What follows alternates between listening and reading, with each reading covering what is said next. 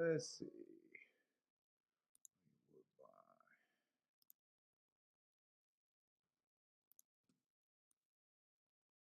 What's up, everybody? Welcome to the Shake Up. I am on, right?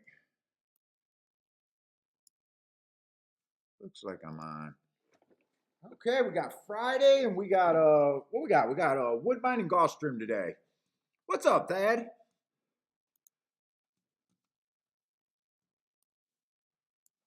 Get this set up right quick.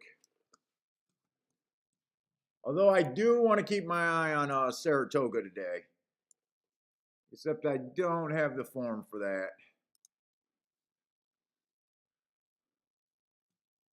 Or does it feel like I'm missing something?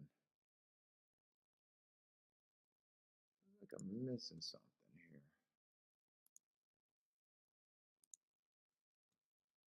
Throw this out there. Hold up, I'm almost set up.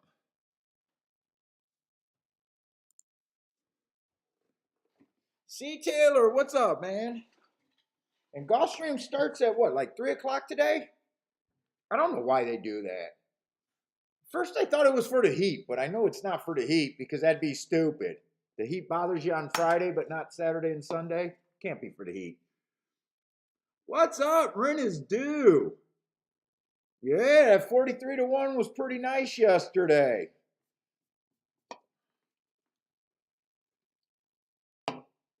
I watched all your YouTube stations to see if they would give me anything outside the box, and I had to do it myself, I guess. Taking shots. I gotta get in some beefs. They said beefs are good for the internet. Hey, what's up, Jared?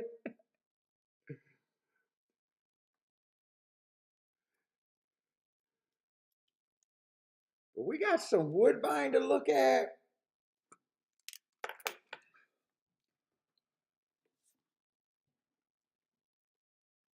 And I'm already burnt out from marking cards. I was going to try to do Saturday and Sunday show, but right now I'm wondering if I really want to do it. What's up, Joshua?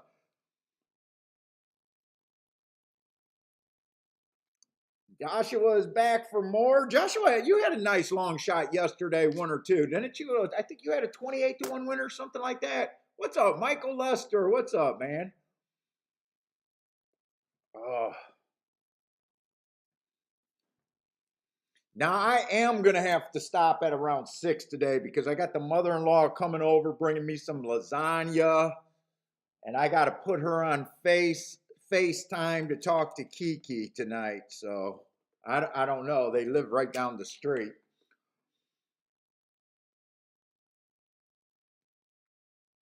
Let's see. What does Jared say? Oh, what Thad? What cigar? Undercrown. Undercrown. What is it? The Blue Label. Drew Undercrown by Drew Estate. I like the one with the blue and gold label. I don't like the red one as much or the white one, the shade.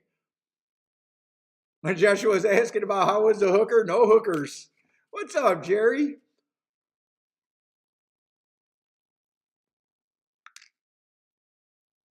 Yeah, it is nice. I'm looking forward to this one. Oh, but yeah, I'm burnt out from marking these damn forms, and I don't. I got all the as far as I got was only Gulfstream yesterday, and I just barely started New York for the or Gulfstream for tomorrow, and I barely started New York for tomorrow, and I'm already burnt out. Ugh. Well, a few more people come in here, and then we'll get started. So we got let's see, uh, 28 minutes for Woodbine over there. 28 minutes.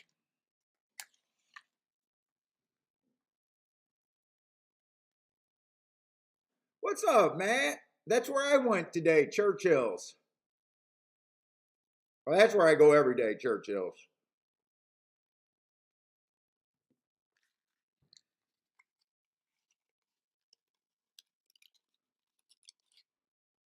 Yakko, what's up, man? You like a good cigar, good full body cigar too? Yeah, I'm on the medium to full body.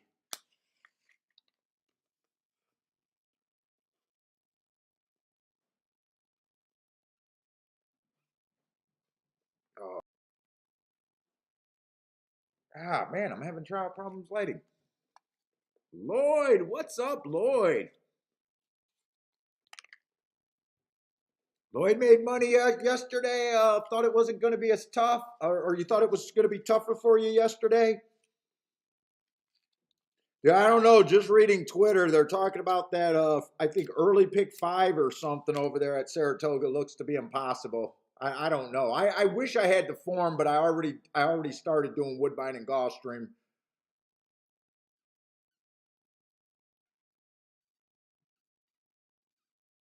And Saratoga does take me longer to mark up because everyone is come. They're coming from so many different circuits. It takes me longer.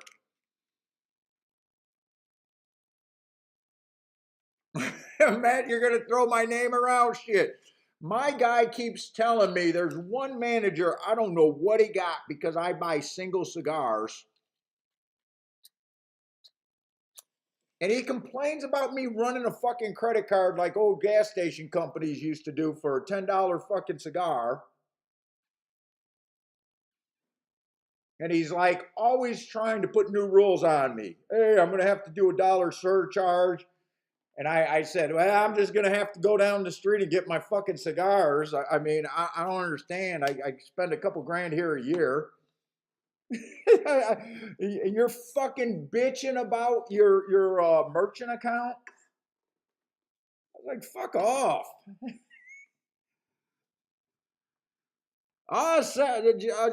Dennis, we had that 43 to 1 yesterday. We had that three horse in the leg. There was a few more races. I think I probably played five races at the most, maybe five at the most. Hit the double with the 43 to 1, and then in the last leg, we had that three horse at 29 to 1. Horse racing is an easy game, Dennis. It's a very easy game. What's up, Michael?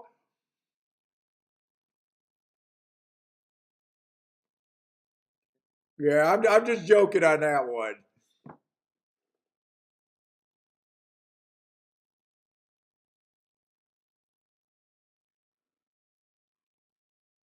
I don't know why he keeps trying to bust my balls on those damn cigars.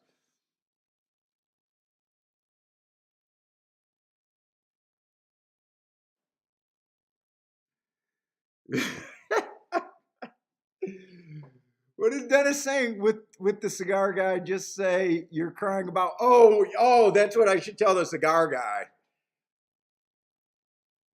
Dude, I don't even care. If he would have just and I tip him. I tip him when I because it's a full bar or they don't have food, but it's a bar. So I go in there and just get the humidor and I leave. So it's not really a bar for me, but I still tip the guy that sells me the cigar. They don't help me or nothing. I still fucking tip.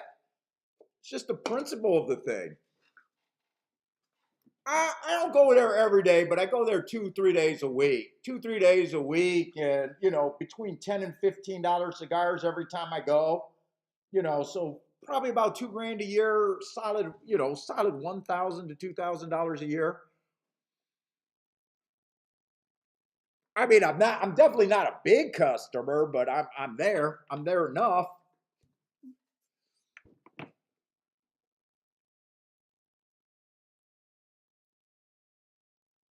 And didn't that used to be a thing where people would say they would surcharge you for a minimum charge? I remember hearing about that years ago. That being a thing. Like at gas stations, if you pay for cash, the price is this much. If you pay for a credit card, it's this much per gallon.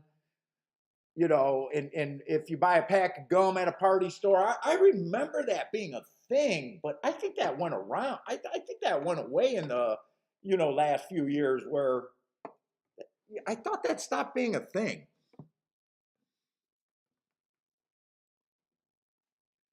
What's up, Charles? You know what, Charles? On my walk, the funniest thing was dawning on my mind just because I've been noticing that you've been doing a lot of four horses exacta boxes. And I was going to ask you about that. And I'm like, Charles doing a lot of four horse exacta boxes. I don't like four horse exacta box. I wanted to ask you about that. And then I started thinking, well, what does a 4-horse Exacta box cost? And I'm on my walk. I don't even know how this approached my mind, right?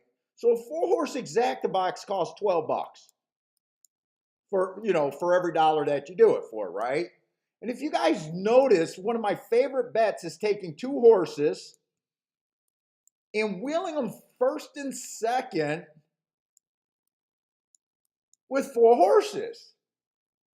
And this is a $12 punch. And for half my goddamn walk, I was wondering why, wait a minute. Why don't I like 4-horse? Because someone told me 4-horse Exactas boxes were bad in the day, and I never did the math on it. I just listened to horse racing nonsense. So I finally realized that I'm losing 2 combinations in the box, but it costs the same. But if it comes in, the 1-2 comes first and second, I got it twice as much, which, we've had on the show where I, yelled out, hey, I've hit it twice as much as I should. That's when I hit it. It comes in 1-2, so you get it twice as much. And I'm just now realizing that that's my same punch for dollar amount. And I'm wondering how many bets did I lose trying to decide which was my key horse? Where my 4 horses was the Exacta and I just keyed the wrong horse. But it was just me hearing from bad players saying that 4 horses Exacta boxes were always bad. No, they're not bad in the range that I play. They're not bad in the range that I play. But Charles, it was funny. So that hit my mind on my walk, and I was for the longest time trying to figure out why they cost the same.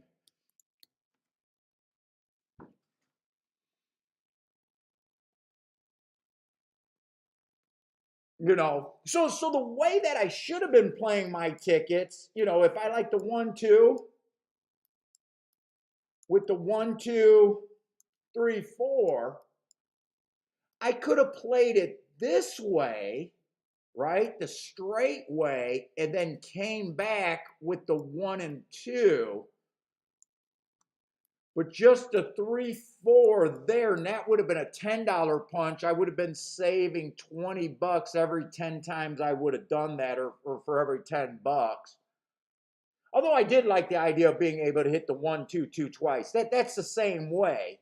And that would be the key, so that would have been the advantage, but I'd never play it like that. Because you got three combinations with the 1, 3 combinations with the 2, and then you got 2 with the 3, 2 with the 4, and that's your $10. So I always say it's about math, and I fucking did not notice I was doing something funny with math for I don't know, 15 years, 20 years maybe. I have not been playing 4-horse Exacta boxes very rarely. And it costs the exact same as my base fucking bet. So I'm a jackass. What's up, Ryan? And please, hear the disclaimer. I always thought 4-horse Exacta boxes were bad. Not in the range that I play, though. Not in the range that I play. They're not. Oh, so Charles, were you always wondering what I had against it? Dude, I wonder how many win payouts that met something that I could have had. In all these years, oh my God, it has to at least be in the hundreds of tickets that, just because I listen to the winners, and I've been winning and didn't even pick that up. So maybe I can lose less than 80% of my plays. It honestly wasn't a budget thing. It honestly was just not thinking an old wives' tale through. It was honestly just not thinking something through. And if I wasn't paying attention to your bets in the chat room and wanted to ask you why you were doing that and did the math on my walk, it would have just glossed over on me. What's up, Sungi? Yeah, Ryan. So I might have even been better than I even thought I have. Oh, please don't let me go around thinking that I'm better than I've been in the past. You don't want me to think. You don't. You. I mean, you know. You don't want me getting too full of myself. What's up, Jeff? Yeah, still learning, dude. I was like, dude, every once in a while I'll do a four-horse exacta on the show and I'll him and haw about it. It costs the exact same as my usual play. And I never realized it. And my guess is I would have been more times right with the Exacta four-horse box than I would have been the two key horses hitting the Exactas. You know, I've been right a lot on that, but I bet if you had all those years of data, it wouldn't have even been close. I bet it wouldn't have even been close.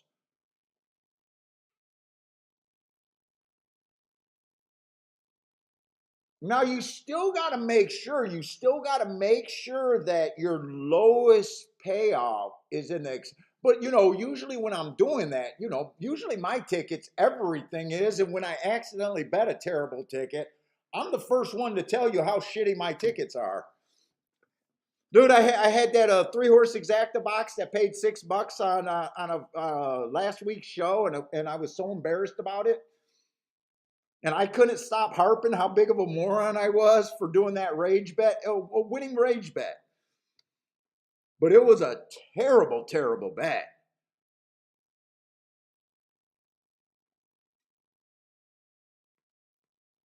Oh, this is nice. What's up, Daryl? It's all about leveraging your bankroll if the selections are 10 to 1 and higher. Yes, absolutely. Yes, and absolutely. If you got the 8 to 5 and those other prices, you definitely got to check it. So if you're in that situation and most of them are good, but you got one or two bad combinations, that's for you to decide, but you know it. But you definitely don't want to do a fucking $12 base punch. And most of your combinations are not getting you well over even money. Even if the worst you can get is a whole bunch of even money combinations, it's still a bad considering all the things that goes wrong and you're just trying to get an exacta to get even money you know what I'm saying? Even that's bad. Well, yeah, you definitely gotta play, but you always gotta think through these old rules that you got in your head sometimes. Sometimes they're terrible advice. Now, if you're an ABC player, if ABC is on every fucking ticket, you should never do a full horse box. As a general rule, you should never do a full horse box. But if like that last race yesterday where we keyed up, I had a 29 to 1, a 14 to 1, a 5 to 1. Well, we left the winner off the ticket. The 6 was 2 to 1. I definitely left him off the ticket, so I don't even know what the third horse was. Maybe 7 to 2. You know, fuck, how many tickets have I had like that where I keyed off the right horse or wrong horse? There's no way for me to even know. But anyways, let's get to handicapping. We got Woodbine. We're in a good mood. It's Friday. Some of you guys are going to be off of work. You got your weekend ahead of you. Let's go.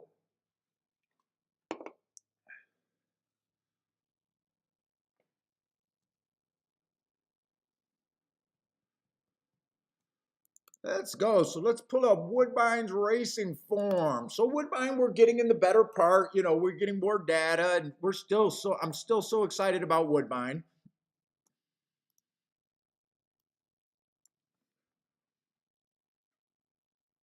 And this is gonna be a Tapeta sprint. Or no, Tapeta route, mile and an eighth, claiming 15,000, non-winners 2 lifetime on the Tapeta. So far, we only had 50 routes so far. Post positions are pretty fair. Post positions, I'll just call for the meet, has been pretty fair. Everything ranges between 30 and 36% inside, middle, and outside. So no real advantage there. Right now, after 50 races, it has not been kind to speed. Speed has been only wiring 18% of the time, which is bad.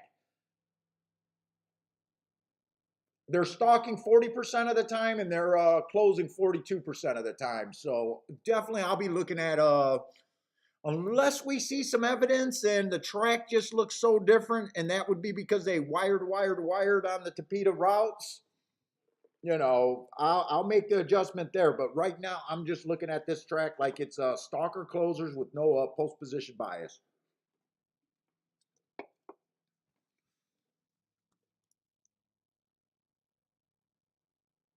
Charles says he sit out of a. Well, that's the goal, Charles. That's absolutely the goal. And really, that's the sentence right there that would improve most of your horse players. I can improve most horse players with a single race, with a single sentence. If you sit out of the majority of races that you think are going to be an ABC finish, you can't help but to be better. I think I said that right. I think that's what I said that right.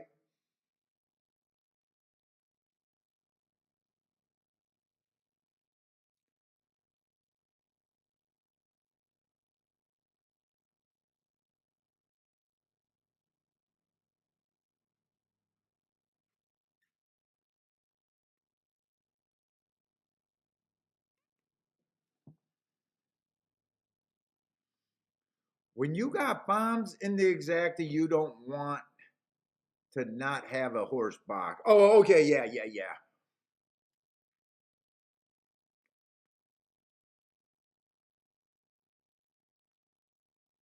Well, Joshua, there's a lot of rules, but you might be talking about horizontal bets where sometimes you got to get through a leg, but you gotta still recognize the sequence.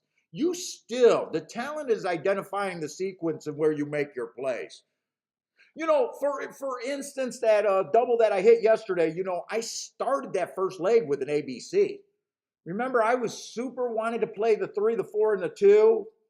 It came in 3, 4, 2. I was forced to play the 2 because he was 5-1 in the win ticket. I couldn't play the exacta because there was no combination that made sense. And then I caught the 43-1 in the second leg that made it huge. But I had fat in the second leg. I knew there was fat in the second leg. All my combinations, I think my lowest combination was paying like, I was alive to 3 horses. One of them was paying 130 some to 1. One of them was paying, I think, $4.90 or $49 because I had it for $10. I was thinking, dude, all 3 of my combinations, I think the 2 lowest ones were, one was like $4.90, I think, for $10. The other one I think was like $5.50 for $10. And then the third one was like $1,300, for $10. So even though I went ABC in the first leg, I knew I had fat in the second leg, which made it okay. But you got to know where you got fat. You just can't go ABC, ABC, ABC. You're fucked. Well, you're not fucked, but your ticket says I need CCC. The CCC would be the only good thing about it, but you didn't have the confidence to play that. You get what I'm saying? When someone just goes to pick 5 and they go ABC, ABC, ABC, ABC, ABC, they're hoping that it's just a straight C ticket. And they're playing scared. They're playing that, well, if it comes in obvious, I don't want to fucking lose it. And we always talk about when you play for safety, it never works out. Whenever I pay for safety, it never works out. What's up, Omar? What? So you are right. If you got fat, but you got to make sure you got fat somewhere on that ticket. All right, let's start looking at this race. So definitely I'm going to play this kind of like a Gulfstream. So I'm just quickly glancing at this race to see because if you believe a track is favoring off the pace, the biggest advantage you can have is a race with a ton of speed that you can automatically throw out horses. And and this is not that race. This is a race with almost no fucking speed. Who gets the lead here?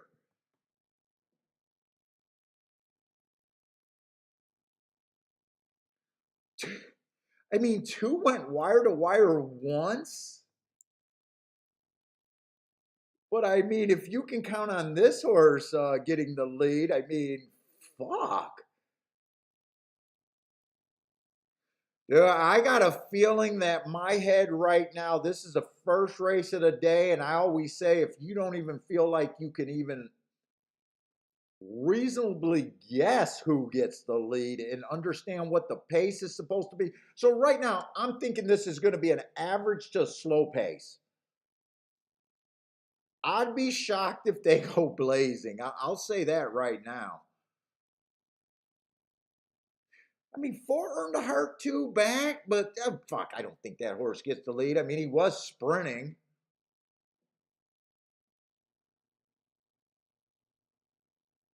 I'm going to guess that this is going to be a slow average pace at the fastest. Maybe the five might get the lead. He's had a couple sprints. Let's see, Vito. What's up, Vito? Vito says four horse gets the lead.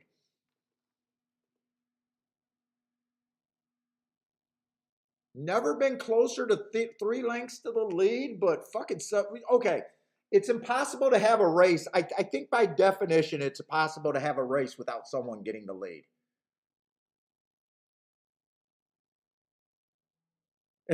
I think I'm going to go out on a limb and say that someone's going to have the lead here.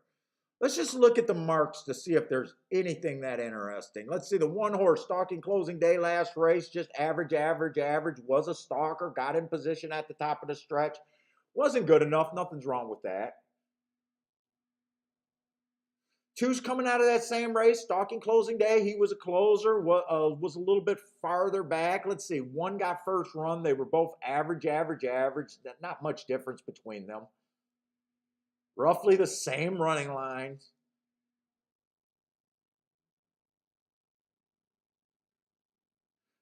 Three got an asterisk because it was an early pressing day last race, and he was a closer or she was a closer, but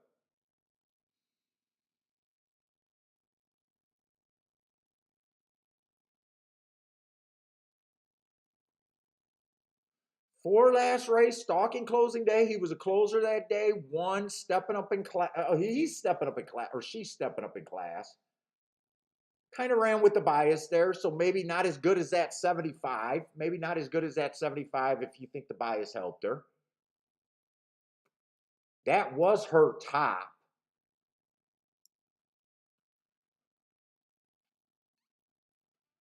Let's see, maybe the five might have the lead. Stalking closing day last race, he was at least one tick slower than the fastest winner at the first call. Maybe that could be an indicator right there that the five might get the lead.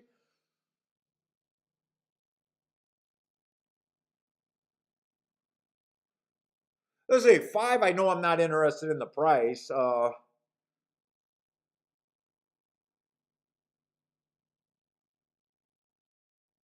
Six earned a heart 2 races ago, but I don't even know how the frog he earned a heart. Let's see, he's coming out of that June 19th. I noticed a lot of these horses are coming out of June 19th, that stalking closing day.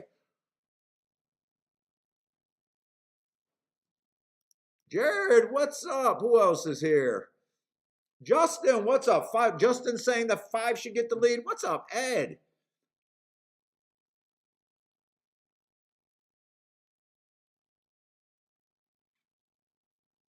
Let's see, Dennis says, well, they could be dead heated between two horses the entire, well, yeah, but I'm just saying someone has to have the lead. But yeah, two horses could be knocking it, but technically someone had the lead. They both had the lead.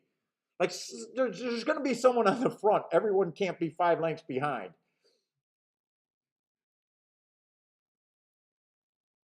Let's see, they're definitely looking at this 7 for some reason.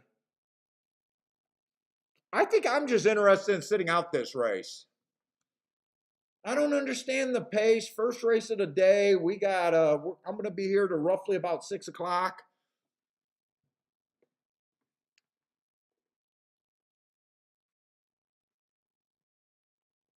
I don't need to jump in.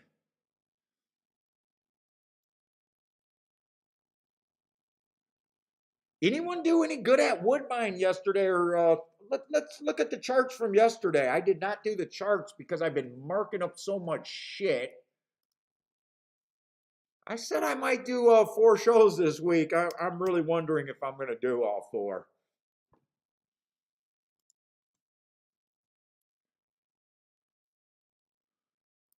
You guys better hope if you guys want shows. Now, if you guys don't want to see me, you don't have to hope for shit.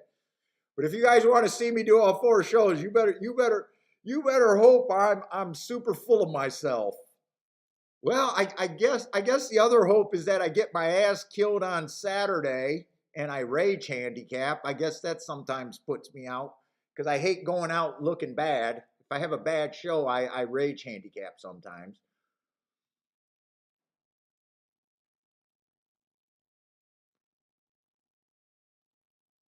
Let's see, kind of looking at the results yesterday, I don't see nothing stand out, and I don't see a route race yesterday. A route race on the dirt or poly.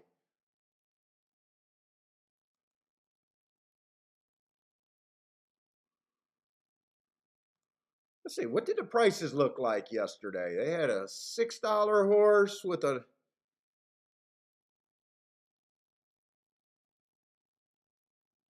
$6 horse in the last race, $12 or Exacta. That wasn't great. 7-1 winner in the 6th race yesterday. Even money horse, kind of a couple chalks. 3-1 over 5-1. That's probably not terrible race. Oh, they had a 23-1. Oh, that was Justin's, or not Justin's. That was Joshua's horse. I think he had the one horse that went wire to wire on the turf route yesterday. 23-1.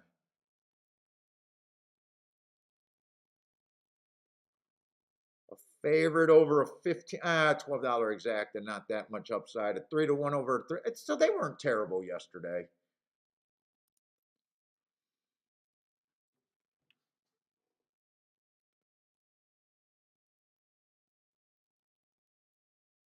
Let's see what's up Saturday. Saturday said he had a really nice day yesterday with the 43-1 hit. Nice, man. It's nice Saturday. What's up, Razor? Razor's doing his show tonight. What's up, Razor? Jumping in today. Oh shit! I missed the start of this race.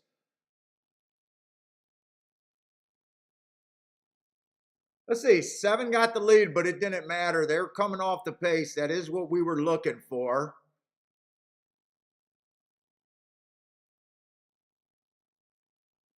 Looks like it's going to be 4-5 or 5-4. I think 4 got this 5.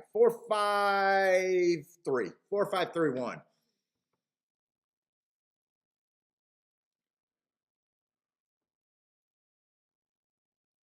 Whoa, in my opinion, I would have tried to beat the 4 horse there if I had an opinion anywhere else. I thought maybe the 4's last race was bias aided and I wasn't interested in a short price on him.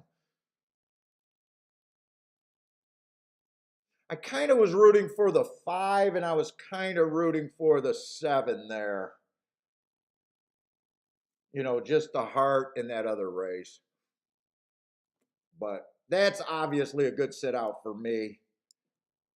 But they did come off the pace. So, I want to be right about the bias. If there's a bias, I want to be right about it. Perceived bias, true bias, I can't prove them. I just know how good they are for me. One of my sayings is, I can't prove a bias. I can't even tell you if I'm the best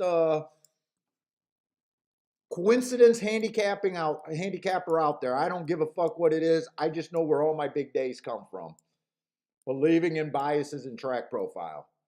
I can't tell you that there's really a bias or it's just a coincidence, but I always make the argument, if believing there was a bias and it put you on something special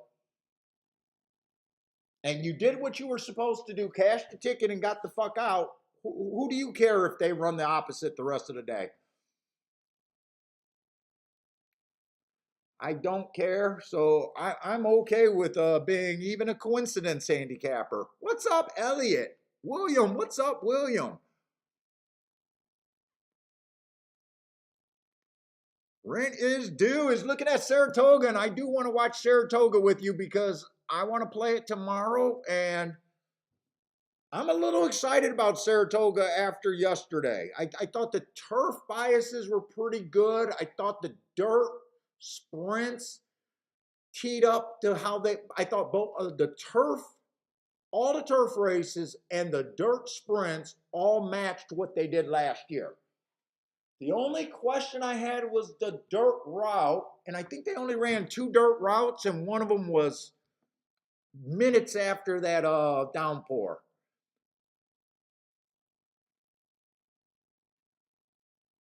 So if I can get a real bias at Saratoga in the big pools and stuff, we might be looking at a little bit more Saratoga than I probably originally even planned.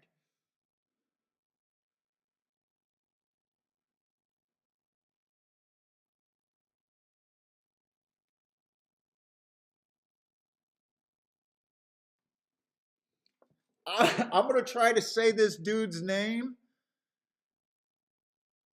Is it Mamet? Mehmet? What's up? I think it's Mamet, man. If I'm not even close, please forgive me for that. But what's up, man? Gregory Ross, what's up, Gregory?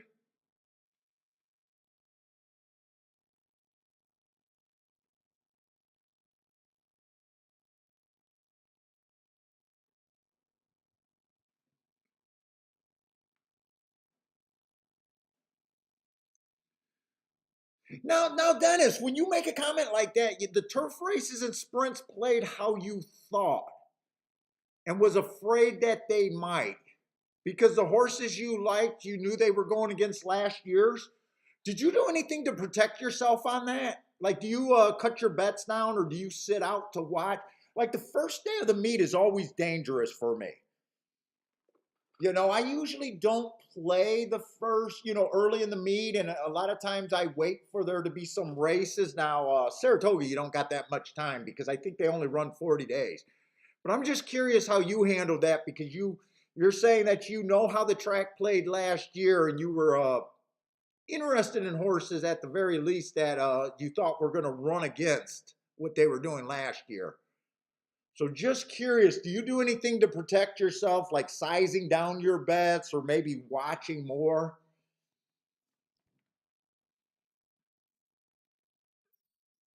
Because early in the meets are always tough.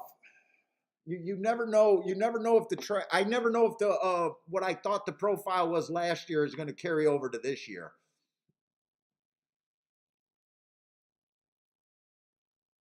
Let's see. Elliott's on a small pick 3, starting with the 4 and the 5 here. Who else? Who else got some picks here? Well, yeah, Charles, that's always a danger when you think that you had the track figured out one day, the next day it could drastically change. That's always a danger when you believe in track profiles and biases.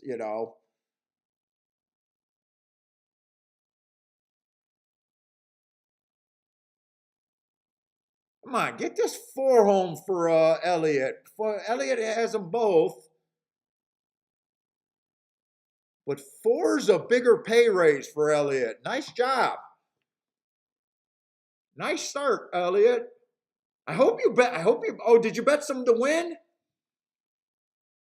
Elliot's saying boom, so I'm hoping that Elliot even put a little bit of win money or something on there. Joshua with the boom right off the bat. Now Saratoga, I'm not playing Saratoga, but remember on the dirt yesterday, we thought it was going to be speed and stalkers towards the inside. Oh, you didn't play the Exacta? Maybe you got some win money. Let's see. Omar says Omar's happy with the 4-5 there with the Exacta. I say Jared got 4-5. Yeah, Jared got the Exacta right there.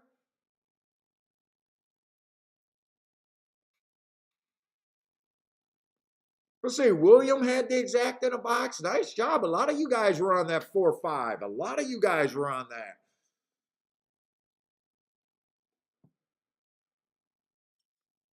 Get off to a nice start today. And if some of you guys really crushed that, go enjoy your Friday. Go enjoy your fucking Friday. Oh, Charles, you go enjoy your Friday, man. Go enjoy your fucking Friday. Charles says he has 100 to win in place on the 4. You made a day's wage more than a lot of people make in a week. Go enjoy your Friday, man.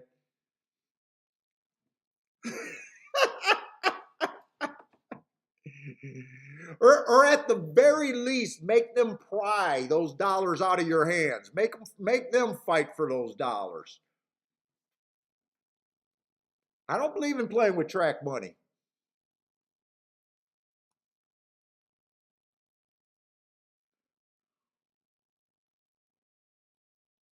Let's see. Jared said he had a big day yesterday at Saratoga.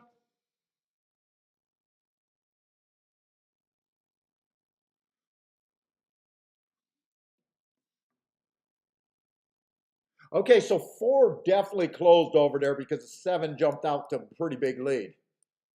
So the 7 turned at Woodbine. The 7 turned everyone into a closer there.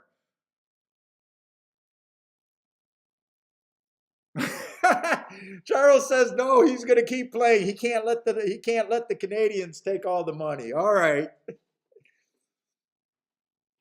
Charles, how do you handle now I don't want to put the jinx on you. I definitely don't want to put the jinx on you. Put it this way, I'm going to turn it around to me because I don't want to put a jinx on you.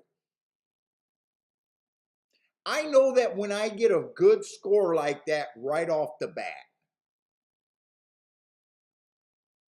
and I end up staying and playing and giving it all back and then losing after that, though that puts me on that's always a thing that could put me in tilt for multiple days.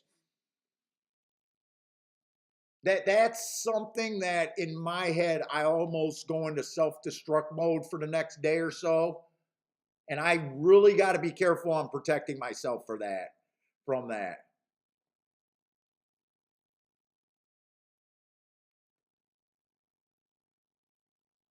Hey, Boulder, what's up, man? Yeah, so I don't like everyone likes to squirrel so much money. Some of those days will put me on danger of tilting.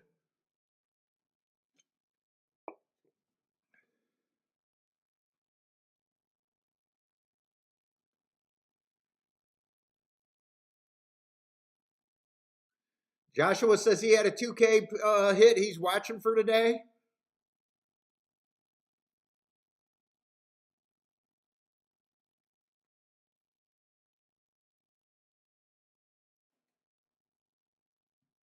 Let's see. Dennis says he believed the bias he found on the turf routes. Well, let me read this again. I believe there was a bias that I found out about the turf routes on the inner turf. The outside posts were just death. What stuck out to me yesterday, I don't divide the inner and outer turf. I thought the turf routes was not favoring speed, other than that one horse that went wire to wire that got a paceless race and a super slow pace up front. Other than him, I thought the track was backing up on the turf. And the turf sprints, I really had a really strong belief that the inside was good.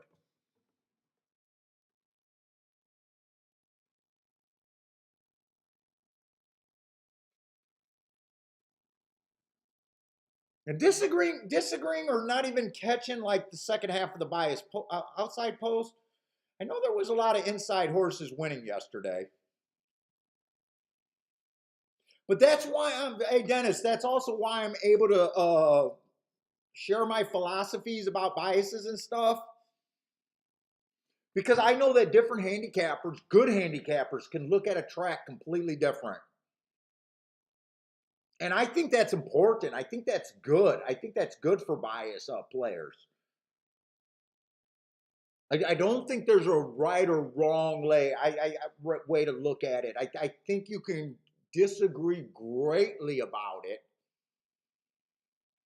It's not like learning a speed figure, right? I could teach someone how to use a speed figure in about 10 minutes. Probably 10 minutes is a little bit long even. Like if my plays were based on a speed figure, I could not be sharing my beliefs in horse racing. But I think when you're looking at trips, you're looking at biases, it's so subjective. You can't prove it. You just know that you're doing something different from the majority of the people out there. And even when you get a group of like biased players, they can strongly disagree about if they thought the track was doing anything on a particular day. So, I think it's good to disagree about biases and thoughts like that. I think that's a good thing. I think it's a good thing to keep notes and believe in what you're seeing.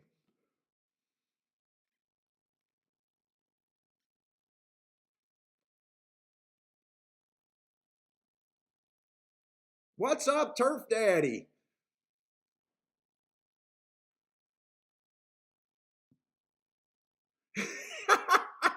Oh, you're working today. You're just popping in to say hi. Let's make some money. And don't join the red board mafia. Yeah, let's keep the red board mafia to a minimum.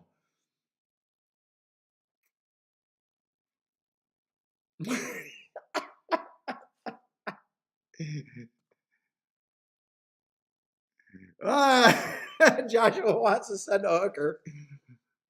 Only if she can type bias reports. If she can type bias reports, I'm game. But other than that, no hookers. Mother-in-law's coming over tonight. She's bringing some homemade lasagna. Come on.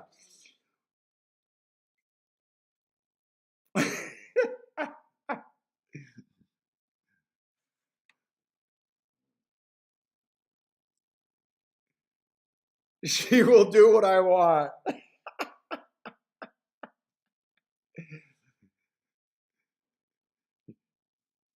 She doesn't have to be good with typing the keyboard, just the numbers and just the number side of things. I don't have a lot of words you got to type, so I'm not worried about her typing per minute skills. Yeah, Kiki's gonna be away till Tuesday. Oh, and Bentley's moping around the house. Bentley's so moping around the house so bad. He's just a sad little lost soul right now. I've been giving him some doggy ice cream right before bedtime. He falls asleep in the bed right next to me. He never sleeps. He usually goes to his little bed. He'll wake up. He'll go to his little bed in the corner of the room. But since mom's been gone, oh my God, he gets out of the bed when I fall asleep, and he'll go and sleep right at the front at the side door where she comes in every day. Grandma, what's up, Grandma? Good luck to you, Grandma.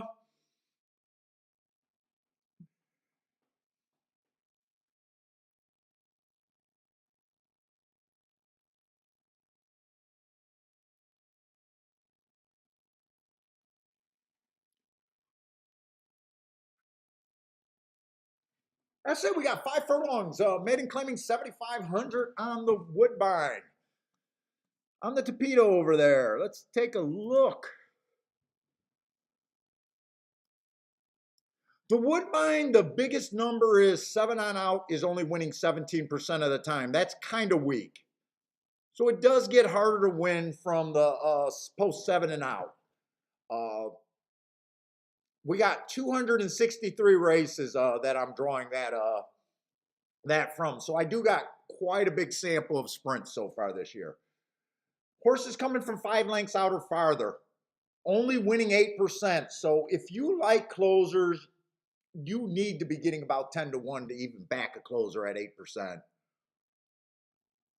Speed, wire to wire, 41%. Horses coming from 1 to 4 lengths off the lead, 50%. So it is a stalker kind of speed favoring track. Kind of first 6 post positions as of now. But that's how I would be kind of thinking to start off the day.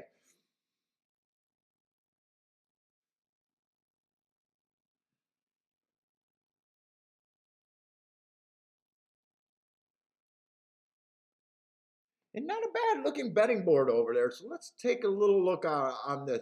So to save time over there marking up Woodbine, I did not do anything from December on once they got the break. So there's going to be a lot of races where I don't have as much marked, but I still think I'll be able to work around it today. You know, December is already what? That's pretty close to a solid 6, almost 7 months ago. So that's a pretty significant layoff.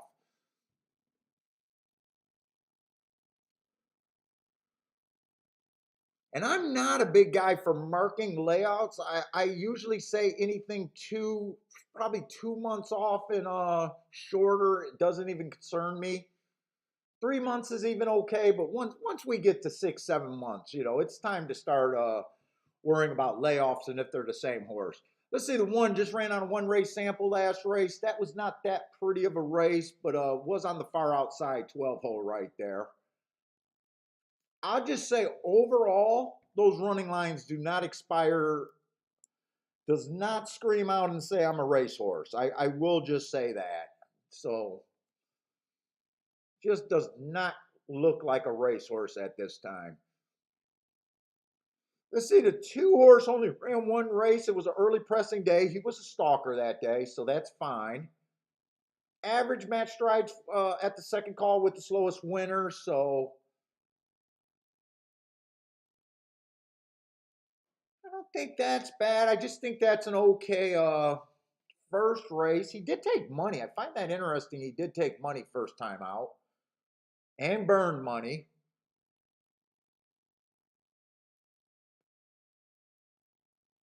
Let's see, the 4 races go early pressing day, asterisk. Second time out, early pressing day, he was average and then slow. That should have been match strides with the slowest winner right there. That's just a rounding error. 2 races ago was early pressing day. He was a closer, just an asterisk there. And next race was a speed favorite. I mean, this horse just doesn't have any early kick. And his finish is just screw. You know, he shows a little bit of interest 1 race early, but other than that, he screams, I'm not that interested. Let's see, the 4 ran his last 2 races at Fort Erie and actually got into one of those little stakes race. I wonder if that's the same stakes race that Boulder caught his like $280 double on. That was a $30,000 stakes race over there at Fort Erie. That could be that race.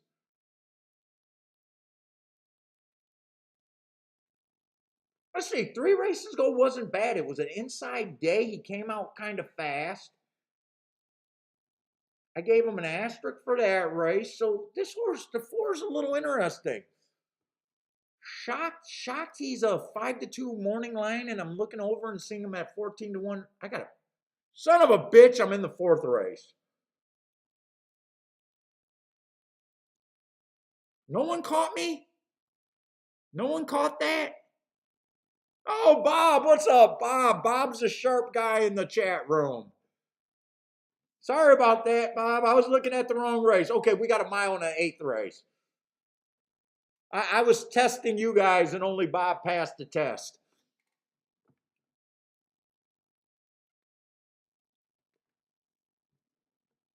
$15,000 maiden claimer, so they did come off the pace last race, and that's what I'm looking at.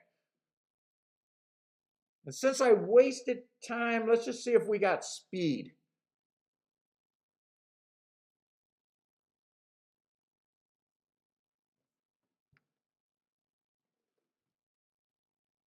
Huh. We got another kind of almost paceless race. Let's see, the 9 looks the fastest early.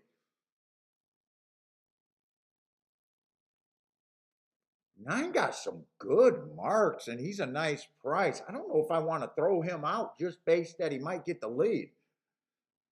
7-1, he does look interesting enough with those hearts.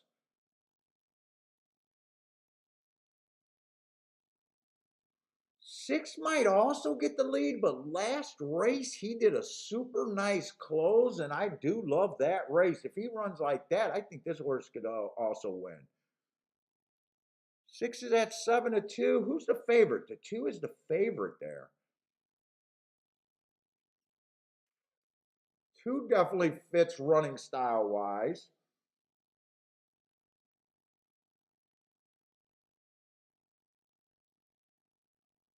Well, last race, the race before that, he was going to lead. Another kind of tricky horse.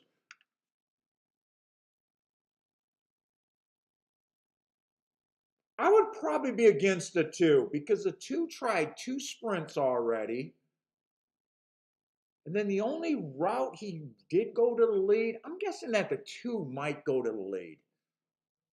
If he comes off the pace, I think he can win. But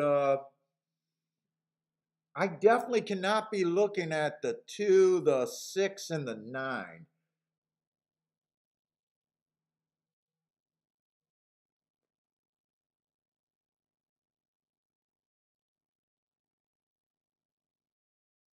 Let's see, 1's last race was a pretty nice improvement with a nice middle move on a stalking closing day, but he was average, 1 tick slower than the winner, but has not got in position. He's lightly raced, so he could be just rounding into form, but a little tricky. Interesting at 18-1, but I don't know if I can completely trust him.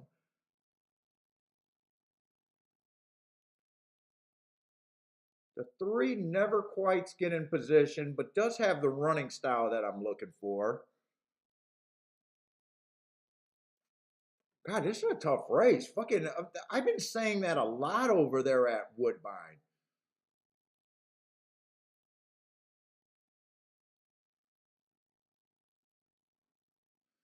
5 definitely has the right running style here too. Holy shit, this is a really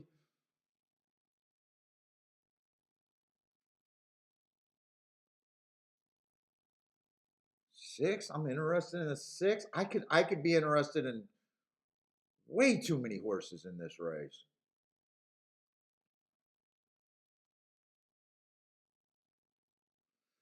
Let's see if it gets hard to win from post 7 and out. Maybe I just got to leave this 9. God, but I don't want to leave the 9 alone at 9-1.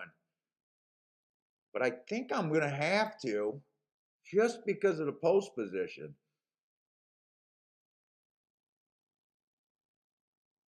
6 does have a better post.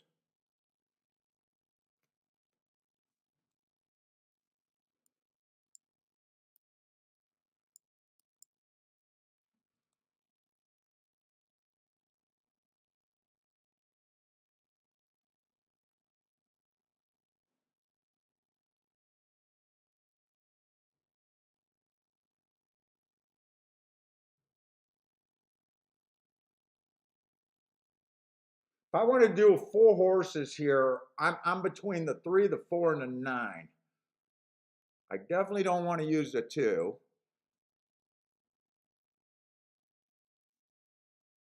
I think I'm interested in this race enough, though, to play it.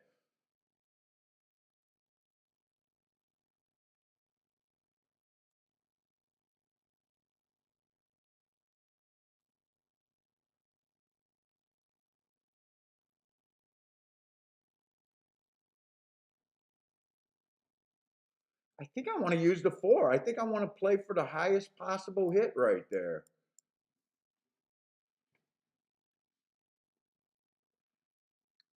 Let's see, Jared got 6-5-2-8.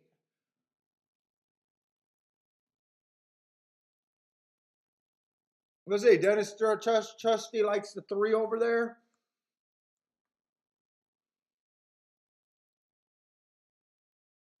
I'm looking at the 3, the 4, and the 9 as if I wanted one more horse. I'm leaning towards using the 4.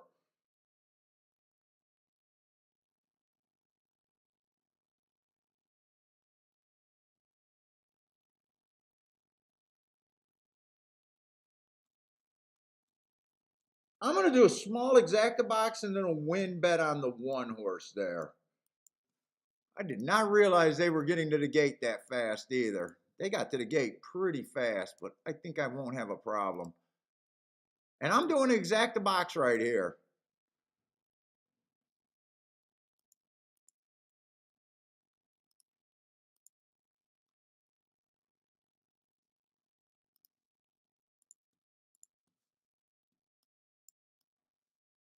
This is definitely in my playback category. So I'm just anning. I like the race just enough to take a little stab here.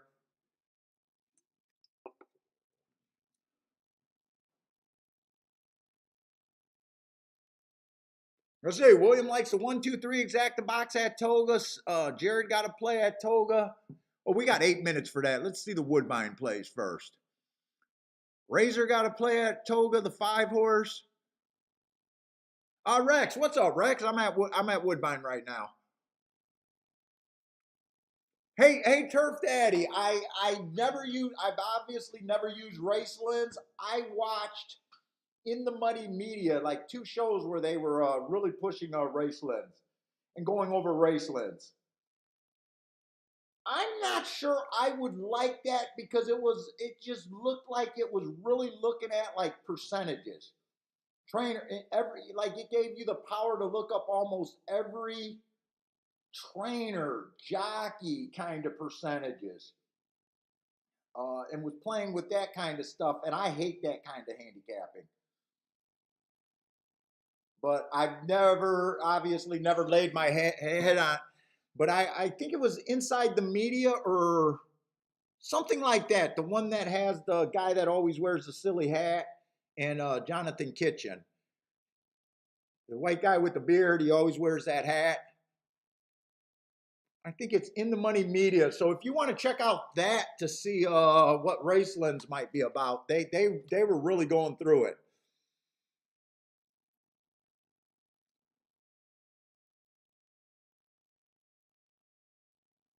Let's see, 7 got the lead. I like where my 4 is. Please keep this 4 interested and keep this 1 interested. And just make this 7 go away, and I think I can get something here. Ooh, 25-51. We got a slow pace. That 51 is scary right now. 25-51. 51 is really scary.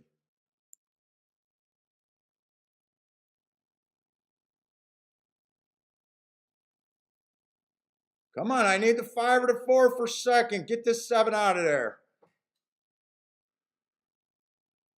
7's not going away. That 51 was the kiss of death. 76-3 is also really bad. That looks like an extremely slow pace.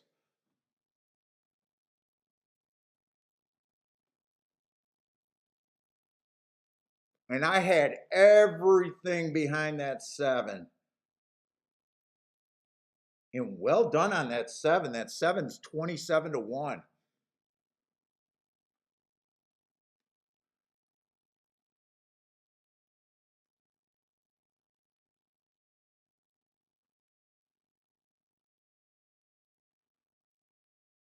So I am definitely not complaining. I didn't have the 7 horse, but I am not complaining about seeing long shots. I think 7 definitely won that race. I think it was 7-6-5-4 there. 7-6-5-4. Oh, Charles. Holy shit. Charles hit that exacta?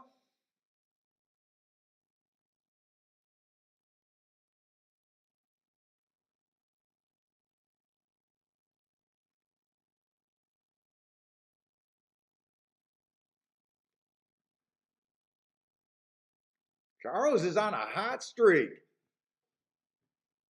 Yeah, I think that wire to wire was just more because of the pace. I agree with you, Justin. He just walked the dog out there and got an extremely slow pace right there.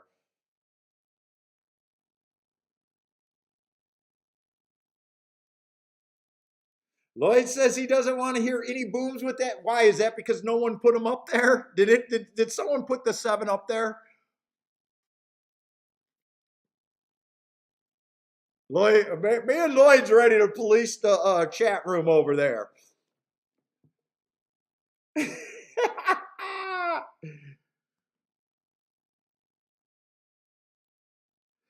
There's no way I could put that seven on the front end. There's just no way I could have done it. He's dropping in class. I could see a class handicap. There's a lot of horses dropping in class, but I could see you getting to him a little bit on class.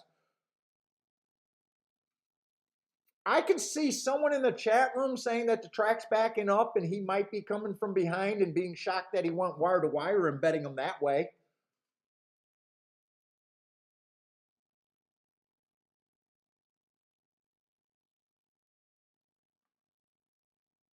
I've seen worse looking bombs before. I've seen worse looking bombs, but honestly, he wasn't on my radar there.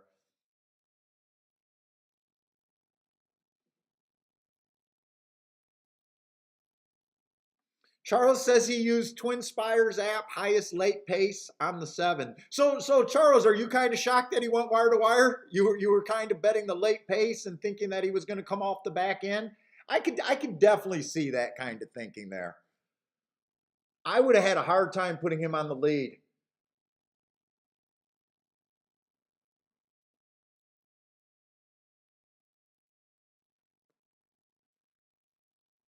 But I do not, when I can't get to those big long shots, I do not complain about them. I love it. I just want to keep knowing that they're out there. I celebrate that shit.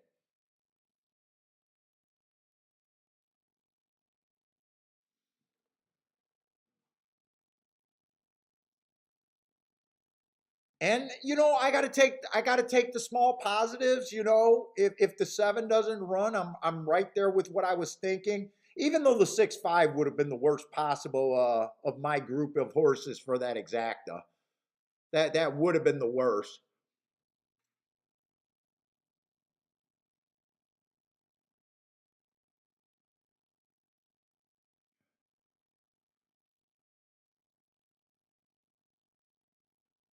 Nice hit. Charles coming out heated. Charles coming out with some fire today. Good. Hey, Charles, I guess it's better that you're braver than me. I told you I would have relaxed after the first race hit. You said hold my beer. I got another one. Hold my beer. I got another one, Paul.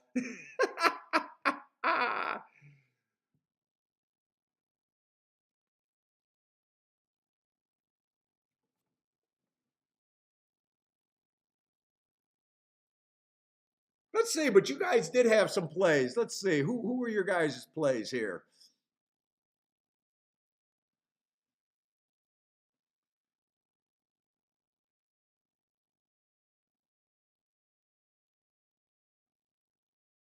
Let's see. Elliot needs the two over there at Toga. Who else got some plays over there at Toga? Where are all the bets that I read? I just want to rehash all the bets that I read there.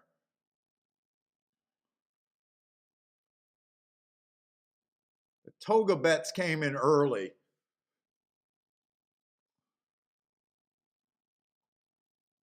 Let's see, what's up, Daryl? Who is Daryl looking at? Saratoga's second race is a 6 furlong dirt.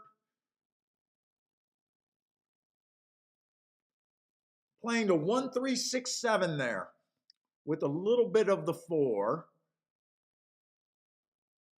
Lloyd caught a 14-1 over there at Laurel. Nice start, Lloyd.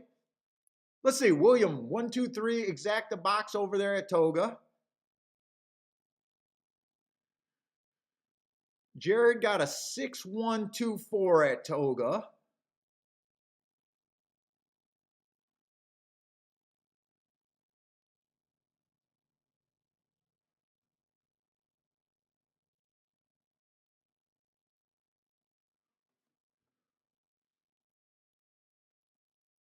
Is that all the Toga plays? I thought I seen a couple more Toga plays.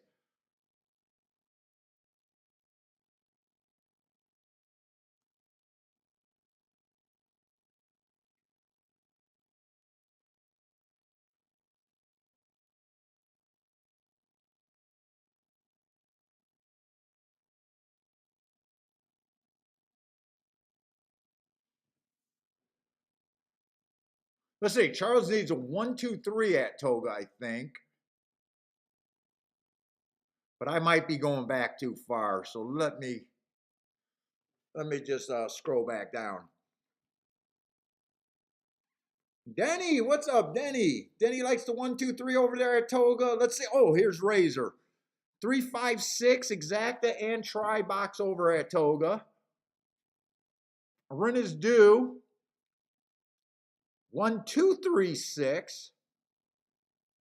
So Rent and Razor can both hit the same Exacta, but not the same try.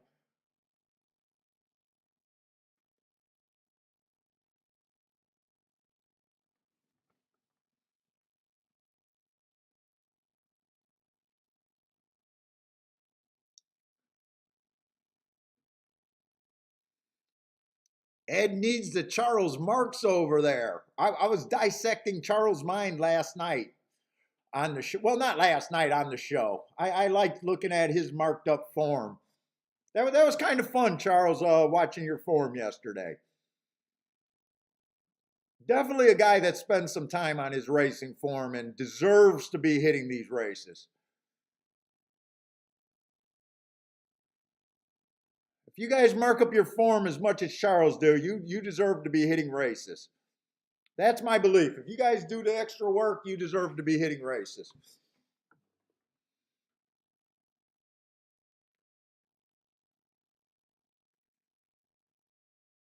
This looks inside. Toga just looks inside. Oh, the one is 3 to 5, though. The one is 3 to 5. But 1, 2, 3, 4, 1, 2, 3 is all that's running.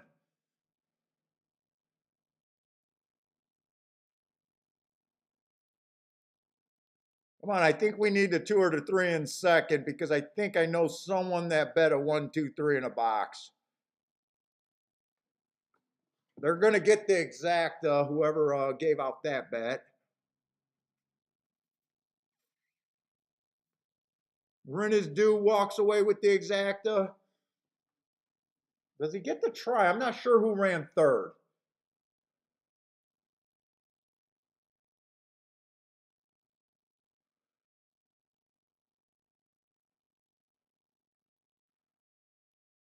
One, two, three, six. Right now he has it. I think that's the 6. It's either going to be the 2 or the 6 that gets third. So Renasdu is going to walk away with the exact and the try there.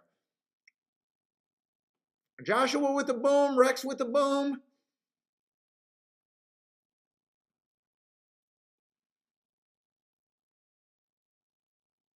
Charles got a daily double cash it over there, so 3 to 5 in the second leg, but he got his fat in the first leg. 6 did get second, so 6 is probably better than the 2 getting, or 6 got third. So that's probably better than getting the 2 for Rent.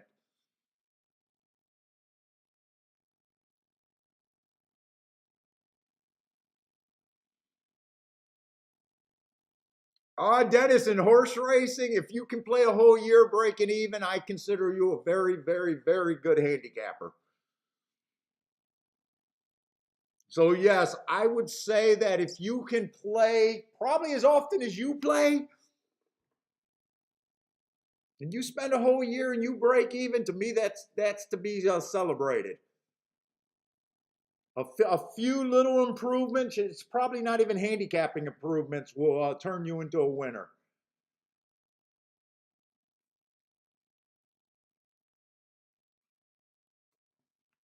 I'm not like that other guy that says he beats the game so bad and he disrespects people that break even in the game. This game is so hard. I think that even if you break even, shit, if you play every day to me and you lose 1,000 or less for an entire year, you're a hell of a handicapper.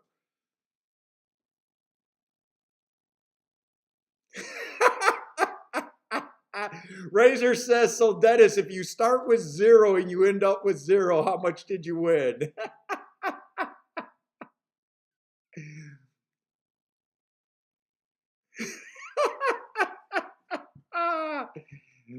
Razor coming with the jabs already.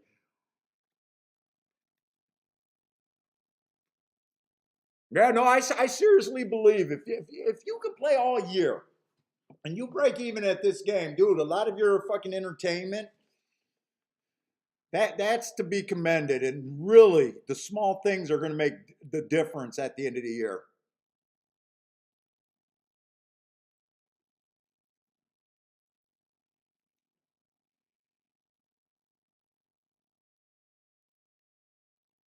It's a fucking hard game.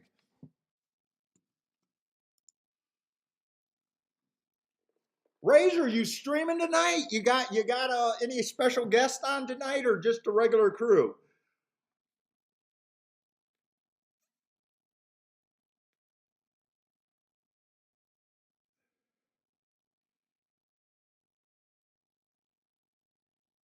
I seen you guys did Saratoga opening day yesterday early. That was early with you guys. The bag. Dennis was on that show.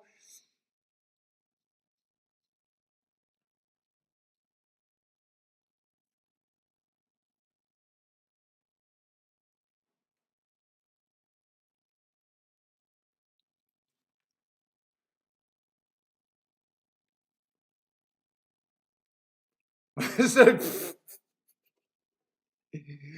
you're the second guy that called me a celebrity in the last 2 days. Your standard for celebrity is on the very low side. Your definition for a celebrity is extremely liberal there.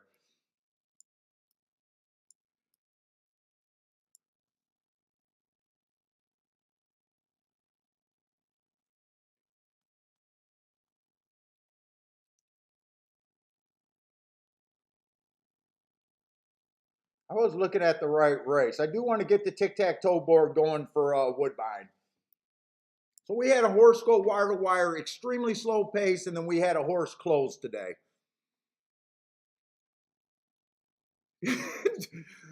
Dude, I wish I was a B-lister. Fuck, I'm probably still. I don't know. I'd say I'm probably I don't know. I'm probably a V-lister for very underwhelming and almost invisible.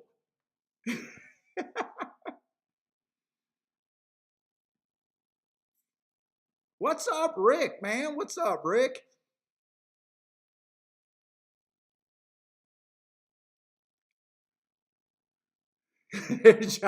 Joshua, you got to go all the way down to V or Z for to figure out where I'm at.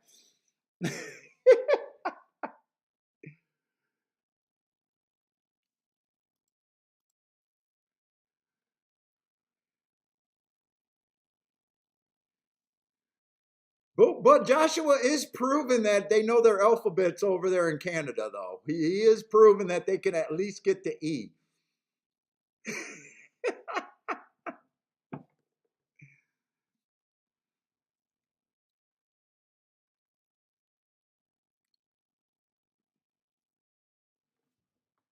We got a fun show, and the chat room has already started with some fire today.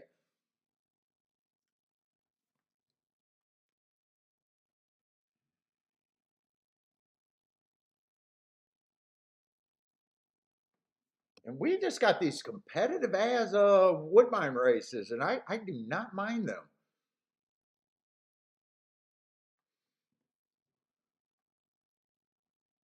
Even this race, according to the betting board, looks pretty competitive before I even looked at it. Let's see, we got Maiden claiming 25,000, so 6 furlongs on the Tapeta. And I think just looking at it, I think it was post 1 through 6 were pretty much good, and speed and stalkers, and basically you don't want to be a closer.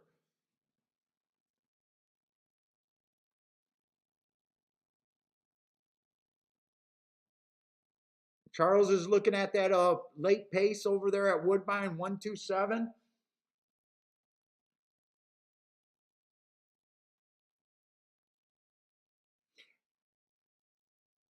Hey Charles, isn't what they use on Twin Spires, isn't that brisnet stuff with the late pace and stuff? Did you ever notice if that ties into brisnet?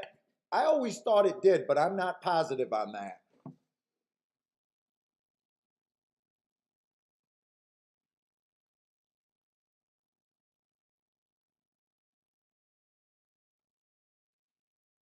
Let's say the one 4 races ago. I like that race. Bad rail, early pressing day, so wasn't bothered by the rail. Went too fast to win there. Technically got a little bump the very next race, just missed by a head. Looks like a stalker at the best. He doesn't have speed that I can really depend on. Rick says it is 100% brisnet. Yeah, I thought it probably was.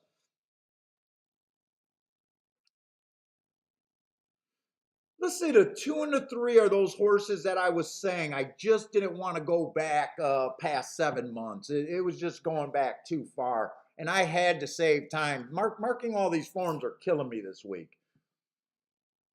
and I did not want to get burned out.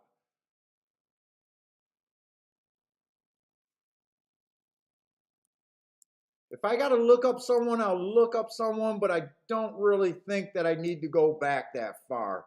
Let's see, 2 is making a big drop. So is the 3.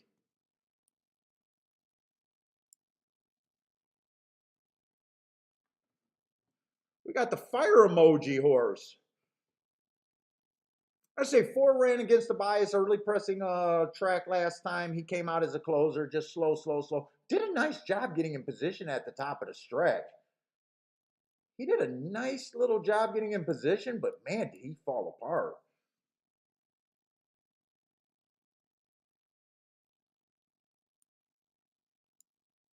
Got the 4, another one off a big layoff. Boy, I'm not seeing any speed here. 6 might be one of the most interesting. He got a lot of asterisk races. 3 races ago, he ran on a against the early pressing day and showed a little bit of willingness to run. That's a really nice close on a speed stalker day. He then gets a stalking closing bias and has a pretty nice run right there. He's only ran 3 races, but he does look like he can borderline being a closer. He does look like he could be a closer. 7 ran at the basement. Probably got the nicest last race of the group. I can see why they're having trouble with this race. I don't see a lot of speed here.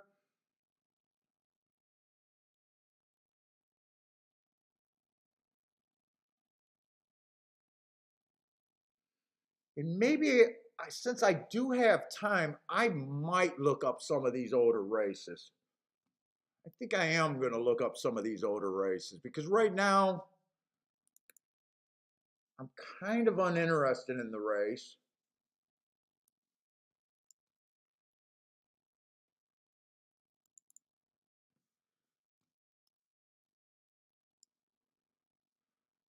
But man, I'm going all the way back to November on this 2 horse. I mean, more so just to see what kind of talent he possibly had back then. That was a stalking closing day, but that was a rout. I don't think that was a bad race, but now I got to go back to October. Oh, God.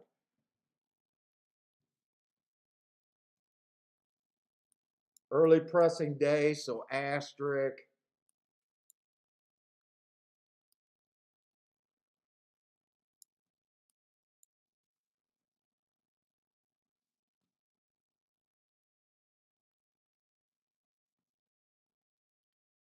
Holy fuck, I was not expecting that. He showed talent first time out. Fuck, that might be good enough in this field, actually. God, I don't like going back to fucking October 2nd, though, but he is so far the best marked horse on paper. Oh, to take 5-2 on him just sounds wrong, but I mean, that's kind of where my handicapping is leading me so far.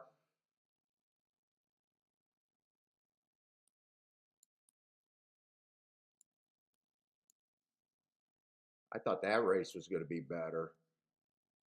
Fuck, going back to September. What's wrong? What's wrong with me? Going back to September 5th.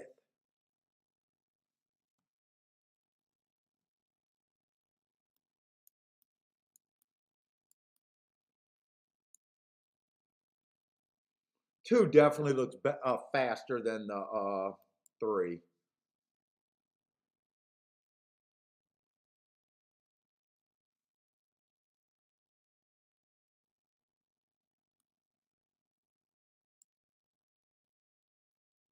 Oh, fucking ugly, ugly, ugly, ugly.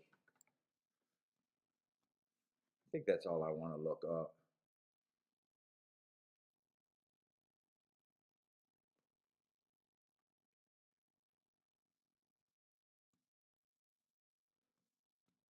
Let's see, I still got 3 minutes. I can still dick around.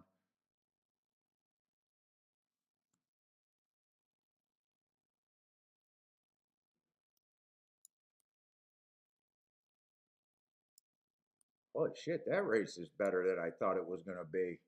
I did not think that was going to look like an okay race.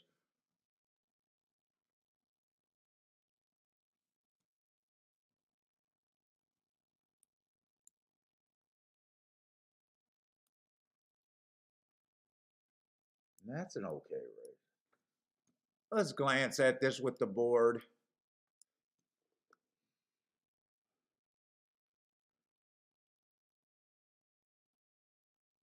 I am a little interested in the one.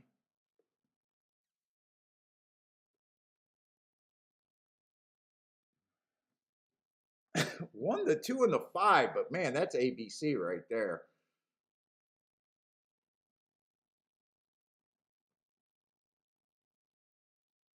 Oh, that's right. I still like the six. I like the six a little bit there too.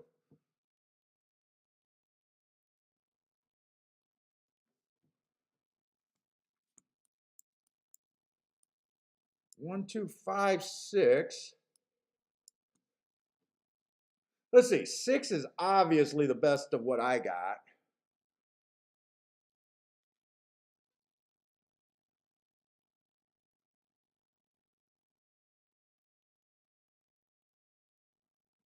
Oh, Rick got a huge potential for a pick three over there at Toga. Good luck, Rick.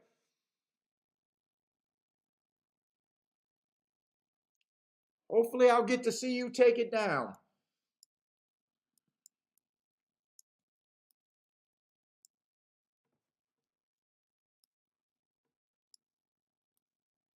Let's see. I'm just brainstorming right now. Bet the six to win. I can also bet the one to win.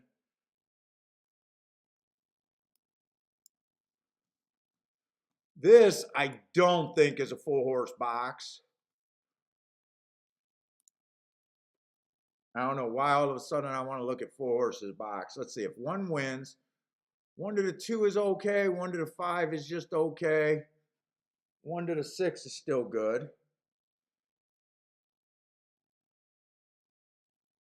Two to the two to the one is actually better than I thought. Two to the five is bad.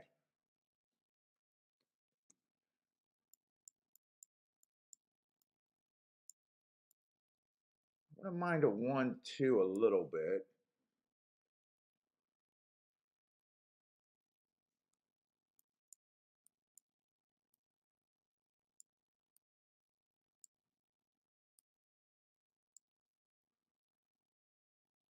Oh no, you can include the 5 there. 5-1 is okay. 2-1 is okay. You know, I might do that. I might do the 2 keys.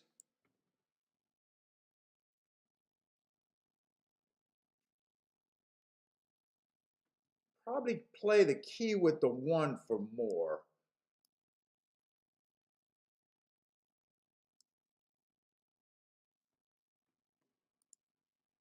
Let's see, you can't have a 1-1 exacta, obviously. I don't got to erase that. I obviously can't have that. I don't think that's the worst bet with the 1, but it's kind of that piddly bet that I can do it and I can do without it.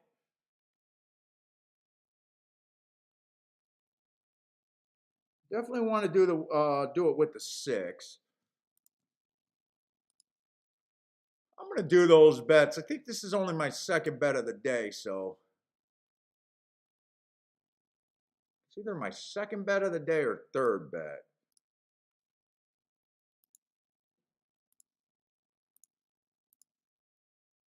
Let's see, 6 with the 1, 2, 5.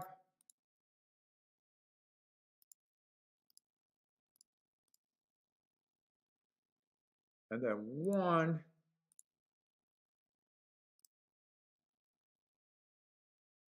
with the 2, 5, 6. Let's see, Razor likes the all with the 4, 7. Oh, that's a pick 3. I thought that was a try. Okay, so Razor's going to get through the first leg. I guarantee Razor's going to get through the first leg.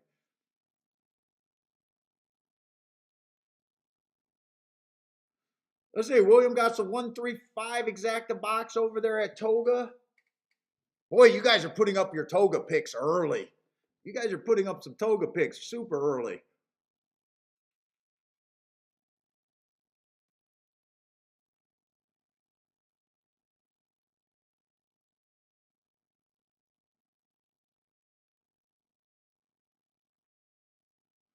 Let's see, Rick has 3 horses in his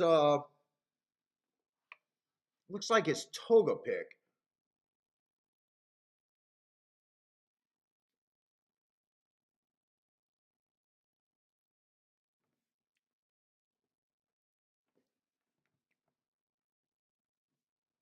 What's up with this drag over here at Woodbine? It seems like it's been 0 minutes for quite a long time, unless I missed something.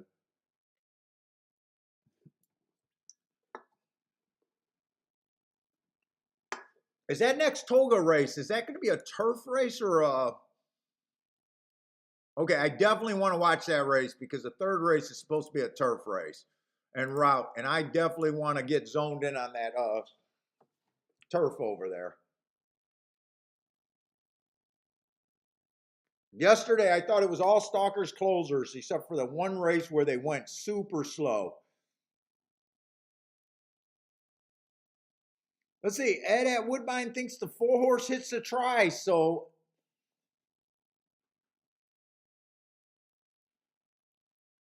Dude, that's almost in position where you can do all 4, or narrow it down a little bit. But if you think that 4 can hit the try, I got to recognize that. I was thinking about that yesterday with that 43-1 that, Jesus Christ, I could have hit that try if I just thought try at that time. I think it came in 3-4-1, and I was dead focused on the inside of the track there.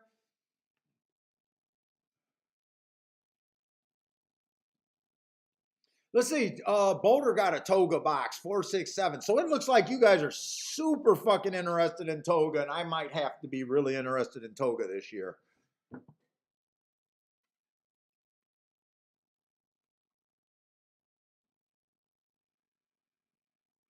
Oh, and I did not think that the 3 could be faster than the 2 horse. I left the 3 off the ticket because I was convinced the 2 was faster. Ah, fuck me. 6 comes from behind, I know that, but I also thought if none of the first time or none of the big layoff horses, I thought the 1 could get a really nice trip. I thought 1 was the safest. This does not look good.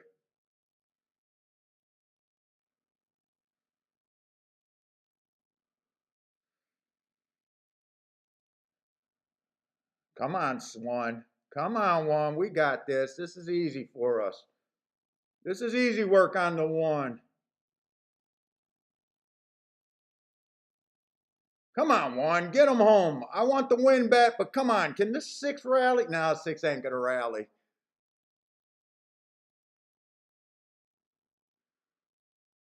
I favored the 2 over. Come on, 2. Can 2 get second? All right, I'll take the Exacta and the win ticket. Not going to be the biggest Exacta there, but I do like having the Exacta and the win ticket.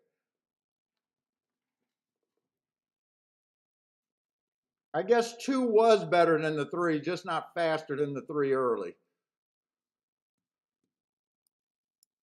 And I want to make sure I only played, I think I only played 2 races. I set out that first race, right? Yeah, I set out the first race.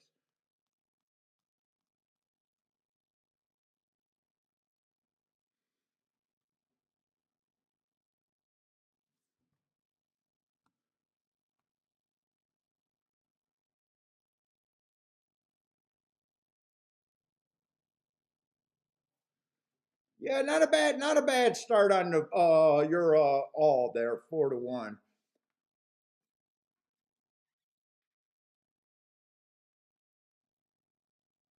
Daryl says 1 was first and late pick.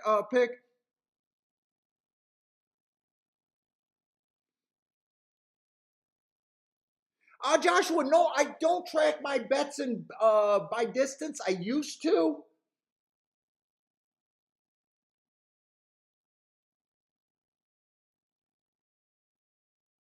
Especially, I talked about how years ago I never played turf and I never played routes. When I first started, I was a sprint specialist and that was it. Only on the dirt and only sprints was all I was willing to play. And at that time I didn't even play 7 furlong races. Uh but once I started opening up to turf and stuff, I know I've been doing good on all of them and I really don't feel uncomfortable with any of them right now. Turf, route, sprint.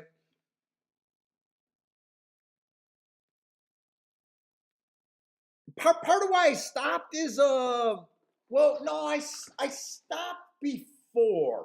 I used to write everything down in my form when I used to go to the track and staple all my tickets, to each page. All my losing tickets were stapled to each page. I used to write everything down. And then my wife used to put it in a spreadsheet for me. But once I started playing on the computer, I didn't continue doing that.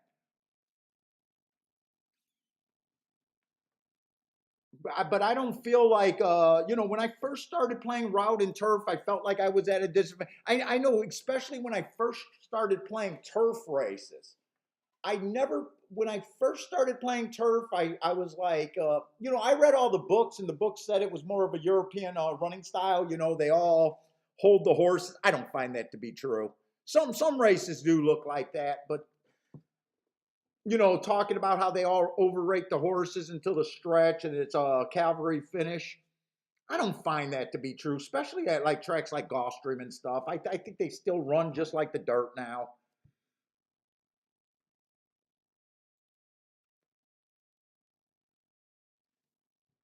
I hope I still got 20 on that Exacta. I'm a little worried that Exacta might have went down for the payout. I think when I looked at it, it was paying 20-1. If it goes down, I don't hope it's any worse than 18-1. I need to at least probably get to make that ticket really worth it.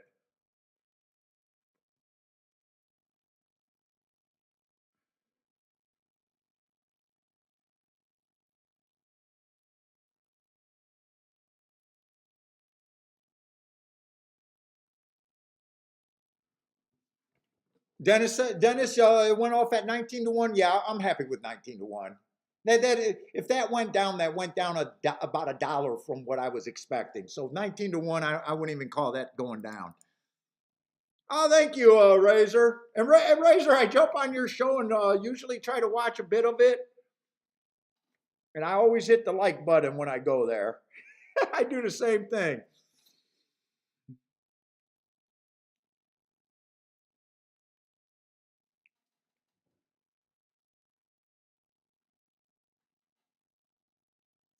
Hey, Razor, you do all your stuff through pub the pub race, not pub racing, but pub bar sports.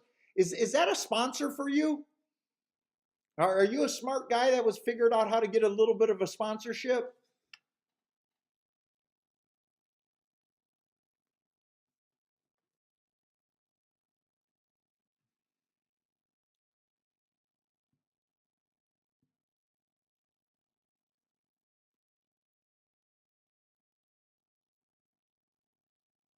Oh, it looks like Lloyd hit something else. What did Lloyd hit over there? Lloyd looks like he's on a bit of a heater. I think he already had 2 booms today. Oh, nice. So you do got a sponsorship. That's nice. I thought it probably was because Jimmy does the same thing through them. And I know Jimmy's been all over the damn place.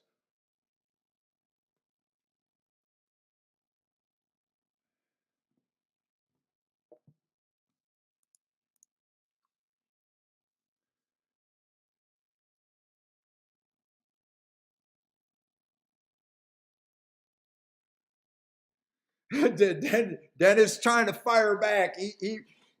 Even though he's out there, he's not smart talking about Razor. I bet that's.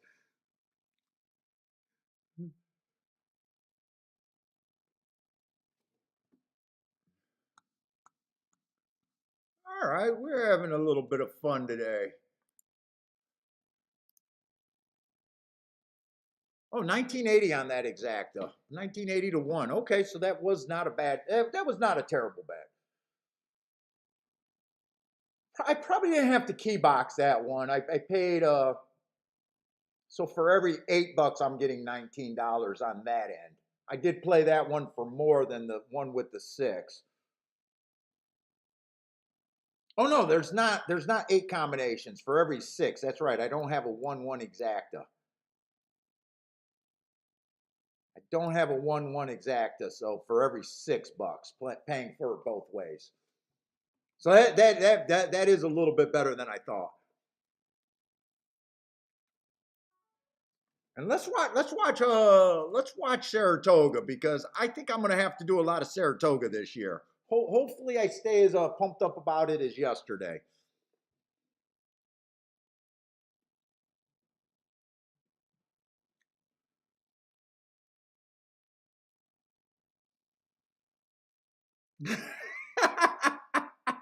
Lloyd says he's trying to concentrate on Saratoga and Woodbine, but he's still got his eye out on Laurel and Monmouth. I got all my data for Laurel and I got data for Monmouth, but I think we only did Monmouth once on the show, and I'm not sure I ever did Laurel on the show.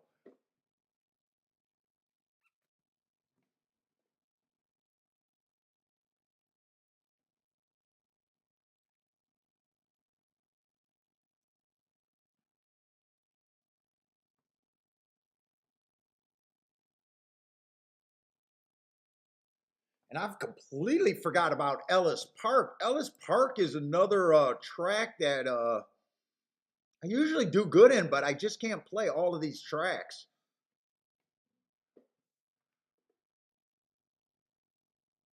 I don't know. I don't know how the hell you guys are able to look at so many races and be sharp. Yeah, if I did Laurel, it would have had to be quite a few years ago. You remember a show with Wild Bill doing Laurel? I've always kept track of Laurel because you need it for Pimlico and Laurel shippers. You find. So even though, I'm always keeping an eye out for which tracks I think has advantages to play, even though I can't play them all. I also do all the data just so I can look up those odd shippers when they come to the places that I like. And Laurel does ship, and Laurel does have to be respected at a lot of places where they go.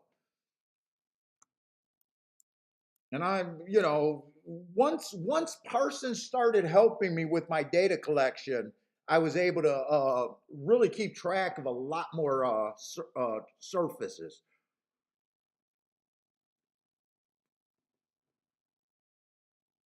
I just need him to be able to get his job under control and get back to being a fucking horse player again.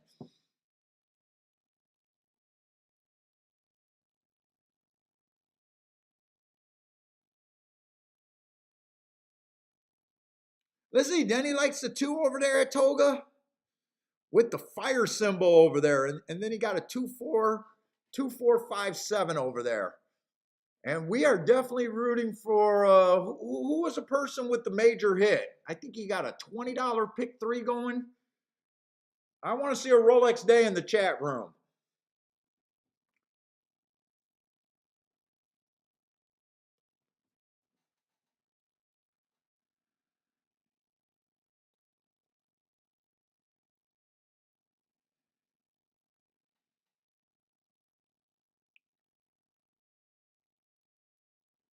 Dude, like I said, this week, holy shit! Like over this last week, there was 4 guys that sent me stuff of them having Rolex days. That's always nice to see. Now, Charles was the only one that came in the chat room and bragged about it. So Charles was definitely one of them.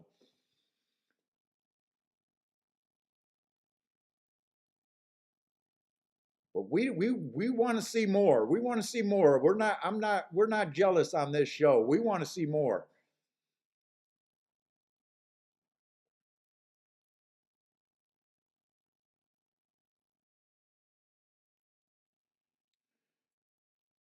This does look like they're coming off the pace. Unless this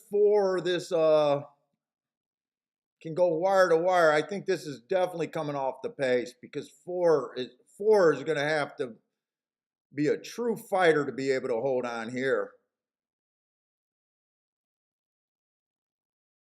3 is winning this race under wraps. Holy shit, did he win that race under wraps?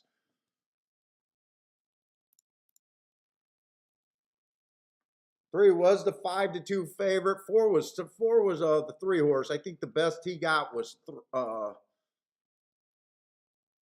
maybe third. Who got second there? 4-5, I think that came in. 4-5. Or no, I'm sorry, 3-5. 3-5.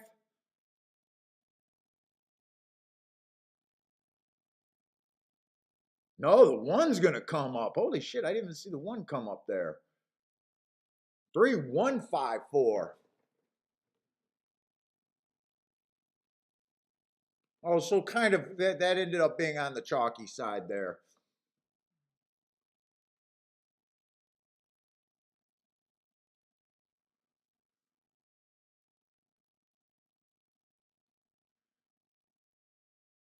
And I have no idea what Rick needed. Oh, now I know what Rick needed.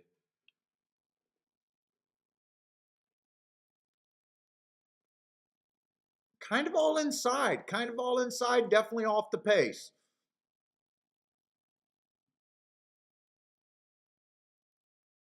And 52 at the half. How long was that race? That was only 1:16, so the 4 got an extremely slow pace and did not hold on. 25-2, 52, and they still came off the pace and got them.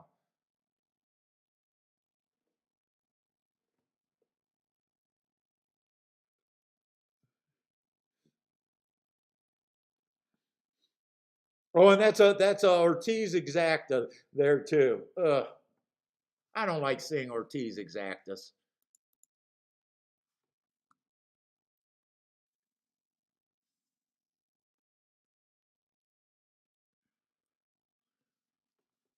We're going in the fourth race over there at Woodbine.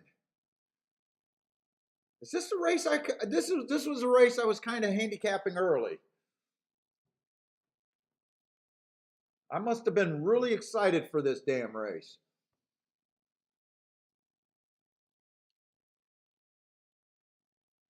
Ah, that makes a little more sense. I was getting a little excited about this four horse because I think the four in the race in the second race was 8-1 when I was looking at this race at the wrong time. This was the horse that I think this horse is coming out of Boulder's score. I wonder if I seen Boulder in the chat room earlier. I wonder if he can tell me if that's that race.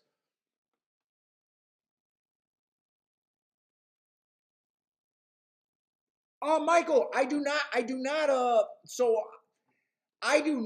separate the inner and outer turfs at any track. So that is a weakness about how I look at the biases there. Now, just from experience, I think they run roughly the same. But it is, I will admit that that's a weakness, but I put them together so I can have a bigger sample to look at. Is what I went with. Otherwise, if I separated them, my samples would be terrible every day. And it wasn't. So when I first started doing it, I used to separate them, and I used to just never play the races at Saratoga, at Belmont. I think Woodbines is brand new, but at Saratoga and Belmont, I used to never play the turf routes when I used to separate them. And honestly, I think those I think they hold up pretty good. So that's what I was talking about, Dennis, about how different handicappers can view biases completely different. I went with making it easier on me. So that is something to be concerned with if you're digging into which way you want to go there.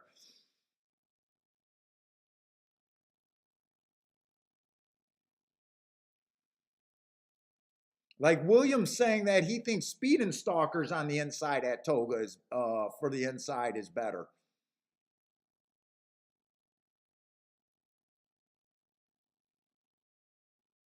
And since I keep track of so many surfaces at so many meets, if I felt that it's giving me a problem, let's just say I jump into Saratoga and all of a sudden I'm getting wired too many times, either I make the adjustment or I can, I'll just abandon the turf there and say, I'm only interested in the dirt right now.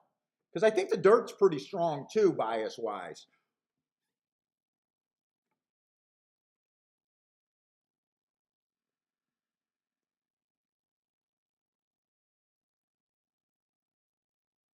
They say Rick's saying that I need to separate them. It's only day two.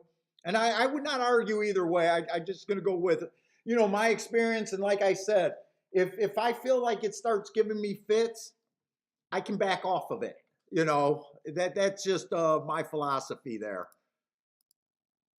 So many guys are just ramped up for a certain meet or a certain thing. You definitely have to be fluid in this game.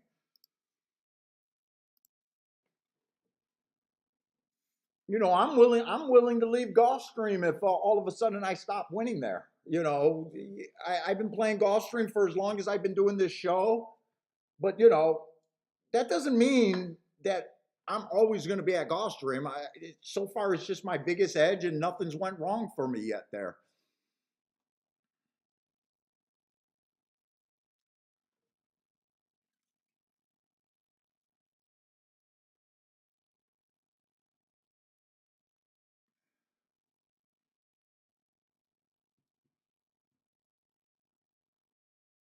And even if Saratoga Inner is more speed and stalkers, and I got a combined bias that it's stalker and closers, I'm still kind of looking at it okay. there'll be hopefully that rare horse that wires and can mess me up. But as long as I'm looking at it in my view mostly okay, I think I'm okay. But like I said, if all of a sudden I just feel like, man, I have no edge here. Every time I bet the back in, they're going wire to wire, I can walk away. What was that movie, Heat, when De Niro was saying you got to be willing to walk away? When the heat gets on you, you got to be willing to walk away. I kind of subscribe to that. I'm willing to walk away. Oh, and Charles hit the pick three there. So Charles is on freaking fire today.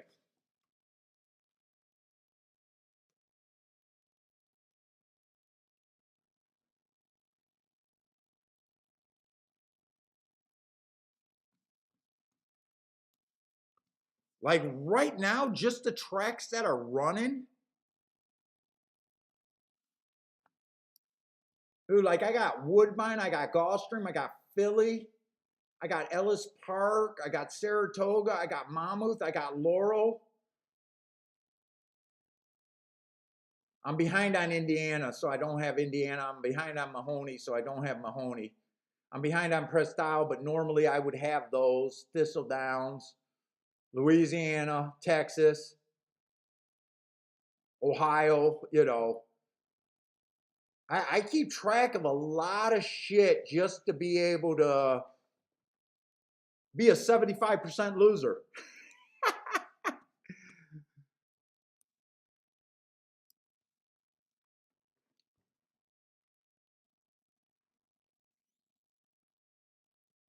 But even with the tracks that I'm current in, I still got about 5 options that I could just at any time go to. Hey, what's up, Jay?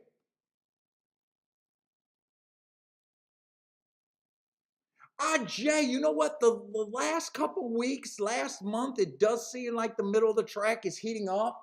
When I really thought it was inside, I really thought the inside part of the track that was good was on the backstretch. Now I think I'll be looking at I think I'm still always going to have that inside in my mind, hoping, because that's the easiest bias to take advantage of on the dirt there. But I think even I got to start looking at more speed and stalkers. Like sometimes, a lot of times that I do biases, it's a running style plus a position. But sometimes, you want to weigh one, maybe the running style is heavier than the post positions. And sometimes it's the other way around, and sometimes it's both. I want to be inside and I want to be off the pace. That's when it gets to be best. When you got both sides of really feeling good about both sides of a bias.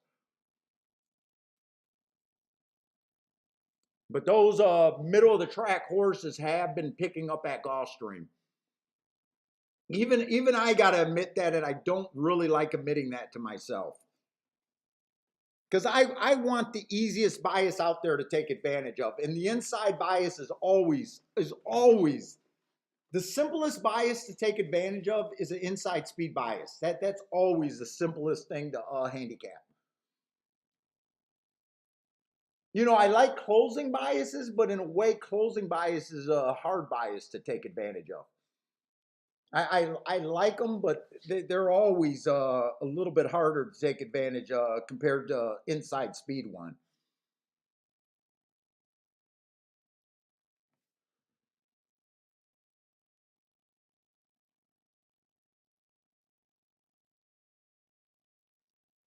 Let's see. So the 4 is ending up to be about the favorite here, and he was the one that I was most interested when I was looking at the odds wrong. Let's see. I think I stopped with the 4 horse there, so I'm just going to pick up with the 5. 5 only ran 2 races, so he is lightly raced with 2/3. I got him running against the bias first time out. That's a nice run. Last race, he fit the track pretty good. He was just average, slow there. But still got in position.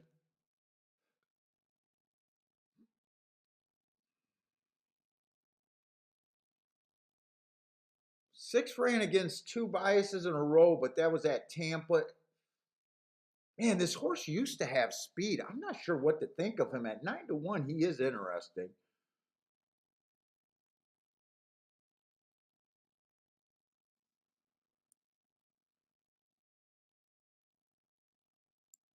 Seven is super interesting at 11-1.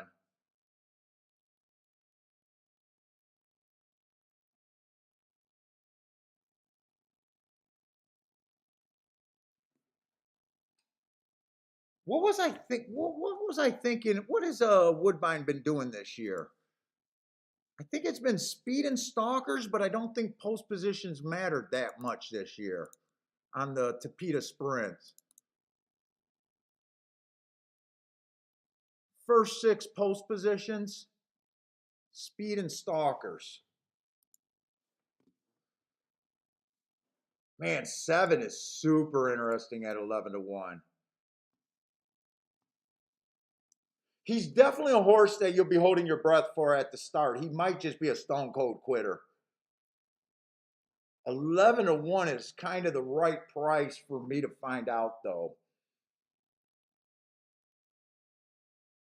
4 races ago, bad rail. He had the 5 hole, so that probably didn't bother him. He was fast early.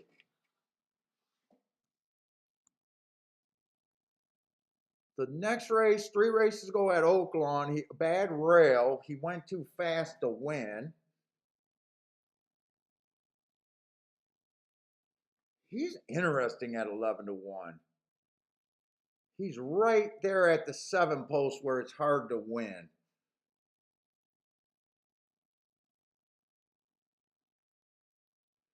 I thought the 9 was a little interesting, and I definitely think the 4 is a player here.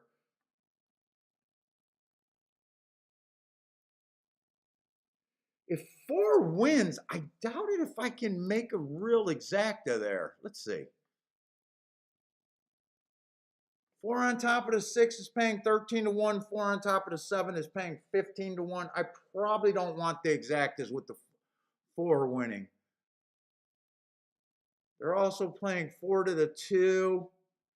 They're paying 4 to the 5.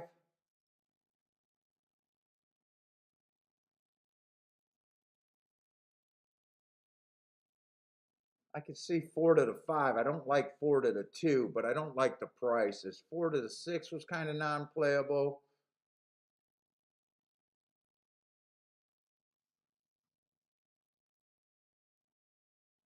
4 to the 10 is 7. I can't do anything with the 4. To me, to be in this race, I got to beat the 4.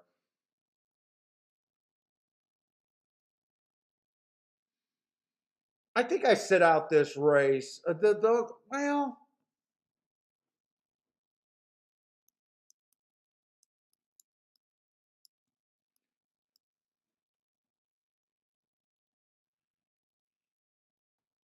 Well, those are the only 3 horses that I like.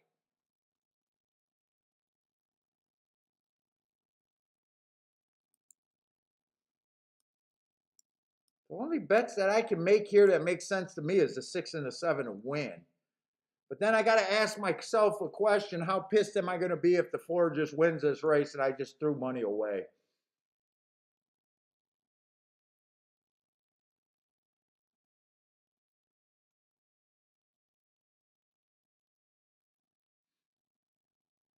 I'm almost looking at the 4 like he has a 50% chance to win this race, and my fair value is even money.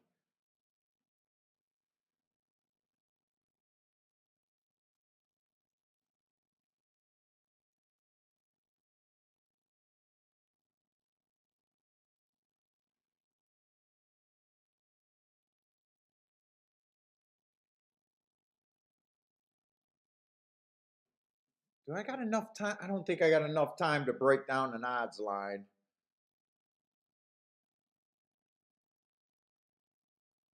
And in a 10 horse field, when everyone starts at a 12% chance to win based on a 120 point betting line, for me to even make the 4 an even money choice here, I got to take quite a few points away from some horses. I got to have quite a few horses at like, I got to have a few at a 1% chance, and I do not like the 1, 2, 3 here.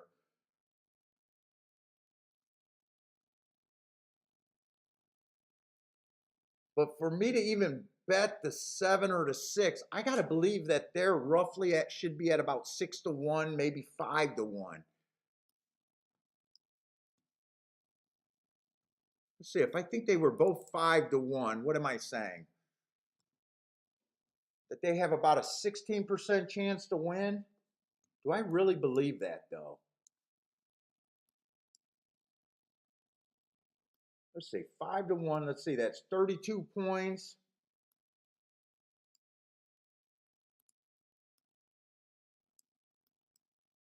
That'd be 82 out of 120 points. That means everyone else has to be pretty bad. That's the only way I can play them, if I think they have a better 16% chance to win or better. I think I got to sit out this race.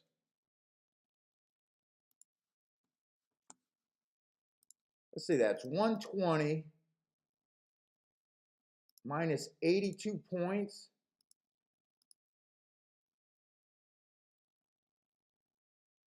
And I think I still got like 7 horses left. That means everyone else will be 5%. 1, 2, 3, I think are about 5%. 5 has a little bit better of a chance.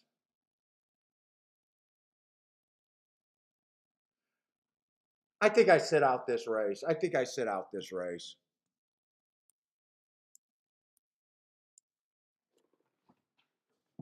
I think that's the only thing that makes sense. I'm rooting for my contenders there.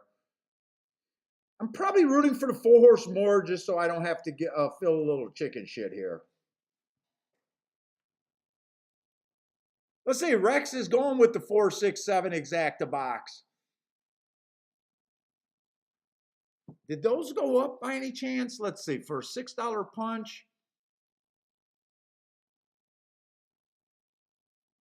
See, 4, 6 is paying $9. If it comes in 4, 6, you're not even getting that's like a 1 to 2 shot winning.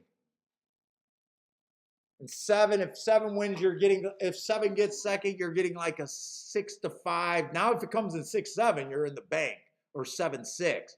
Really, that's the combination you're playing. 6, 7, 7, 6 box, and 6 and 7 over the 4. Everything else is bad on that end. That's really what you got to hope for, Rex. Yeah, you're obviously hoping for the 6, 7, or 6 and 7 on top of the 4.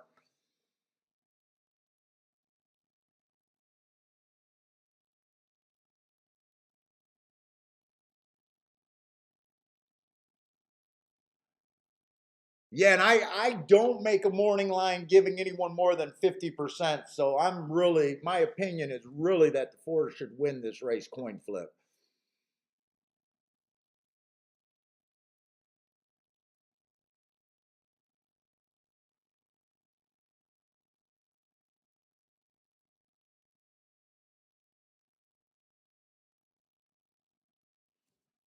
And did I write sit out here?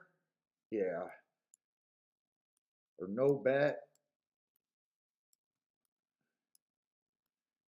No net?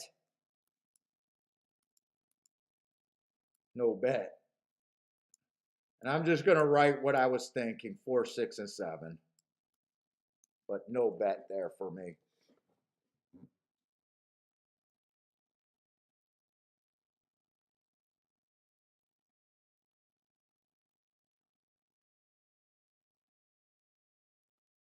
Let's see, what is Charles doing? He got a red flag here. What is this red flag? Have the 3, 6, 7, 8 Exacta key box and try. Oh, you really like the 3. Oh my God, I got to root for Charles. He is so far outside the box with this 3.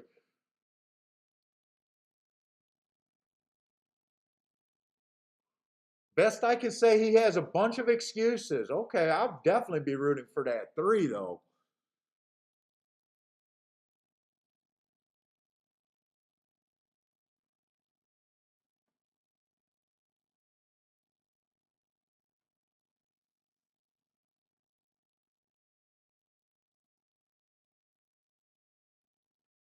He's saying the 4 is a fire sale and a red tag.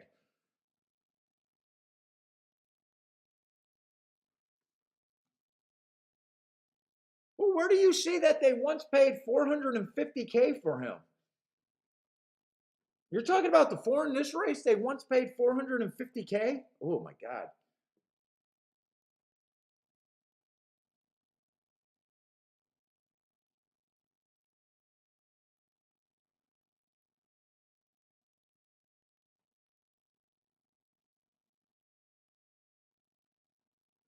All right, they just scratched the 6.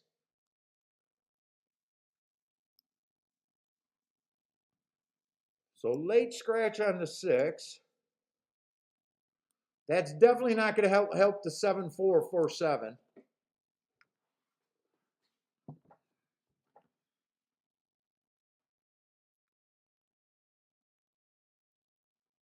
Let's see. Lloyd's doing a backdoor exacta, 2 to win and an all 2 exacta. So Charles can win with his 3 horse, and as long as a 2 gets second, Lloyd would be extremely happy. That'd be way better than probably the win bet unless Lloyd's really laying the hammer.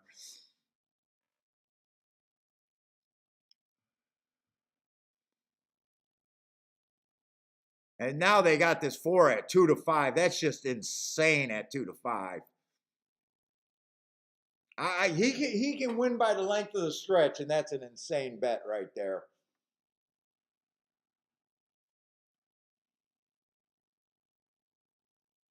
Come on, quit digging off with Charles 3.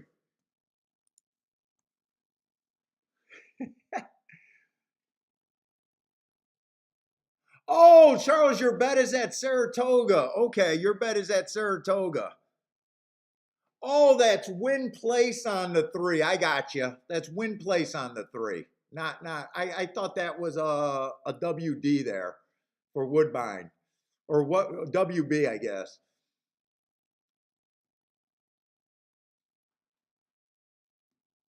Okay, that makes more sense. Oh, I don't got the form over there. I wanted to see what a $450,000 horse looks like.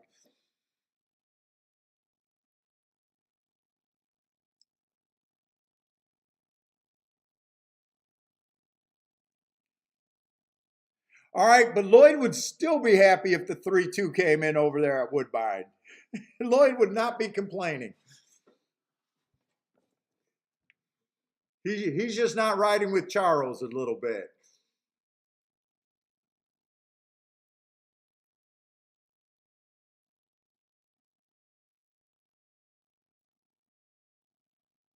Oh, and Rex canceled his ticket over there with the 3-horse box, I guess.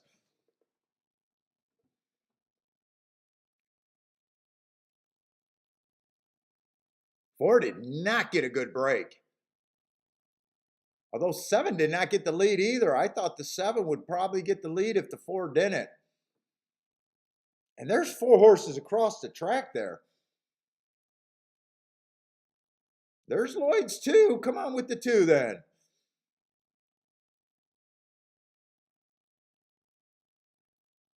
Come on, I'm on Team Lloyd right now.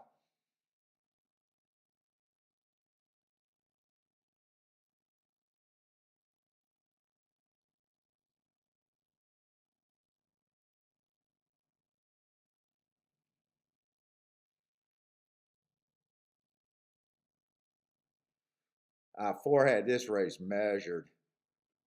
4 had this race measured. 1-2 winner.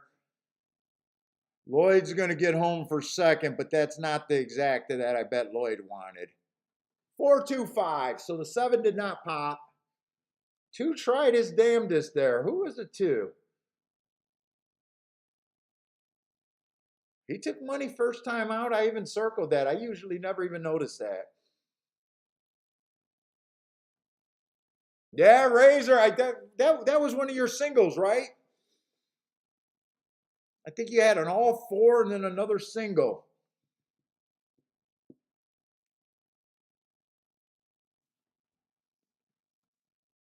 Yeah.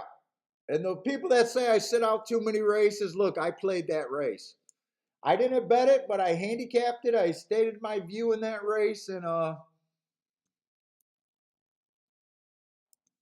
used my handicapping to not get a loss there.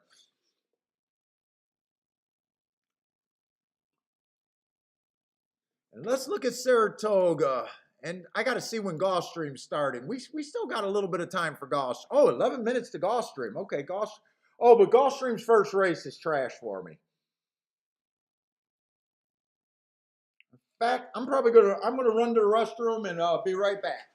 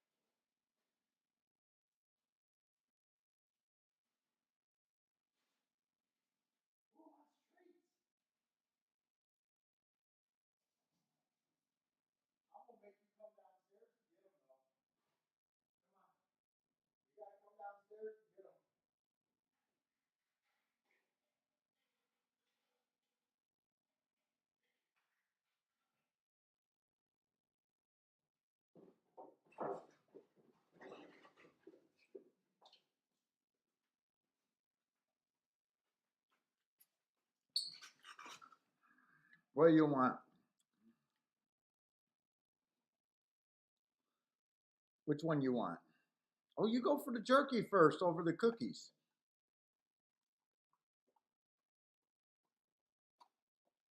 You like meats over sweets. That's like me. Oh, oh, you do like the meat better. All right, you like the jerky better than the cookies. You still don't enjoy your food at all.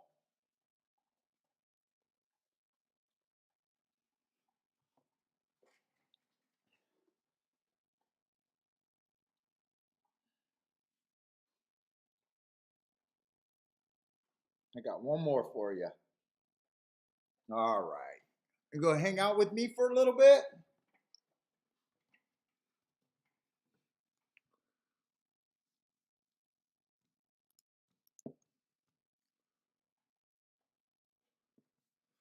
Let's say Gulfstream that race, I only got one horse marked.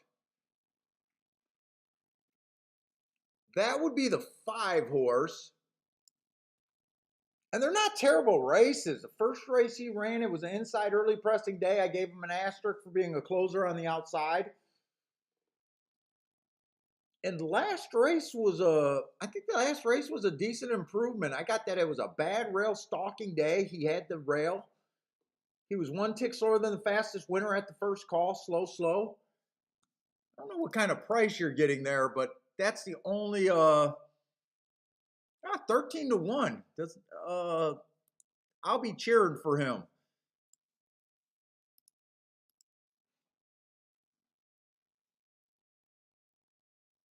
Hey, Bill, we got pizza last night, and Bentley eats off my plate every night.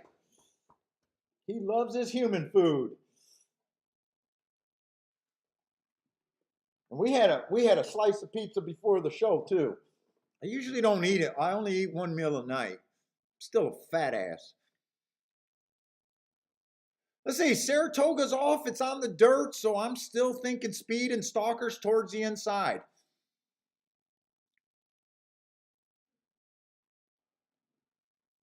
Then right after this, I'm going to have to sign out of my account and then sign back in so I can get the video for Gulfstream. Let's see. William likes the 237 Exacta box at Toga.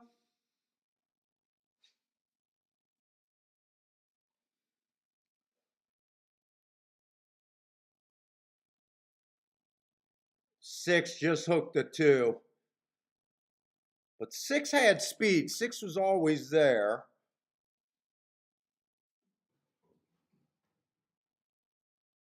Two's still running. Two's going to be tough to beat for second unless someone, I don't think anyone's coming. I think that's going to be a straight 6-2 right there. And 6-1 pretty damn easily. 6-2-4. 6-2-4-5. And let me sign out of this. Oh no, there's my video. Usually I got to sign out when they start late for some reason. Okay, I got the video.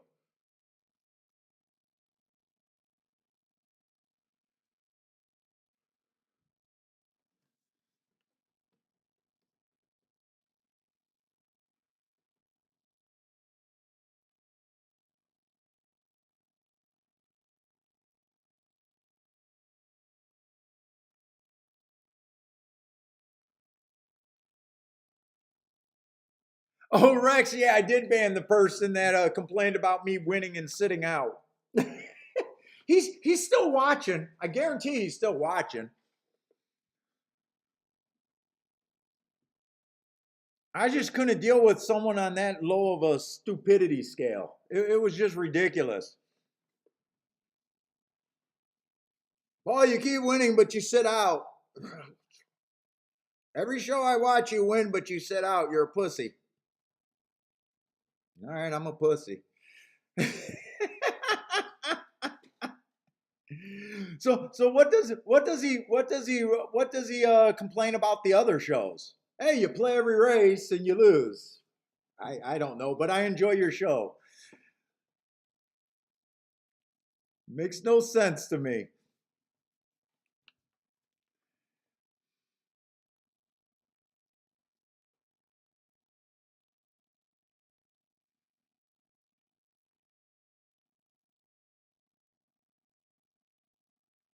Hey, what's up, BJ Plum? Good to ban. It's part of the show is helping us to become better players from a guy who knows a little bit about capping. Ooh, that's all it is. That's all the show's about, and to watch someone that plays full time and how he navigates the freaking form and a little bit of all these players. If you look at Twitter, I can't believe how many guys are still saying, "I wish I could watch something where someone does something different and talk about capping." and money management and everything. And it's like, we're out there, guys. There's shows out there. I just want to watch over a professional shoulder. I just want to watch. Then as soon as they start to watch, they can't get out of the way of making comments.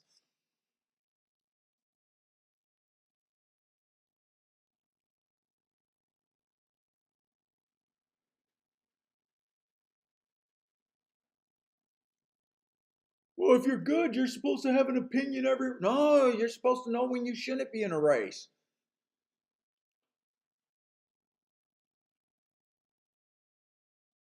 Let's say Daryl guy is going to be getting about $68 for that exacta.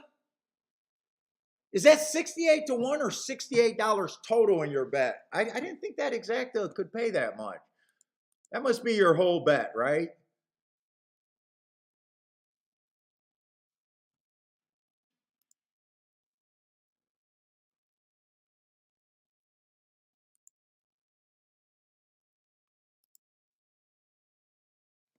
I am going to sign out of this and sign back in. Why would I flip back and forth?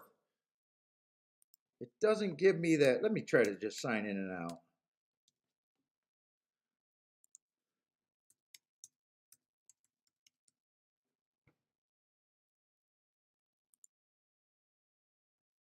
30. Oh, it paid $34 for a buck. That paid really good then.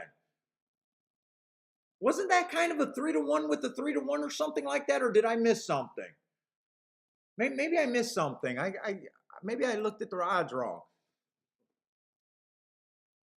Oh no, sir. Wait a minute. Oh, the 2 was 14-to-1. That's right. The 2 was 14-to-1. That's right. That's right. That did have. Yeah, that's right. I missed it. I'm getting races confused. Yeah, 6 was 2-to-1, and the 2 was 14-to-1. That's right. Hey, what's up, Gregory?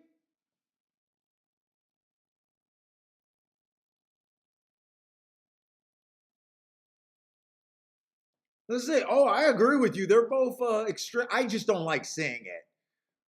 When I can get 10-to-1 better on the exacta, you'll automatically play them if not. No, they run in the exactas together quite a bit of times, it seems like. Come on, Gulfstream. We don't need this lag. We don't need you to wait and get on top of a freaking Woodbine, especially for a race that I'm not even betting. I'm just rooting for the 5 and want to move on.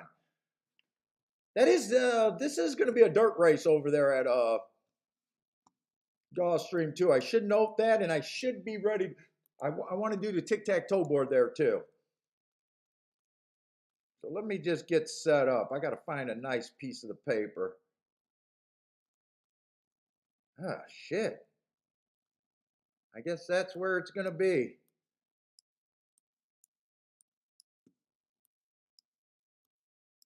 And we only got dirt and Tapito over there at Gulfstream. I haven't even noticed. I think they're supposed to be doing the construction on the turf. But I haven't even noticed if they ripped it up yet or did anything yet. I'm not sure.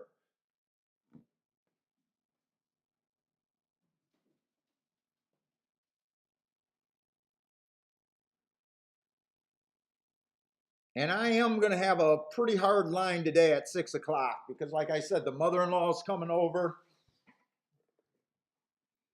Got some homemade lasagna coming over. Oh, I'm a happy boy.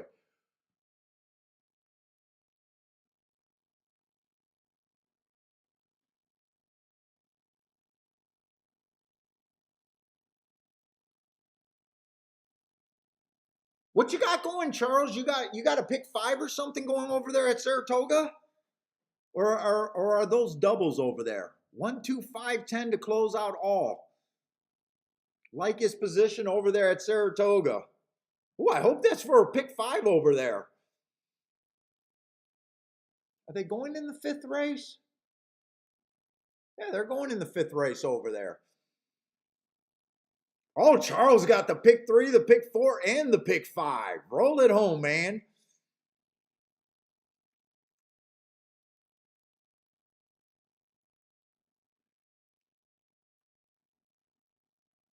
Charles, can you have two Rolex days on the same week? I would love to see it.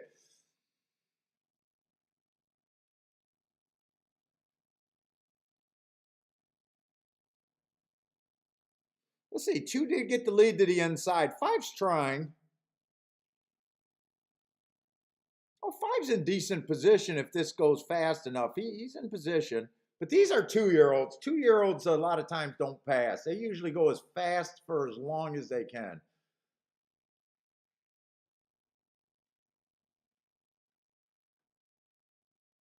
2's already done right now. 3 and 8 looks. Oh, 8's 4 to 5 there. Who is this making an eye-catching move right now? That horse that just moved. Well, I think he kind of flatted out a little bit.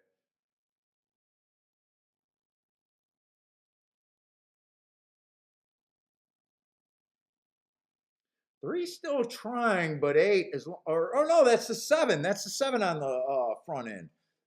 I thought that was the 8. I got the horses mixed up as they must have came out the turn. 7-3-4. 7 would have been in the 6 hole. I think I'm going to have to go to Woodbine. I'd like to see where that 7 came from if he was the horse that was always there. I kind of lost track of the 7 and the 8. I thought that was the 8. I would like to watch that race, but if I don't have time, I might not have time to really look at that race. Because we do got a turf race over there at Woodbine. How much time we got? About 12 minutes? And Woodbine on the turf, I think Woodbine on the turf's been doing something, running style-wise.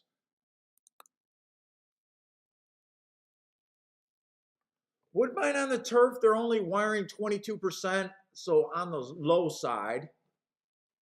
I'd be looking at Woodbine like it's a stalking closing track. I know they went wire to wire on Joshua's big long shot yesterday. The rail's also been good. 46%. Wow, 46% on the rail. But usually when I like to see a rail where a rail has a really high number, which it does, I usually like to see that there's a big drop off from 7 on out. There's not. 4 through 6 is winning 28% of the time, and 7 on out is winning 26% of the time. So when I usually say it's a really inside thing, I get a big high number on the inside, and usually 7 on out, it really drops off. This time it's not.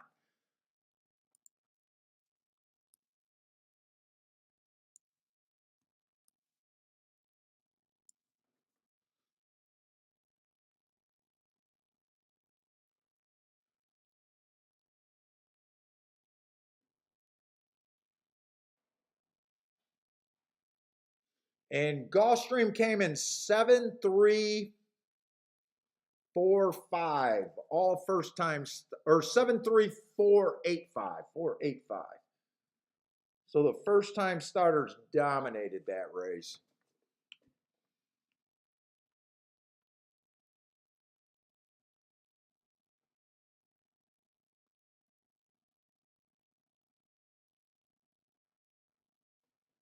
What's up, Steamboat Willie? Oh, you won last night at the casino? Nice. Did you do better at poker or craps? I think you said you were going to play some poker and craps. Did you find that 20-minute roller? Or did you win it in the poker table? Or did you do both at both or good at both? Oh, you did good at craps. Okay. Oh, you didn't even get to play poker, or you're not didn't do good at poker.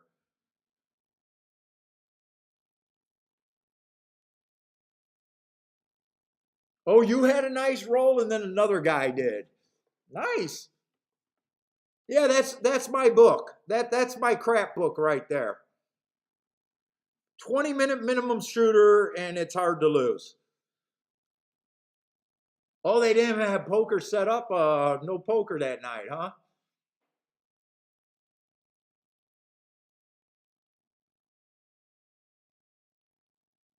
Now, isn't that wasn't that Saratoga pick 5 the one that everyone was saying was impossible? What did the results look like so far at Saratoga? I'm just curious. I shouldn't be wasting time, but I am. 18. Oh yeah, that's at 8-1. Then a 1-2, a little better than 1-2. 3-1, 5-2, 3-1, and a 2-1. I think they were all saying that was a pretty impossible sequence.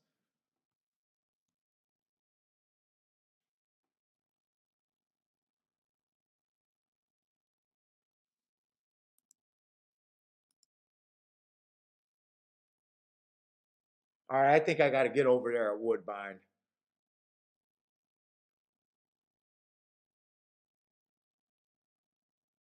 It's a 2-year-old race. I guess I don't care that much about that replay. Say we got a mile 16th on the turf. Maybe a little edge to the inside, and I'm looking at Stalker's closers as of now. One definitely has the inside and been getting in position a couple races. 2 races ago, ran against the inside stalking closing day. Had the 4-hole. Said he saved ground. I did give him an asterisk for that race. I don't know where I'm at with him. 2 horses going to be on the inside, and if it's a stalking closing on the inside, favorable. He's 3-2. He's the favorite. I mean, he does fit inside and coming off the pace. Let's see, 3 might have the lead there. 3 might be going to lead. He's mostly been a sprinter stretching out.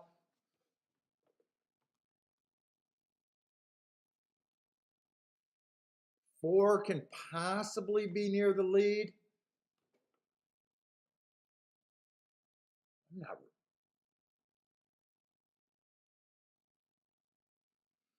5 can possibly be near the lead.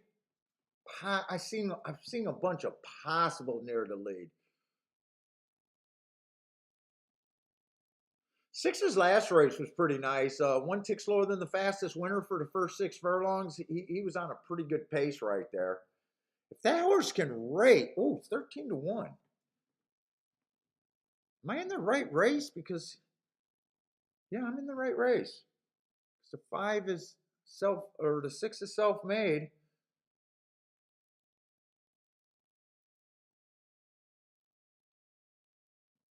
Oh, I might do something here. I'm shocked this 6 is 13-1. But I do think the 2 is going to be a big player here.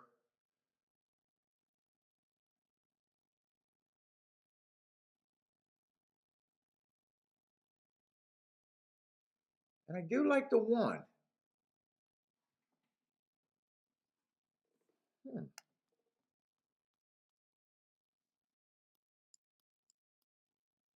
1, 2, 6 is kind of what I'm looking at.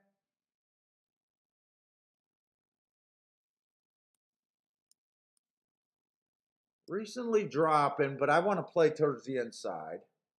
That's a pretty big drop.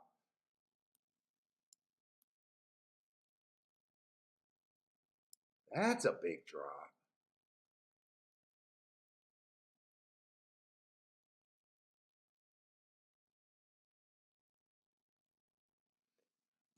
I'd say this horse is overall stepping up.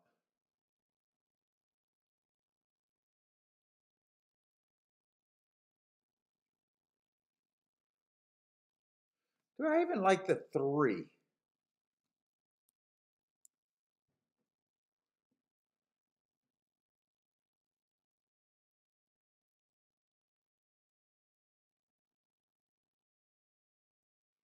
I wish I didn't like the favorite at all. If I could just leave this favorite off the ticket, I just don't believe I can. I just don't. I think the 2 would have a pretty good shot to get first or second here. Although I do got some nice parts of my ticket. The 1 is definitely a nice part. The 3's not bad. And the 6 is definitely a nice part of my ticket.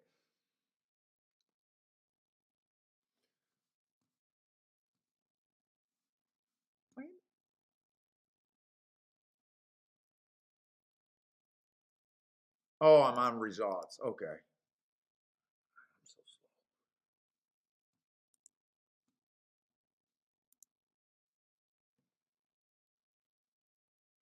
Let's see. If 2 wins, if the 1 gets second, 25-1. If the 3 gets second, 17-1.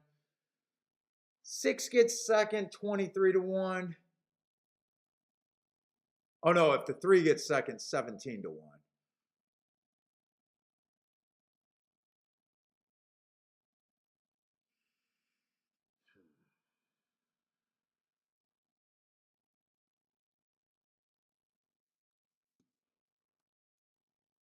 How do I play this?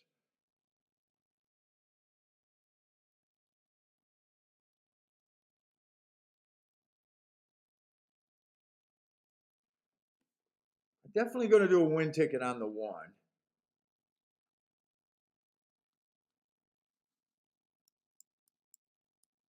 I wouldn't mind doing the 1 and the 6 to win.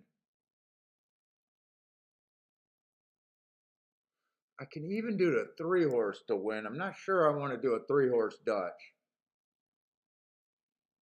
Because I definitely got to respect this too.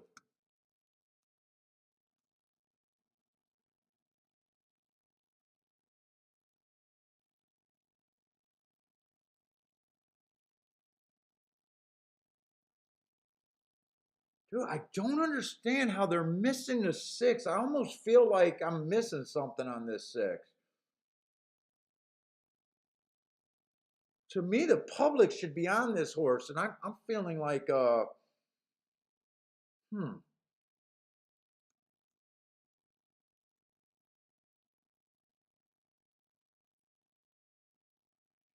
If I do a, I'm almost tempted to do a 4-horse box, but in a way, I think that if I do the 4-horse box and the 2 wins, I'm probably fucked. For every $12, if the 3 gets second, I get 18 to 1. That's bad. If the 6 gets second, I'm getting even money. Oh, that's bad.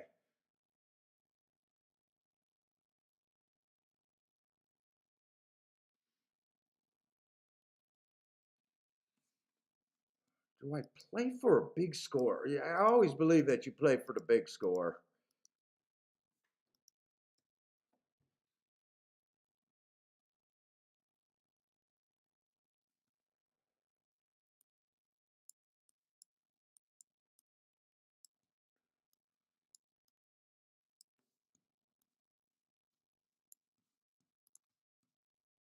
Shit.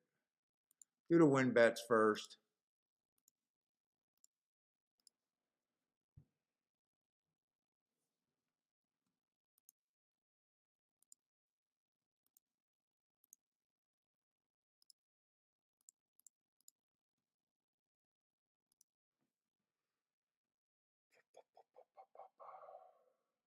I did not bet the 3 to win.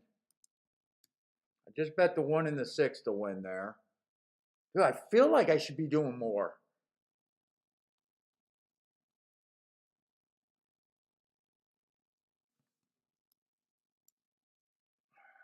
I don't, I shouldn't do that. I was going to do 2 over to 136. That's honestly the worst part of the bet. You know what? This is all I'm doing. That's all I'm doing.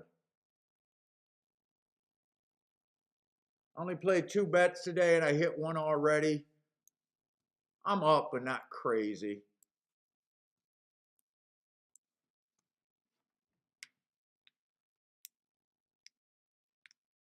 I almost feel like I should be willing the 1 and the 6 first and second with that group of horses. But I didn't want to bet that much in that race.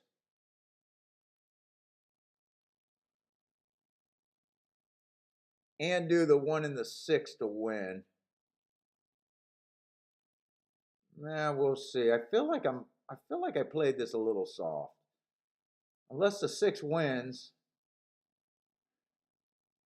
hit the exacta.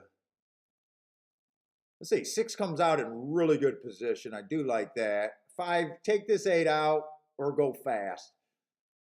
I need the 5 and the 8 to go fast and 6 to get first run. I like that. 23 and 4, that sounds okay. That sounds okay.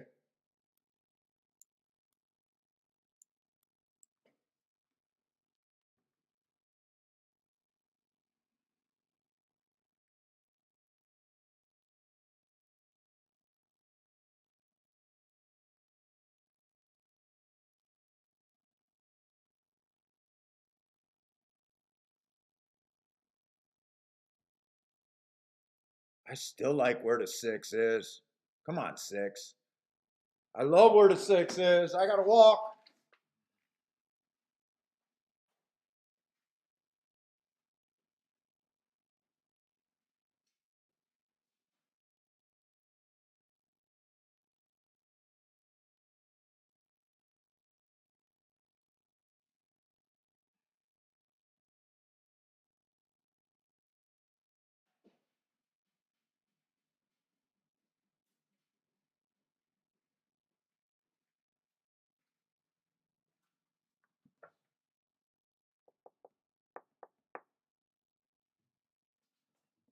Did I hit the Exacta though? I don't know if I hit the Exacta.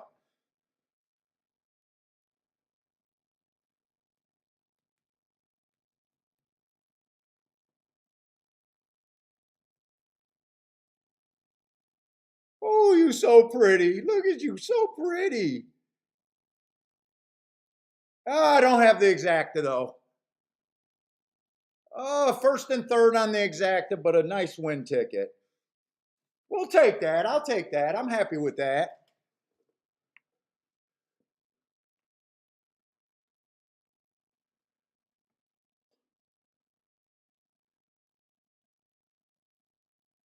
Came in 6.5, 6.5. I felt good as soon as I seen that 23 and 4 and that six being in the perfect spot in my opinion. The three came a bit too late. Five was the horse dueling on the front end, so he held up. Oh shit, one was right there too, but no one was passing the five. I am so glad because I was really thinking about coming back with two over the 136, and I saved myself there.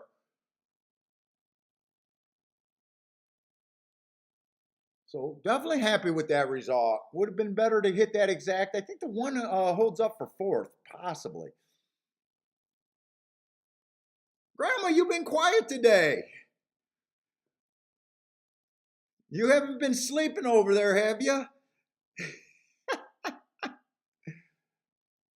Dude, I couldn't. I kept looking at that 7-2 morning line and kept thinking that every once in a while, when a horse has a really solid he's supposed to be bet, like the handicapper spotted it, and he was sitting at like 13-1 for a lot of the betting. Sometimes that's a warning that the barn and everybody knows that the horse is bad. I'm glad this wasn't the case because I oh, you're mowing your big ass lawn. Oh, you're doing some yard work. Fuck, it's been so hot at Michigan. I think I haven't had to mow the lawn for 2 or 3 weeks now. The grass is kind of just dormant. The weeds are growing, so I just go out there a little bit. But I do think I'm going to have to mow the lawn this week, though. It's getting time. Unless you want to come over and mow my lawn since you got experience over there. I got a big ass lawn too.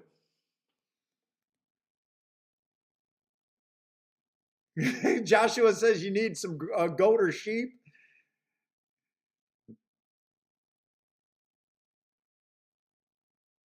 All right, well, I can't be mad. I hit 2 out of 3 races, and that was a decent hit right there.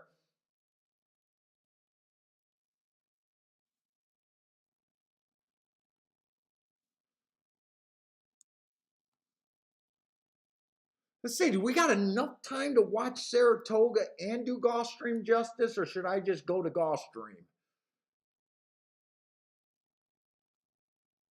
Let's see, what kind of it's not the best race at Gulfstream, and I should look up these shippers. I'm gonna throw the video up for Saratoga, but I think we gotta at least get the marks down and start thinking about Gulfstream.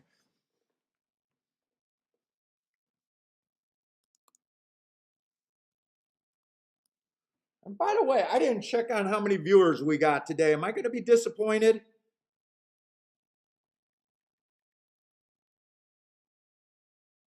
Holy shit, how am I going down in viewership? That doesn't even make sense. 61 people? God, I get so discouraged on YouTube. Every time I think I'm starting to grow, it goes the other way. I swear to God. Oh, come on. 43 to 1 winners? No, no one wants to watch. No one wants to watch. Unbelievable.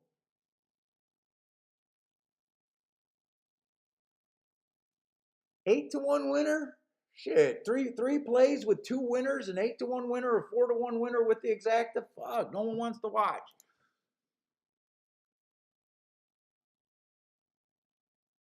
Yeah, Joshua, I might have to flash the butt crack. I don't know.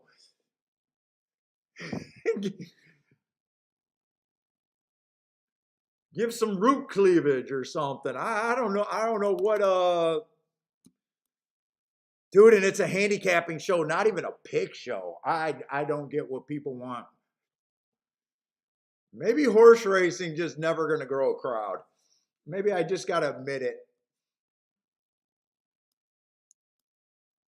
Let's see, I am gonna look up this one horse. Early pressing day.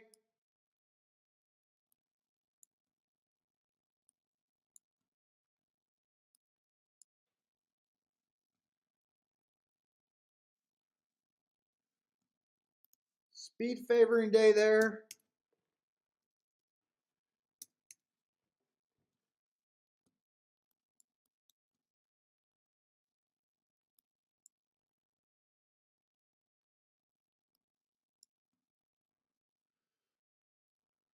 Maybe that guy was right. No one wants to watch someone sit. I don't get it. I mean, come on, day after day of fucking bombs. And they got Charles in the chat room. Charles is in the chat room. Jesus Christ. Charles should get me fucking an extra 20 viewers alone. I got Joshua in the chat room. Grandma's in the chat room. Lloyd's always here.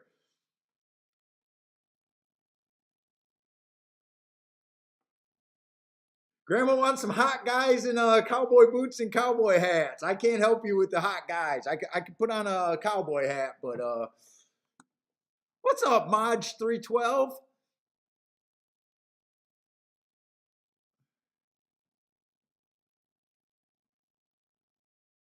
Dude, and I can't even think of a bad day since we got the growth. I can't even think of a bad day.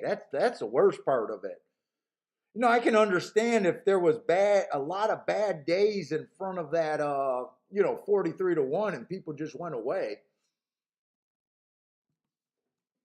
But fuck, I don't have bad days that often. See, I want to look up this March race on this Gulfstream horse too.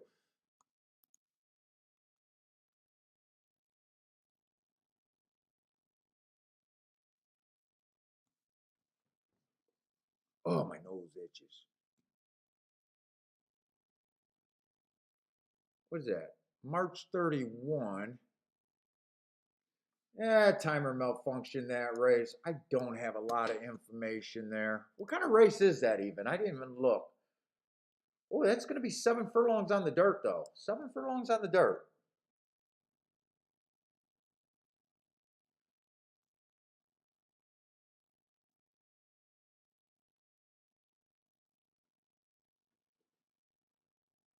Let's see. I still got 6 minutes. I'm going to watch this Saratoga race over here.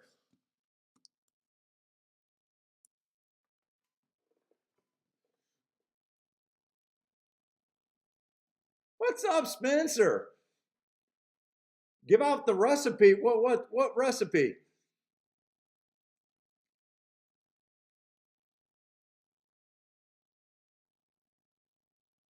Dude, we did Saratoga yesterday. We did Saratoga. Look, that's the funniest thing about horse players, right? Horse players don't even believe that people win at this game. Well, they do. They think the ADW win all the money. They think that every ADW is winning all the money. Yet they all think they know everything, even though they got years of being unprofitable.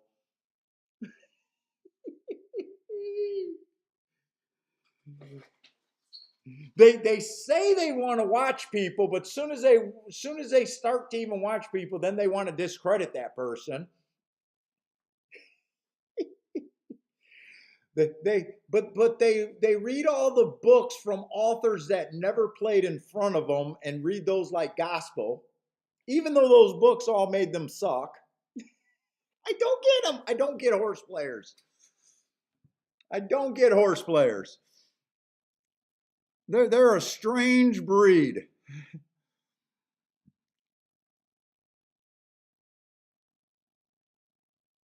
And then they get so excited about meets that are just opening, and then they So did they walk away from the meets that they possibly could have been winning at just because they're? I don't understand. To me, you stick with where you're winning at. Oh, and I do not want to see a wire to wire job here, unless this is a sprint. Was this a sprint on the turf? No, this is a mile 16th.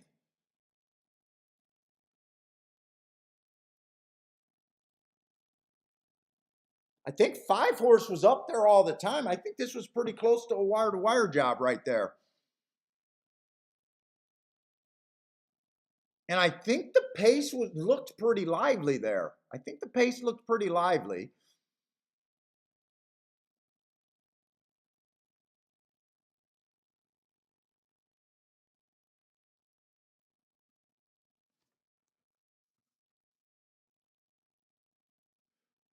But I got to look at Gulfstream if I'm going to do anything here. Let's see. We do got a 1-2 in the morning line. I'm just going to start with him. Who's the 1-2? The 4 horse.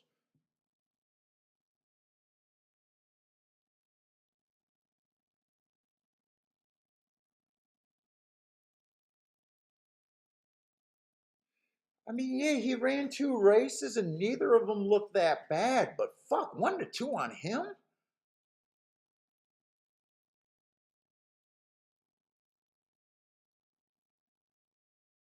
He did just beat the 5. I thought the 5 was interesting. 2 races back, match strides with the fastest winner of the day. He challenged the 4 horse for a little bit, then backed down. But horses beat horses all the time. That was a one race sample. That was a one race sample, so I can't tell you. Let's see. The 4 did have the 8 hole that day. Usually I don't like the 8 hole.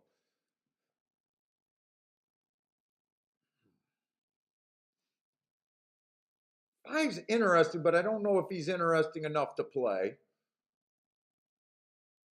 Can't get to the 3.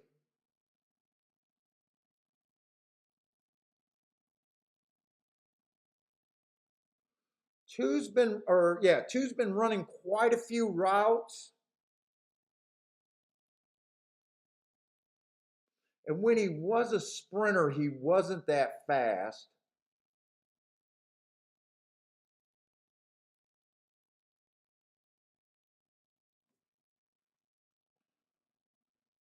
Let's see, one ran with the 4 before, and there wasn't that much difference. If the rail's a little bit better,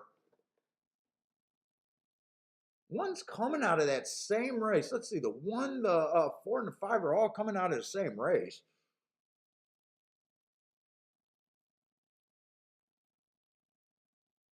I think those are the 3 main contenders: the 1, the 4, and the 5. 4's definitely over bet to me without a doubt.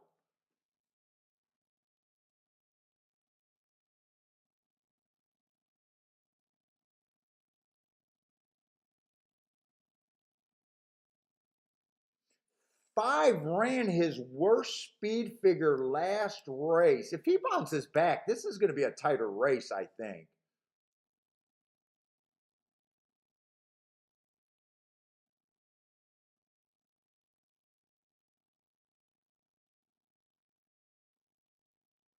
I think I'm sitting out this race, but I think the winner is going to be the 1-4-5. And if I was really looking to do something, I would be on the 1 and the 5 here.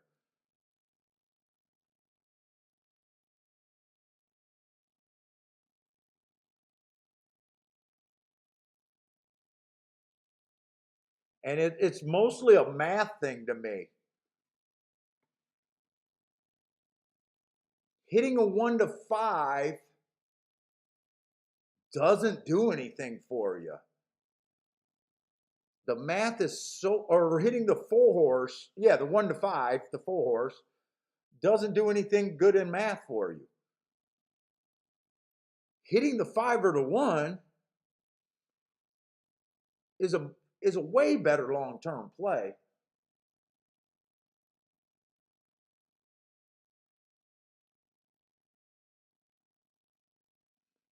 But I am sitting out this race. I got a nice I hit 2 out of 3 races today, and I don't have to push, so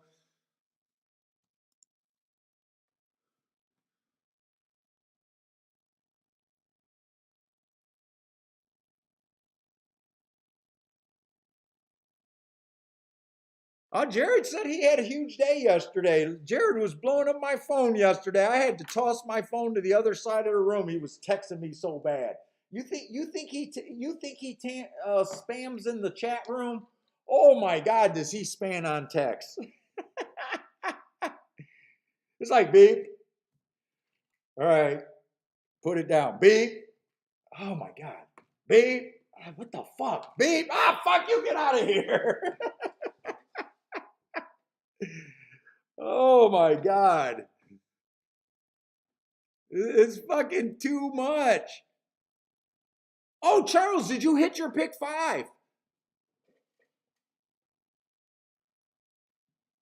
Or is the pick five in the six? Wait a minute. I don't even know when Saratoga's pick five. Is the pick five in the ends in the sixth or the fifth race? I was thinking it ended in the fifth race, so you must be saying you're still alive to the sixth race.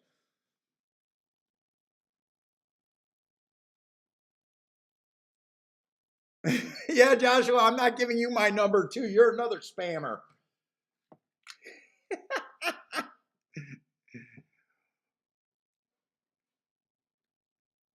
Jared's working today. I think Jared came in earlier and said he was working today. I think he had a few early plays and probably trying to play around work right now.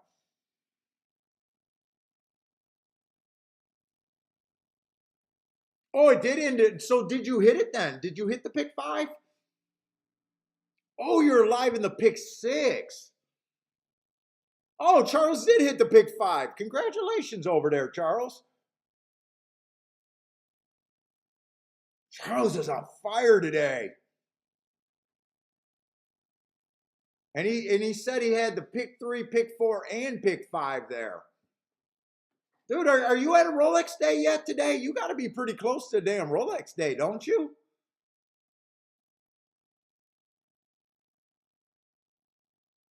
You got to be pretty damn close.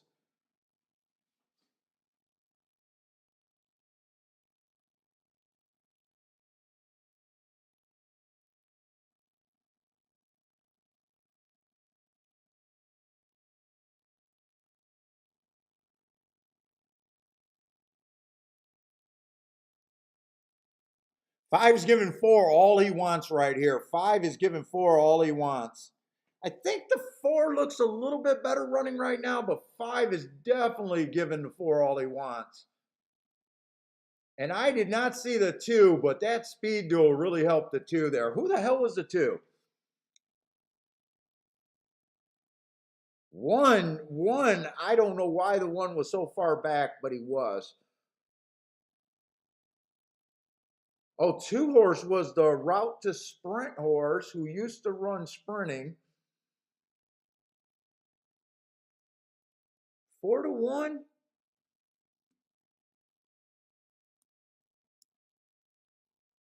How fast the fractions did they go there? How fast the fractions? The five was given the four. The five is the one that helped the two the most, in my opinion, there. Two had nice position, first run over the one and got the speed battle that looked like that was the difference there. I just want to see what the pace of that race was.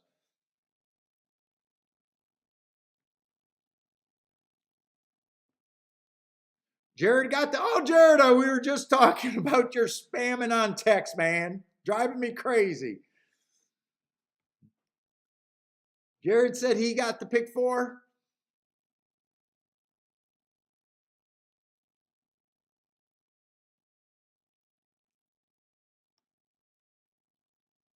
Did anyone play this race? I don't know if I seen any pick. I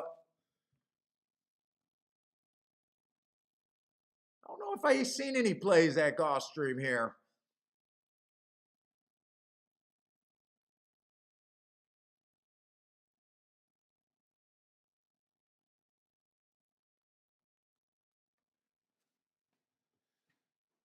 Two's 4-1 over 1-2 over 4-1.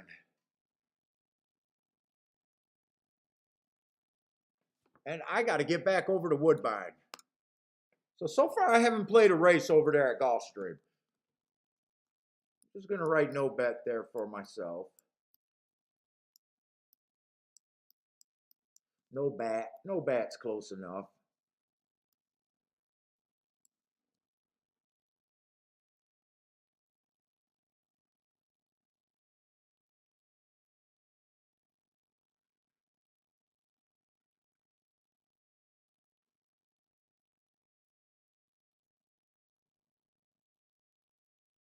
Oh, Daryl got the pick three started with that two horse over there. Let's take a look. Grandma's looking at the five over there at Woodbine. What do we got at Woodbine? We got a sprint turf sprint race over there at Woodbine.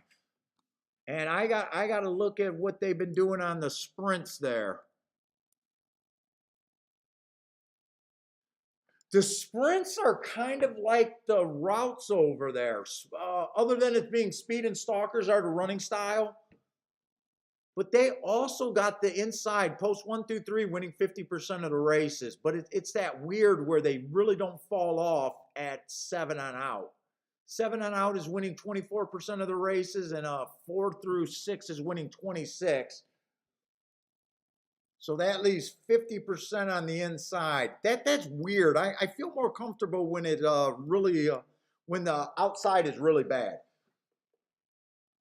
Let's see, we got a $10,000 race. Ooh, Grandma likes a 38 to 1 shot.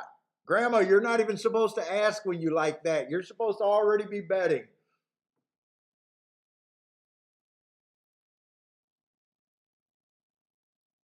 Three races ago was it okay. It ran against the inside bias.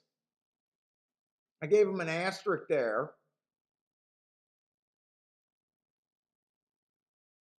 Possibly ran against the bias 2 races ago. It was an early pressing day, but he never got going. And last race, all of a sudden, he had some speed. He was towards the inside. We said that the inside was winning, was doing pretty good on the turf. He matched strides with the fastest winner. Definitely, I'll have to see the other horses. There are some things to like. I definitely don't ever want to talk someone off a 44 to 1 shot. Is just where my starting point is.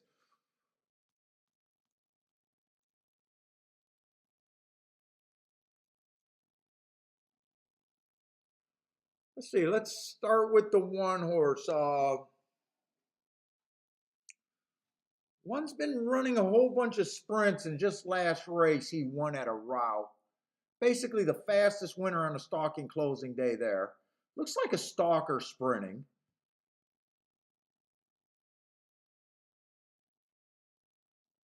Looks okay.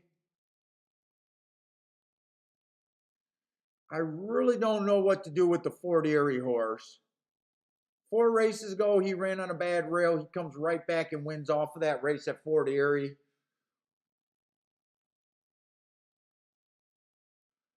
I'm not really sure what I think of the two horse.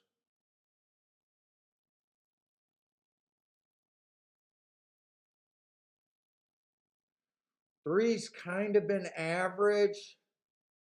2 races ago had an inside track and ran his worst speed figure on an inside day. I would have thought he should have done better there.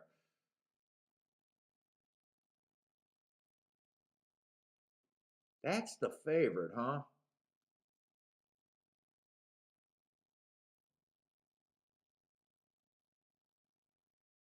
4 horse looks a little interesting to me. Ran against the inside bias 3 races ago at Oaklawn Park.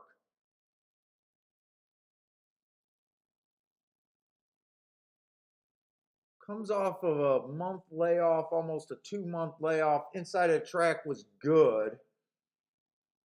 Off a little bit of a layoff, and then his next race was better against a speed favoring track. I like that last race. 6 to 1 on him. 5 horse after I seen the other horses. There's some things to like about him, but I definitely think this horse still has to take a pretty decent step forward.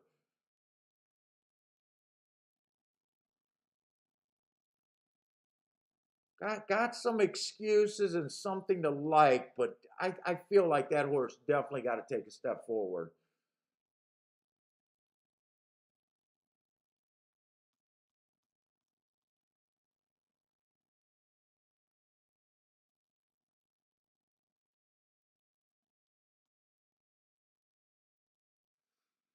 7 horse, I have no idea what that is. It's just Fort Erie, and I don't like looking at Fort Erie. A couple of route races too. I don't like that either. Route to sprint. Let's see, 6 horse. Got some excuses, but I still feel like that's too big of a reach.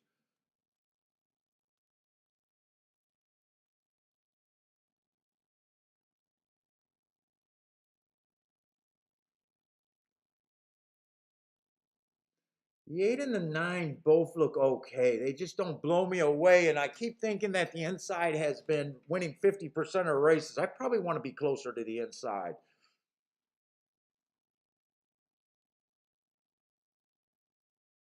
I think 4 is one of the most intriguing horses in the race. I think 3 is a player. I think 4 is a player.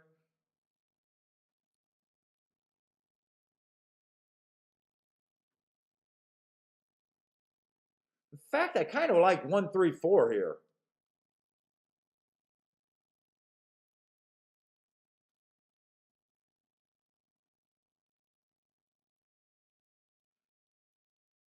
I'm kind of looking at 1, 3, 4.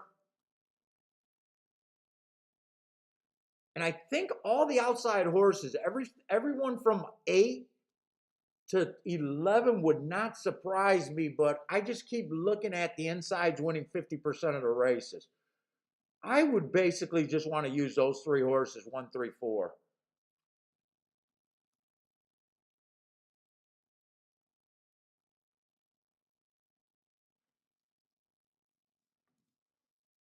I am going to bet this race. I'm going to do a 3 horse exacta box there. Playback category.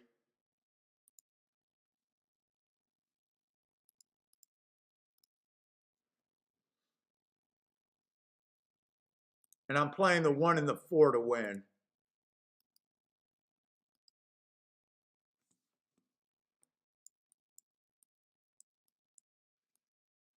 One and 4 to win. 1, 3, 4 in a box.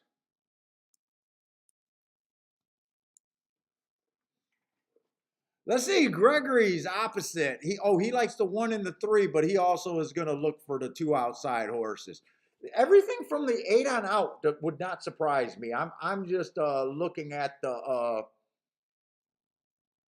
what the bias seemed to be, and I'm hoping that's good enough to beat the outside of the track. But if I was more convinced here, I would probably would have bet more money here. But I got to respect those outside horses.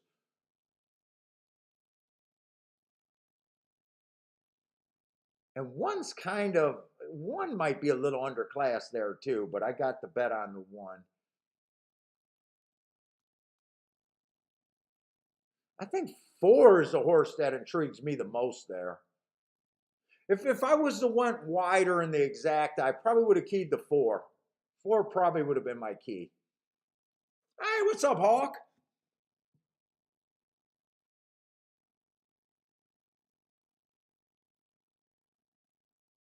Oh, Jared got a migraine today?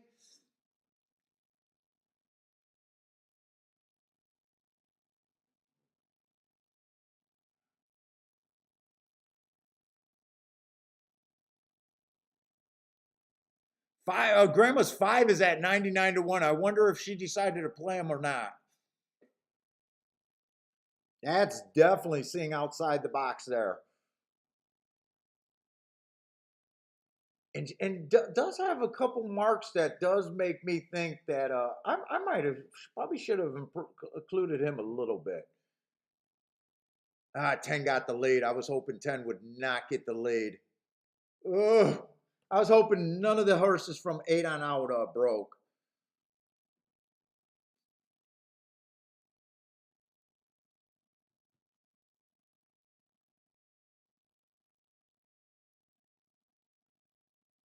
I was hoping to see the 3 and the 4 near the lead. Well, they're near the lead, but on the lead, actually. I did not want the 10 to get up and over.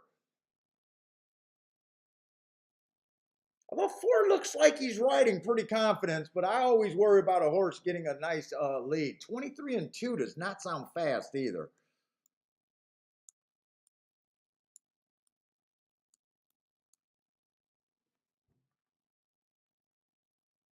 Come on, 4, we got him. No, 4 don't got him.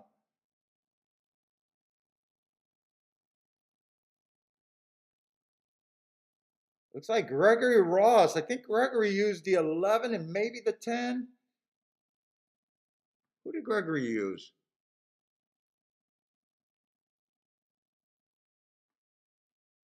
I think Gregory hit the try there. Did Gregory hit the try there?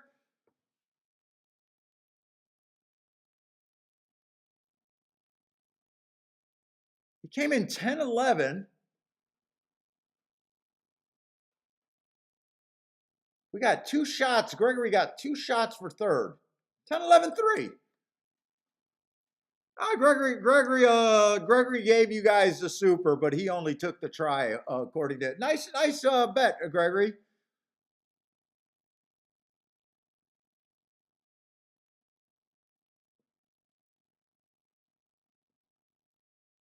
I was really overestimating the inside of the track there.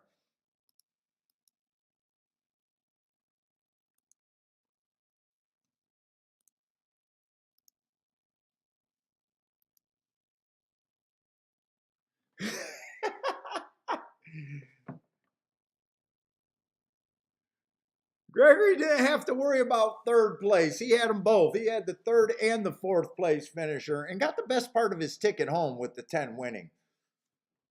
I really knew I thought I was in pretty big trouble with the 10 getting the lead out that gate. He got the lead so easy. As soon as I seen that 23-2 at the first call, I was like, oh, this is going to be rough.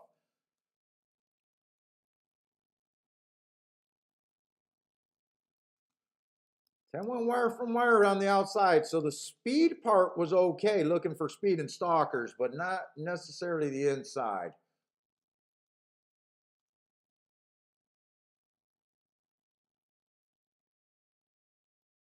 And he's definitely faster than the 1. 3 wasn't as fast as I thought he was. 3 wasn't as fast as I thought he was.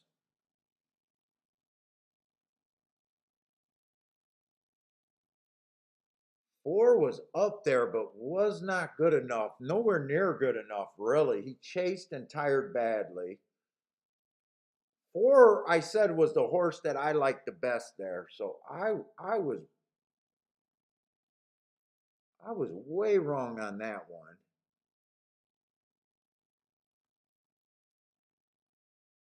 And who the hell was this 10?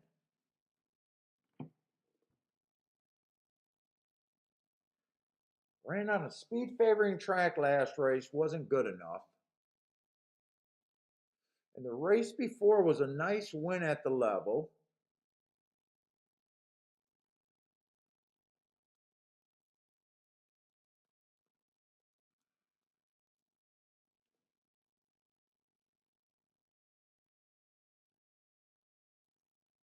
That was on June 17.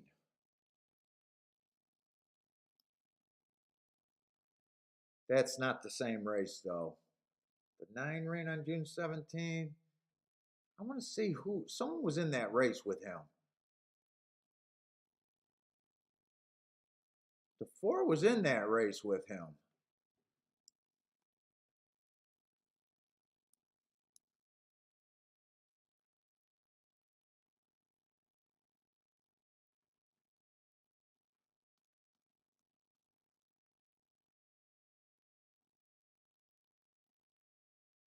Look at how fast that race was. I had it as 21-2 being average. And 43-4 was matching with the winner of the slowest race of the day.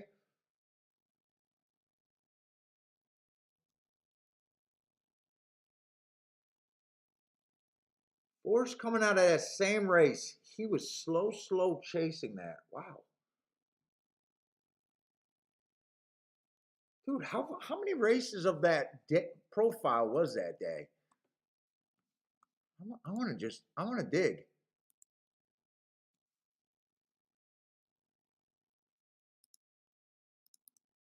What was that? 617 I'm looking up, just digging. 617 at Woodbine.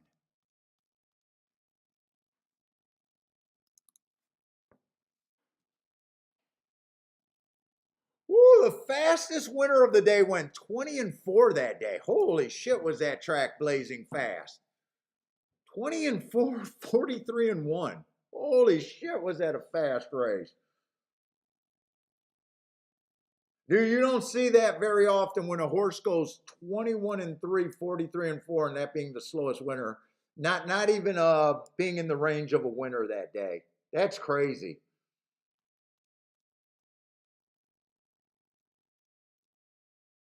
Him being average and square and slow. Okay, it does make sense to me. And he was bet. He was bet to the favorite, so that was a really fast day. If that comes up against 6:17, I might want to remember how fast that day was. That was a crazy fast day.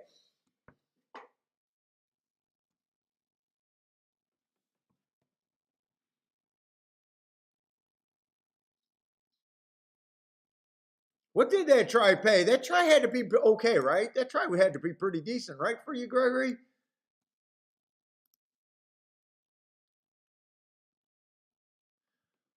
I would say that's a very decent trade. It paid, let's just say, call it $49 with the change. $49, but they do it for a 20-cent base. So yeah, I would say that's a pretty good trifecta there. Solid, right? Because for 50 cents, it pays 1.5 times more. So for 50 cents, you're talking about 100 plus try. Yeah, so I would say that's a very good try for Gregory. Hopefully you had it for quite a few punches.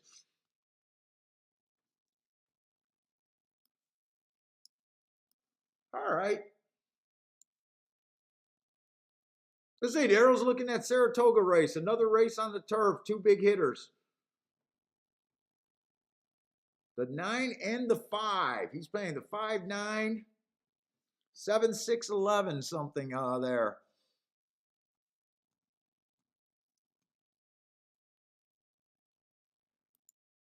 And I'm going to put on Saratoga, but I want to watch. I definitely got to be watching the time on Gulfstream.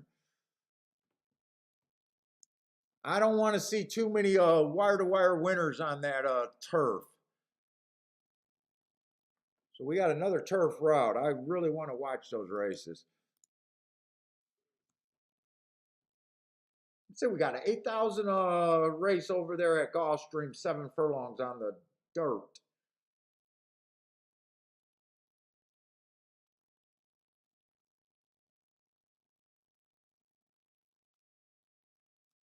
We got 7 horses.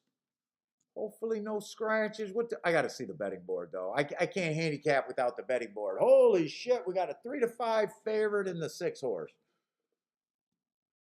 3-5 and everyone else is a price. So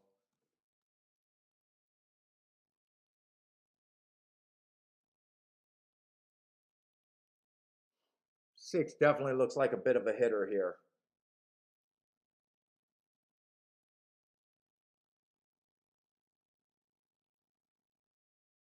Definitely looks like a hitter on this 6. Star Jericho. I know that horse.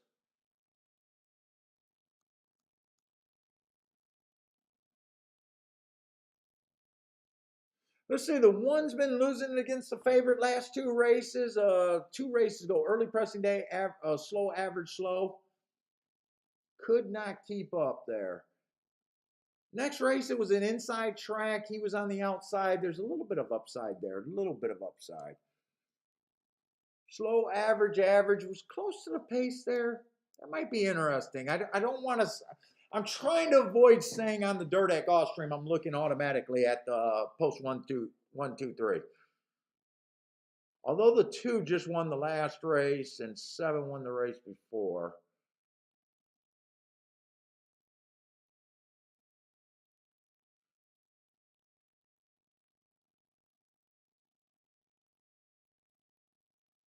Let's say the 2's making a decent drop here.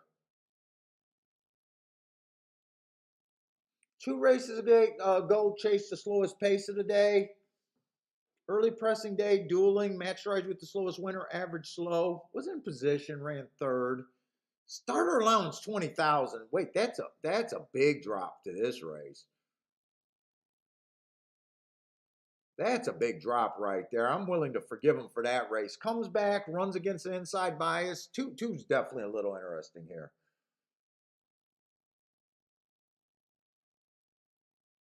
One tick slower than the fastest winner, average while running against the bias there. I do like that. 4 wide on the turn.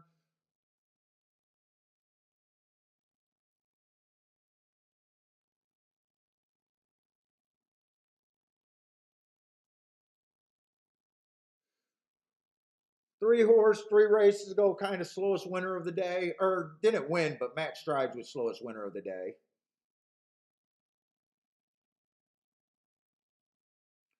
Last race, the inside was good, but his running style was kind of bad that day. Gave him an asterisk for that race. He can improve off that race.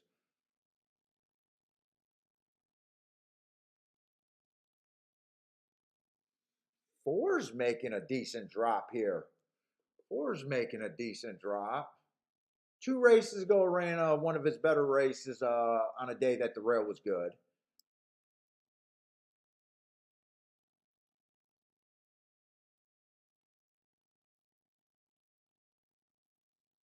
This horse just recently off a big drop too.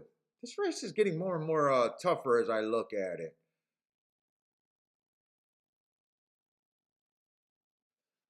Let's see, Star of Jericho. I think he was 3-5 last time I looked.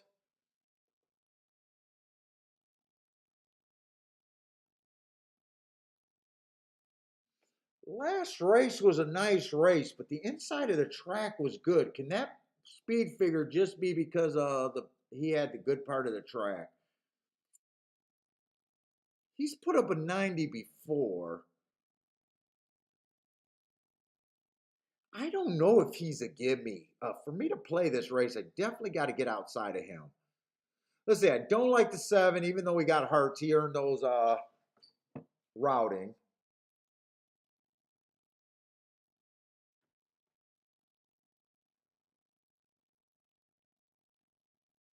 I'm a little interested in that 2 horse.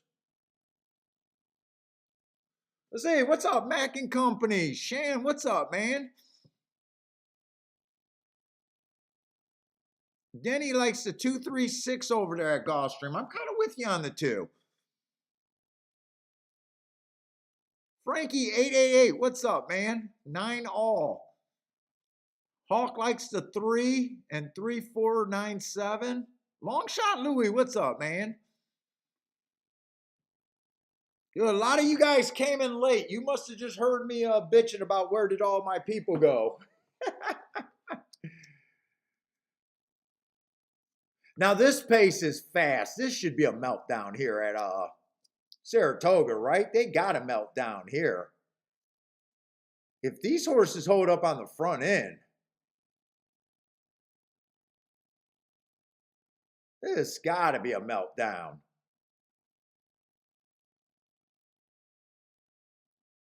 There's the meltdown, I think. 4. I think that horse in between. 4, 8, 3, 9. Maybe 4. I don't know. 4 definitely won that race at Toga.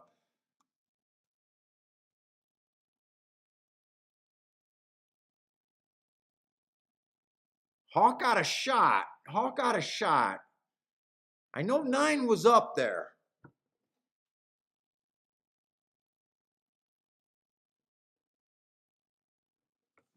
Seven was up there too, but I'm not sure if the 7 could have held on. Let's see, 4.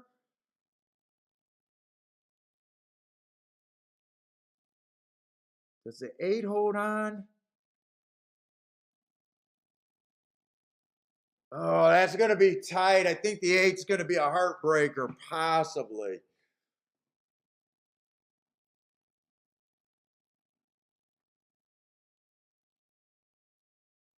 Possibly. I hope you get that Exacta home. This is a really tight finish for second. And the 3, I don't think the 3 was able to really run his race. It looked like the 3 steadied there. Come on, beat this 8. 9 might be the best shot on the far outside. I can't see that. Okay, I got to go to Gulfstream. I got to decide if I want to play this Gulfstream race. Jesus Christ, the 6 is 2-5. My God.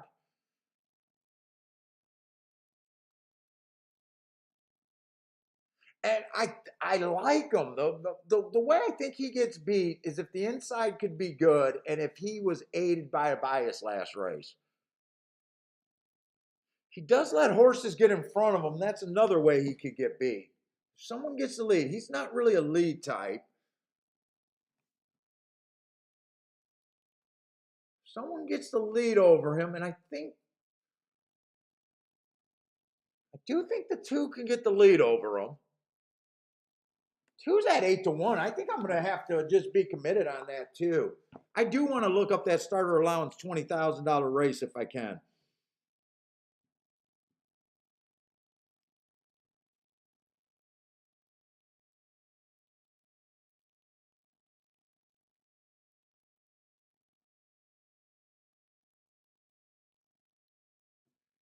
I don't know. Sometimes I have a hard time finding my files.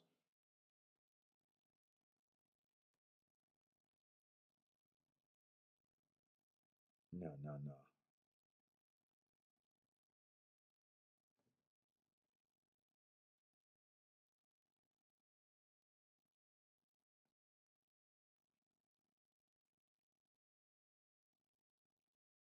There it is right there. 513, fourth race.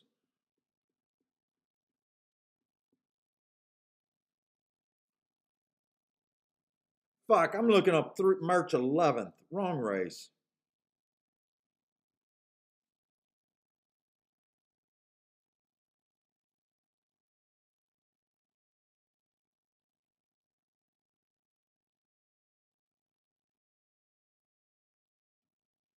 Found it though.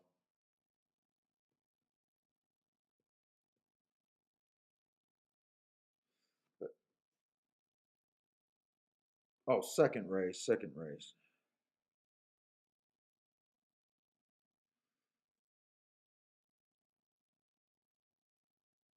What? Why can't I look up the fucking right day? March 11th. My eyes are getting wonky.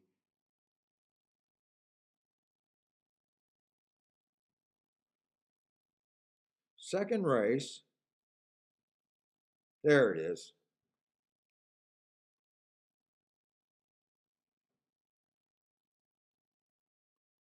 That race was a much better race than this.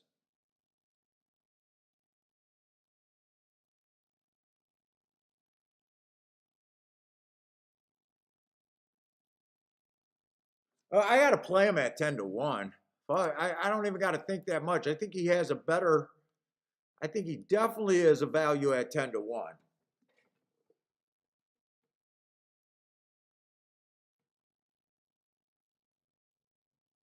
Did I want to do anything here? So I do like the 6, but I don't think there's any way I can play him.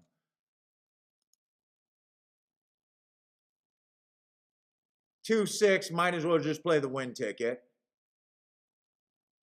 6-2 is $8, no go.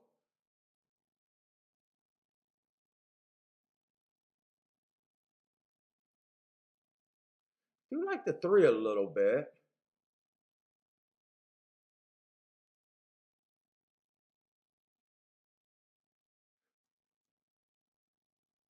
Let's see. I want to bet a little exacta. 2, 3, 4 in the exacta.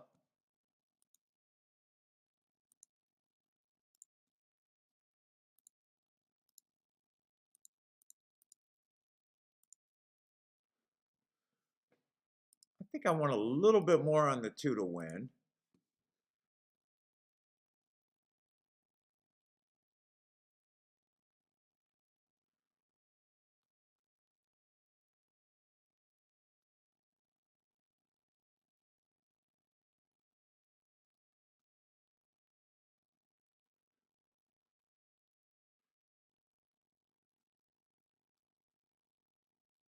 think I just want a little bit more on the 2 to win, and that's it. I don't think I want to do anything else there.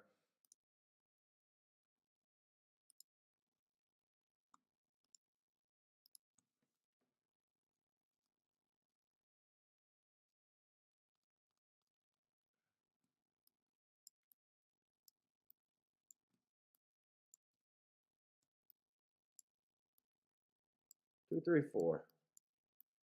In the box.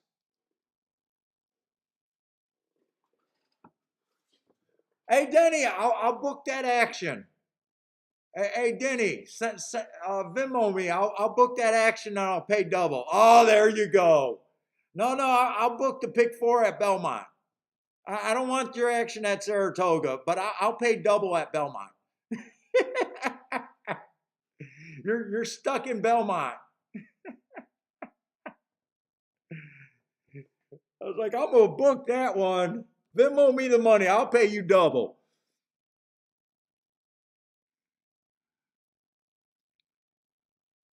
Oh, and 2 could not get the lead. I bet this race counting on the 2 to get the lead. And 2 struggling and can't even pass the 1. I think I'm in big trouble.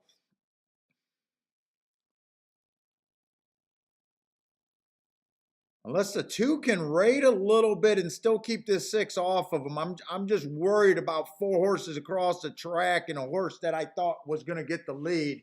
Couldn't even get the lead. Two's done. 2 got nothing. I need this 4 and this 3. I need this 6 to go away. And 3 does not look that inspiring right now. And the fractions are slow. 23, 46, and 2.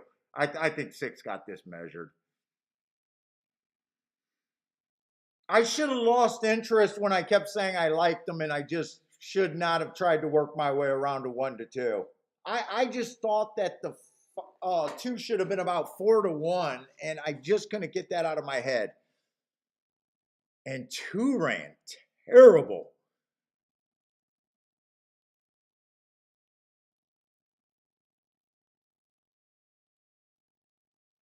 6, 4, 1, 3. Two went dead up the rail, so I probably should have sat out every race at Gulfstream today. Ooh, that was ugly.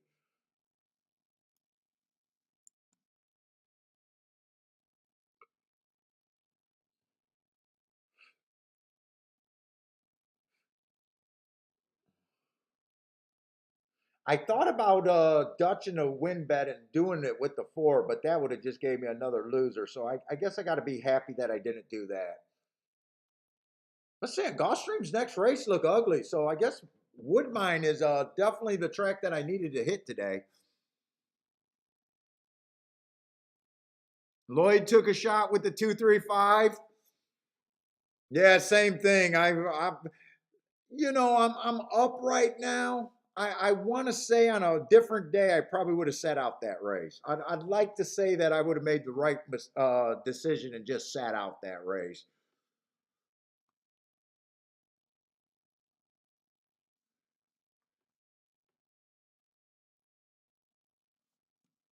But Woodbine so far has been way better track today. Oh, wow. And Woodbine, we're on 4 minutes. Let's see. And shit, we're in the late double already at Woodbine. I don't even think I looked at a double today. And probably not going to have enough time here.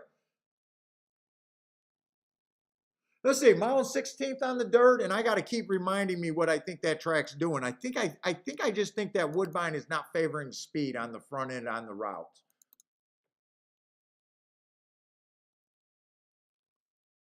And that's what I'm thinking over there at Woodbine.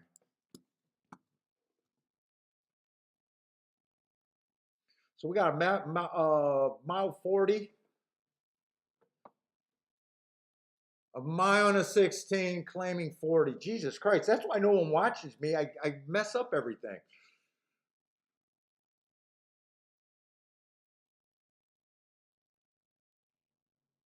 Let's see if the 1 rates. I don't think he's the worst looking thing.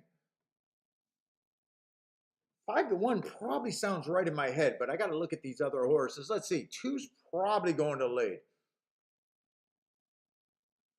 Two's win came on the lead. Two's third came on the lead. Two's third came close to the lead.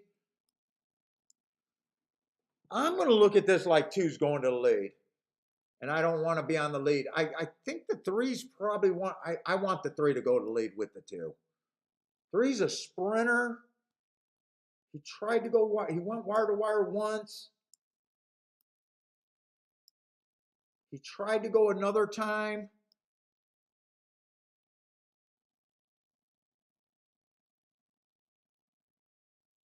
Two races ago, he was a one tick slower than the fastest winner of the day.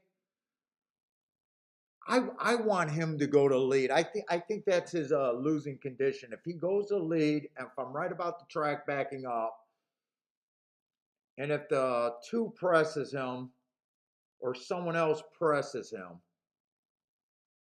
tell me there's a little bit more speed. God. Woodbine, I know what I want to be looking at, and I know where my head wants to be.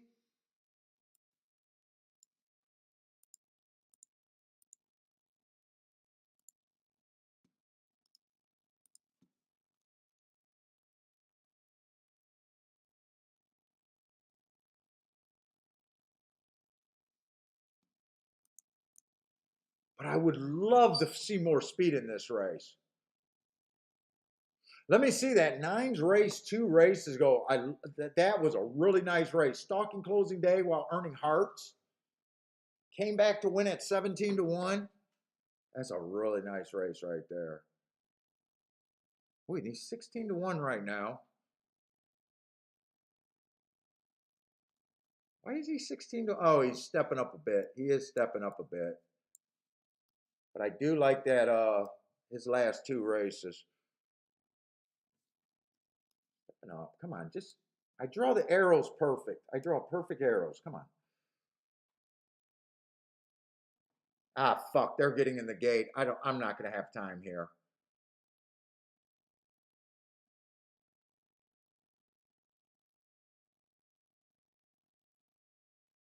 Wow, 6 is coming out of grade 3 race.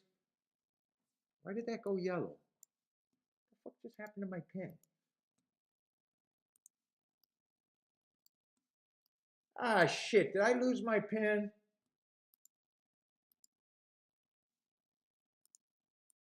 Yeah, I lost my damn pin.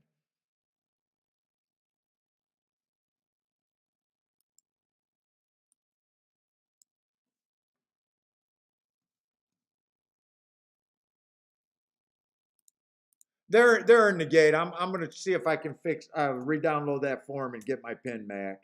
I kind of like my pin.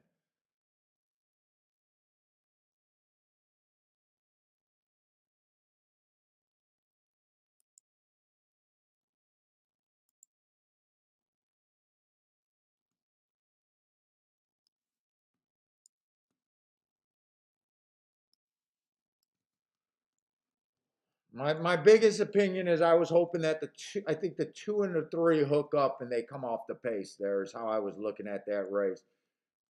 But in a way, I didn't get to look at the race long enough to even see who I think benefits from that. But they are off, so. What's up, JW?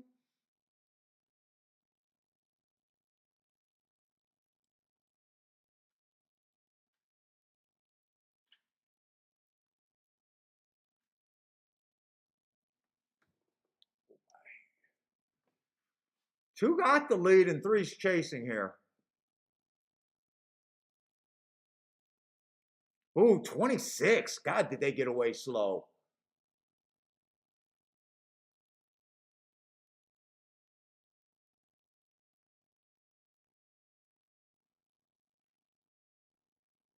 I think that 26 kills any hope from anyone coming outside of this 3 horse would be my guess. 1 and 7's trying, but 26:51. It's like these jockeys know that they got to keep this pace super slow. Holy crap. Nice job keeping this pace super slow. Let's see, the one's going away. Seven's still trying.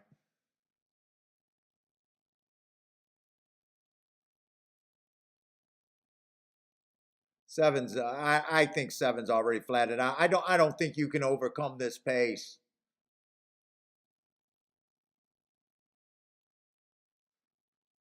And let's see, did I get my pin back?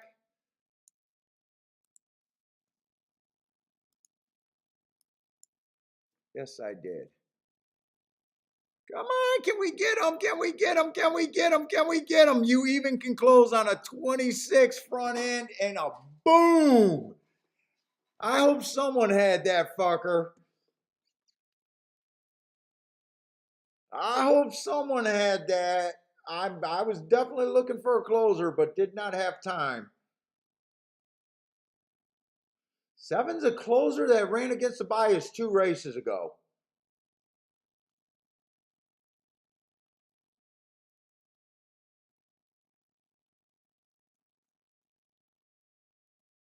I wish I had a couple more minutes because I know where my mind was going. I just wish that I could have said, "Oh, that race jumps out at me or not."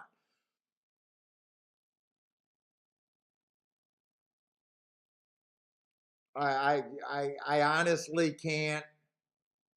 I mean, the 5 horse looks good. The 7 and the 5 are coming out of the same race, and they were at the exact same positions, top of the stretch, and they're there. So if I like the 5, I'd like to say that I could have came up with the 7. I mean, 7 had a good mark the race before.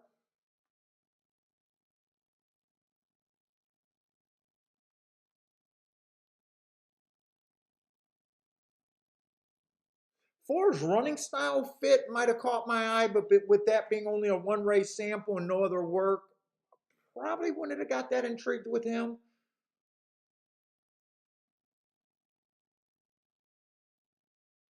The one I said if the one could rate, but I was really looking for other closers, and the one ran well. Oh, the one actually passed the 3-2. Dude, I think there's a shot that I could have hit that race. I wish I could say, if I really thought I could have nailed that race. 9, I was interested in the 9 until I seen that he had a class problem. God, I just wish I did. Anyone hit that race? Did anyone hit that race?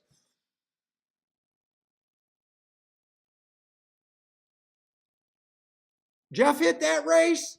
Oh no, Joshua, I did not hit that horse. I was not able to bet. I ran out of time. I'm kind of red boarding, seeing if I could get to him. I said boom because I just celebrated the winner.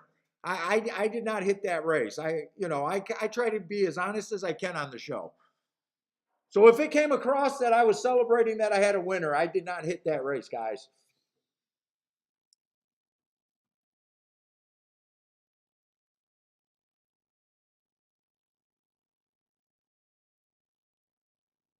I don't need to. I don't need to. Oh, my man Jeff. Nice job, Jeff. Hopefully you caught the exacta. Or no, he had 3 horses there, but he says look at the 7. I believe Jeff has a win ticket on there. I believe Jeff has a win ticket. Tell me Jeff got some booms. Jeff got a boom. Okay, I believe Jeff had a win ticket there. Nice job, Jeff.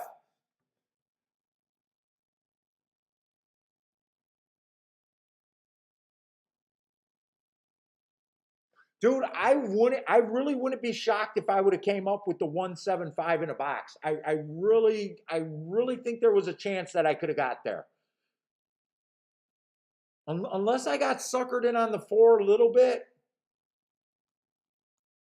I looked at the 9 early, but soon as I realized that his class was way too low, I don't think I would have fell in love. I don't think I would have stayed on the 9.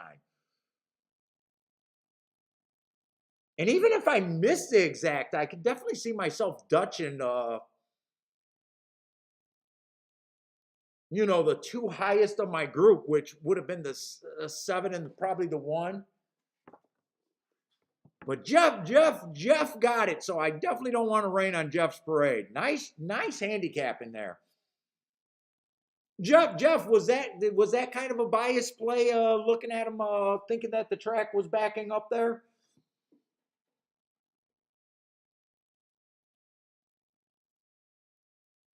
Dude, I thought when we seen the fractions, I gave up on the one in the seven. They did a nice job continuing the ride there. They did a really nice job.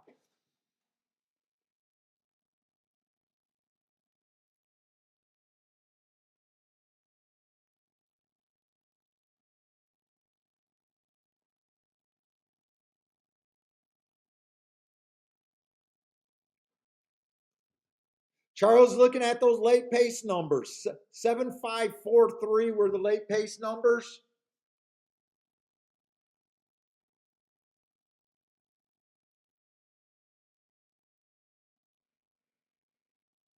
Now, I think what hurt the three was just being on the lead.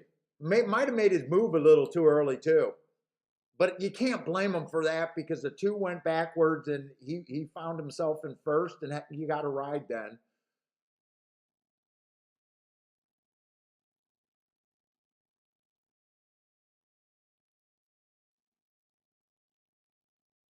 I just don't think I would have liked the four just because of the one race sample in the layoff. I don't think four would have been on my mind there. I think I would have been five, and as long as I seen that with the seven, I think I would have been in the right place.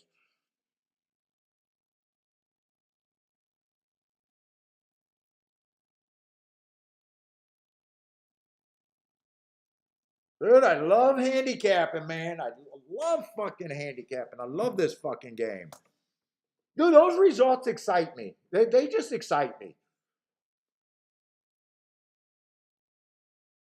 I don't think they're ever going away. I don't think horses like that are ever going away. And we'll just keep hitting them on the shakeup.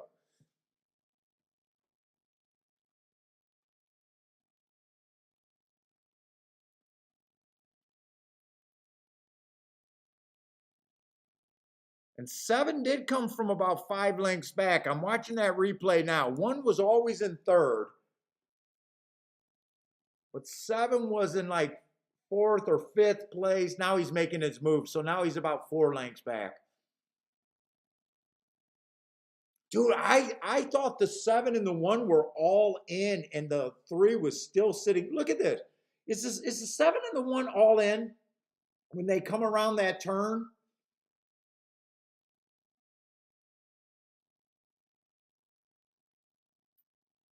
God, I wish I had about 2 more minutes with that race.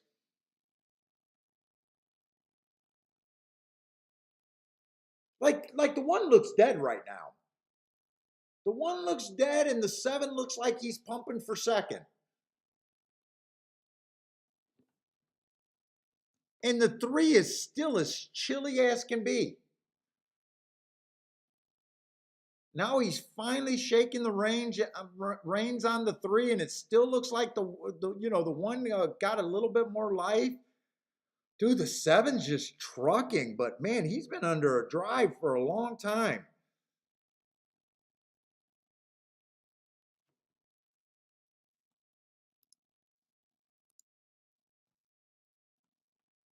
Nice hit, Jeff. I gotta go to the bathroom.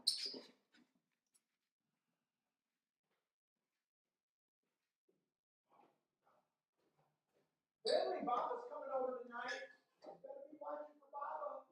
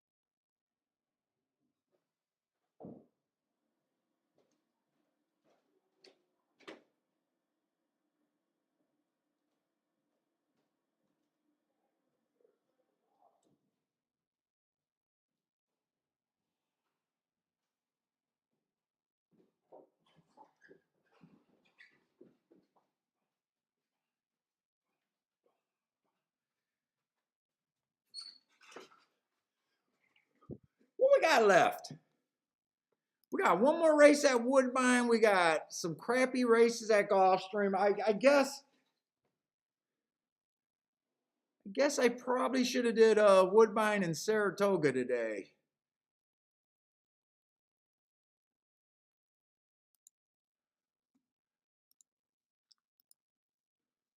Tomorrow I'm going to try to have Gulfstream and Saratoga. I already downloaded the forms. I already got Gulfstream mostly done, so I'm not going to discard Gulfstream.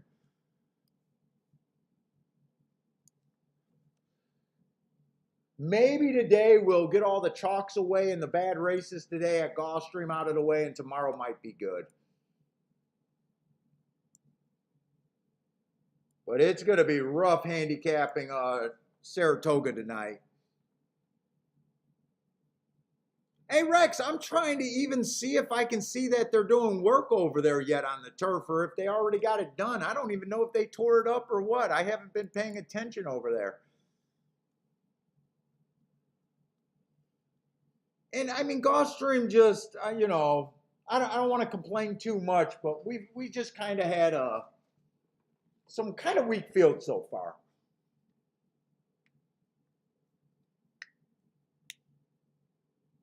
And this is not that great of a play or a playable race, really, at Gulfstream. I got over 50% of the field being first-time starters. It's going to be our first Tapeta sprint today, I think.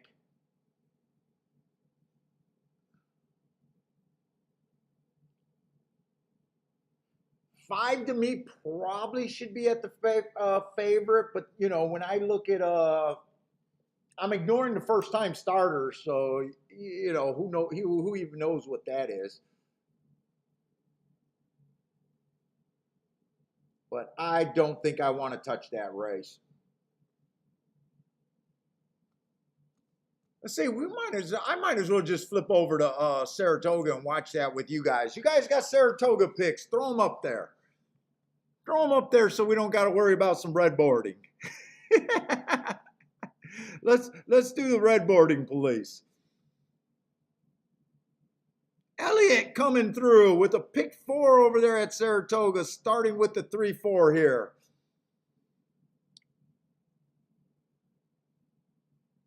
Hawk got the 3 and the 6, King the 3 and the 6 with the 7, 8, 9 over there in Saratoga and Exactas.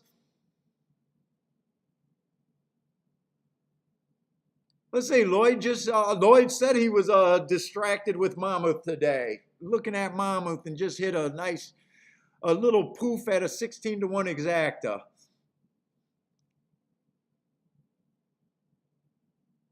Oh, is this Charles? Did Charles hit the pick 6? And is Charles on a Rolex day?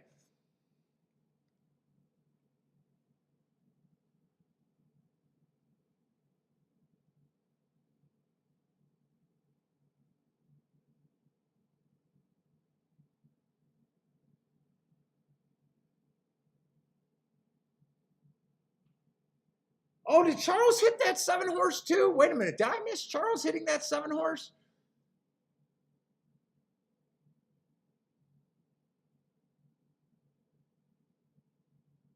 Nice, nice, nice. Charles, you got to be on a Rolex day. Jesus Christ. Shit, you might be on a Daytona. You might be on a Daytona this week.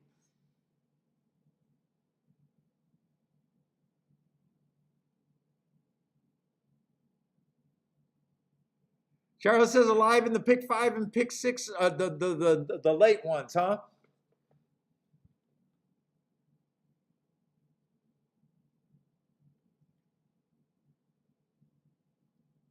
Rex likes the 2 over there at Toga.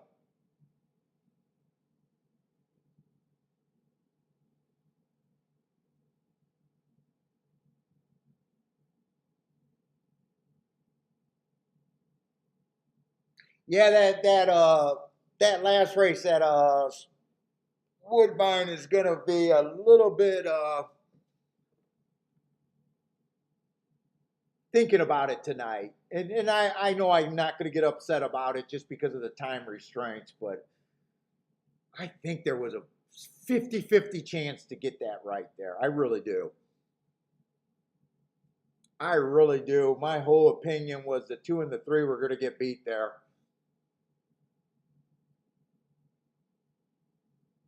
Oh, let's see. I got to be done at around. Oh my God, we still got a lot of time. Holy shit.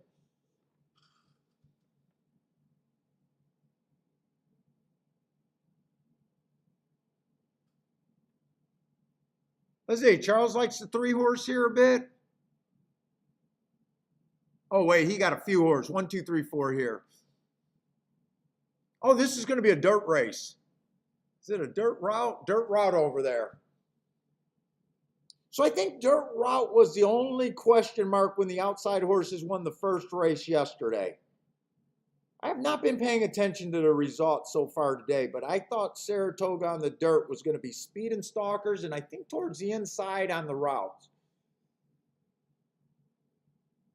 Jared's just taking a shot with the 7. Oh, nice price. 36-1 over there.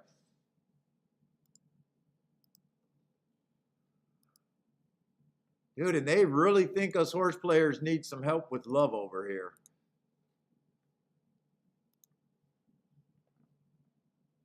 Long shot Louis, 978 over there at Toga.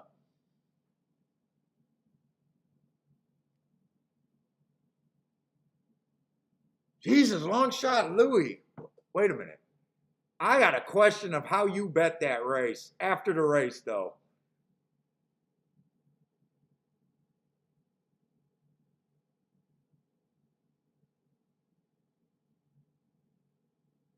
I just have a real question for you.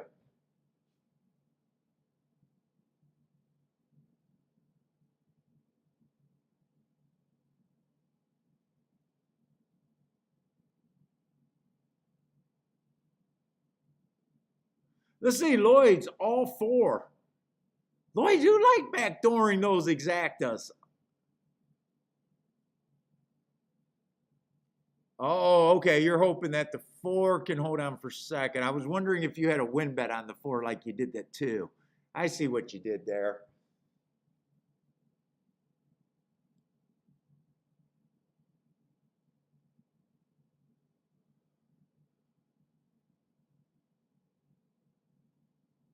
Let's see. I think there's like 3 or 4 horses across the track right now. I can't even tell who's getting the best of this right now. I cannot make out those saddle cloths.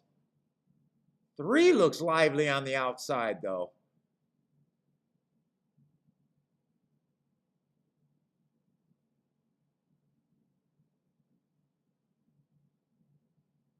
Three looks very lively, so that's on the inside.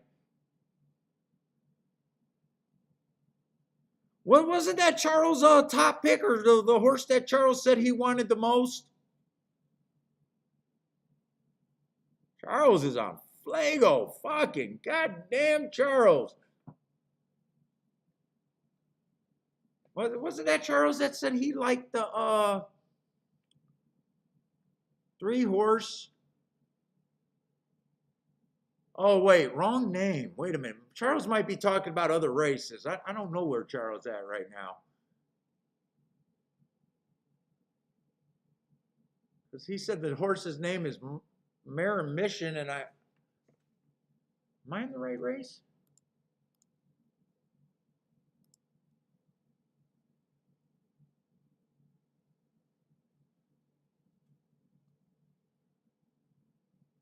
Oh, you're asking about race 9. You're asking about race 9. Elliott with the boom there. Hawk called that one out. Rex is giving Hawk a pat. Nice. Hawk with the winner. Elliott's alive in the pick 4 and got the Exacta. Oh, nice Exacta. Oh, Jared, your 7 ran really nice there. 36-1 getting third. Obviously, no shame in that.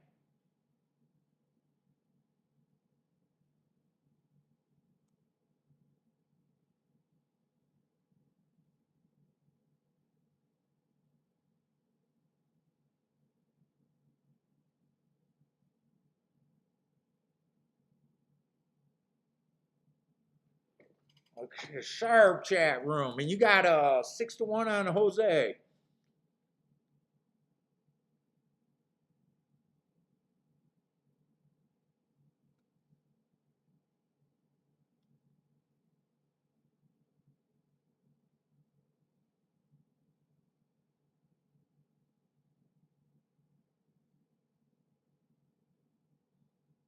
Let's see. Daryl says he's playing horizontals, so he had the 3 there, so he should be fine.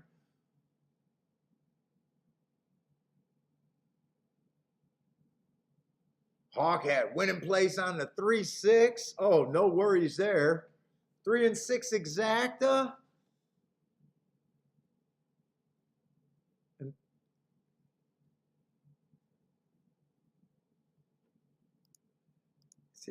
I mean, this guy's relentless.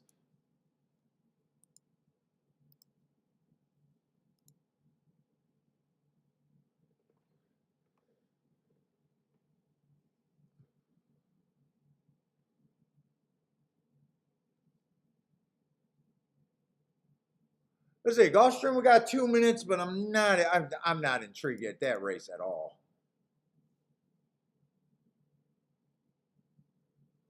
Woodbine, and is it raining over there at Gulfstream? And I just don't see that. I can't tell if it's raining over there, kind of. Hey Jay, I accidentally went to his site and pinned his message the other day on the show.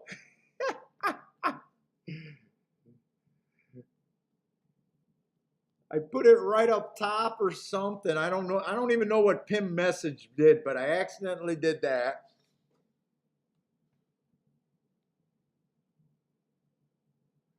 He's like, you guys got all this extra money. You might get some of the. He wants to get you guys laid, I guess.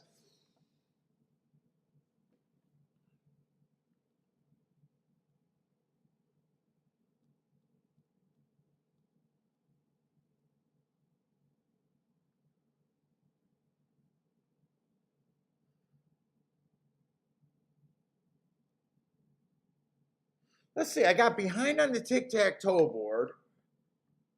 I think there was a turf. There was a turf sprint early. I just want to see what that race ran at Woodbine. I just want to see what they did. And I want to see if that matched up to what I should be doing.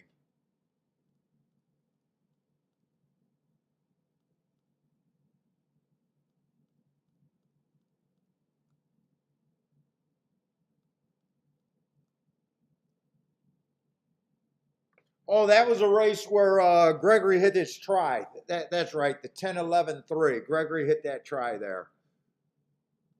And he didn't want to take all the Canadian money because he gave out the super, but played the try there. So he took it easy on those Canadians. He went wire to wire from the outside, though. And I was kind of thinking that the inside was good.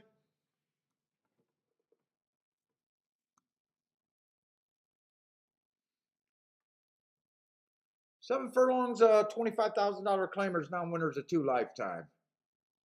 Let's see, one got, or I'm sorry, one is scratched.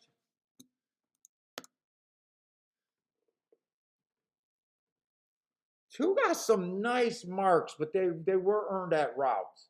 But he just won a 7 furlong race 3 races ago, so he's capable.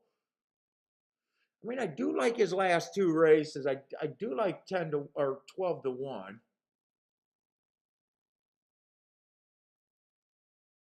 Jesus Christ, man.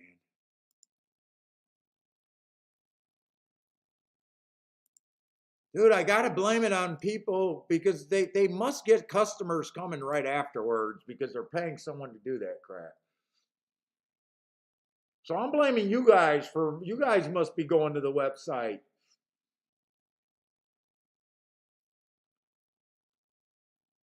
Let's see, there's not a lot of speed in this race, is there?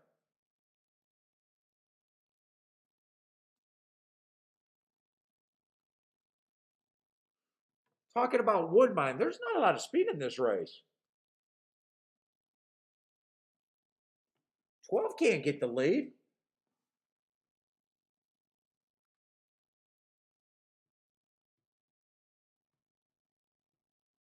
The 11's never been close to the lead except for last race. We're at a route. I don't trust the 11 here. That's the favorite. That's the reason to bet, I think.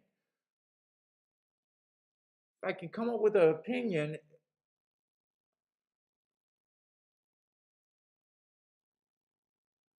10's going to be nowhere near the lead.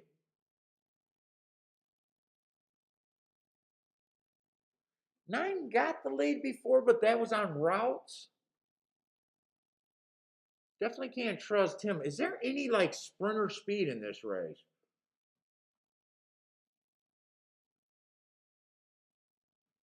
8 can be close to the lead, but 8 has ran in May.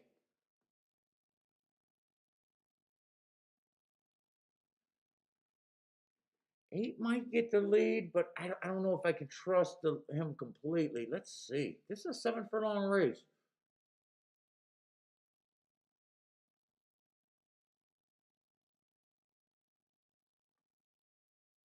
Six looks okay to me.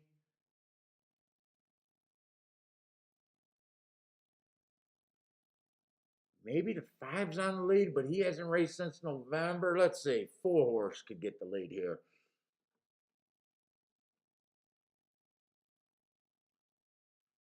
4 horse just broke his maiden, and in a way, I don't think he's ran good enough to beat these yet. I think he can get the lead, but man, I don't think he's good enough.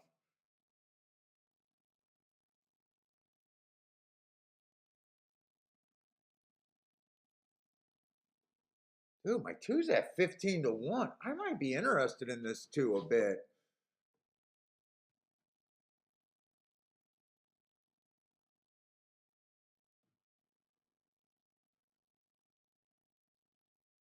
Two's ran 3 races. He's won a 7 furlong sprint before.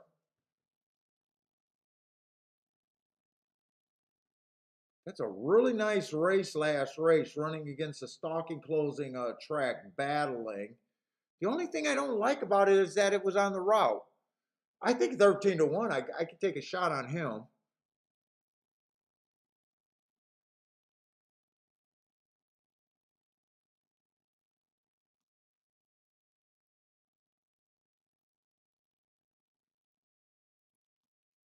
Can 4 win this race?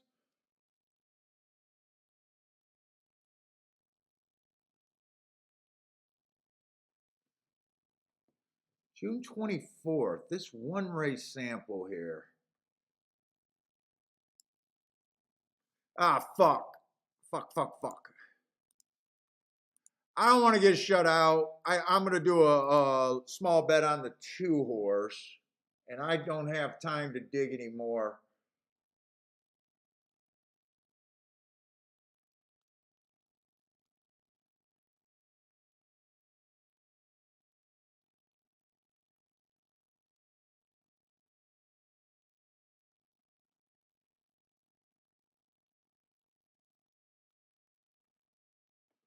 Boy, Woodbine is doing a nice job with competitive racing.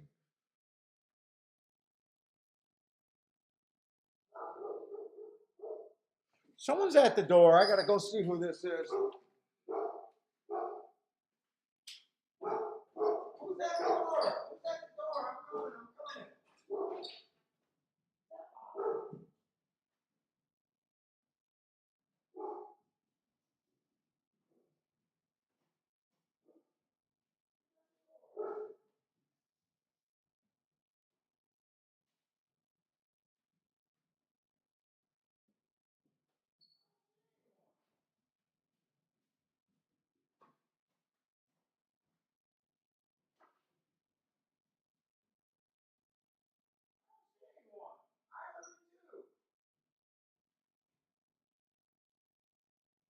I heard it too, but I don't see anyone.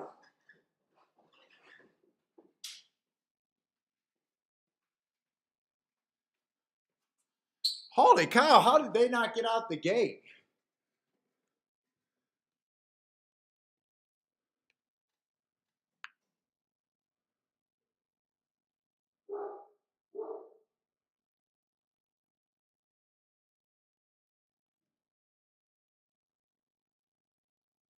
How is there four horses across the track when I could not even figure out, okay, two did get the lead.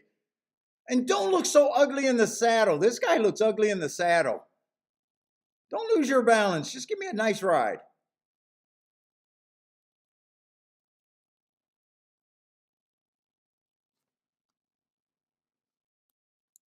I don't know if I wrote down what I did there, but I just got a win bet on the two, and that's it.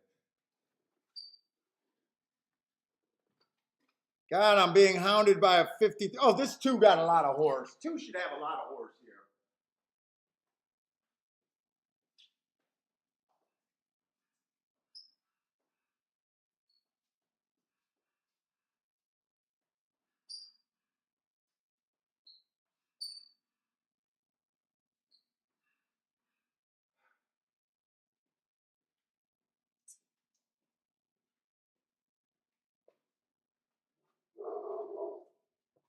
No, two doesn't have any horse.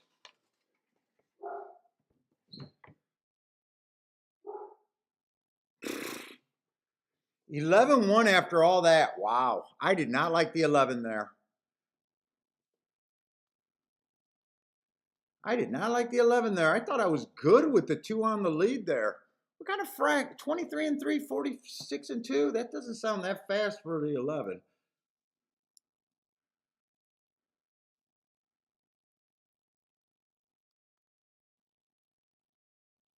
Dude, I really thought I was going to come back and see that two held on. He didn't hold on at all.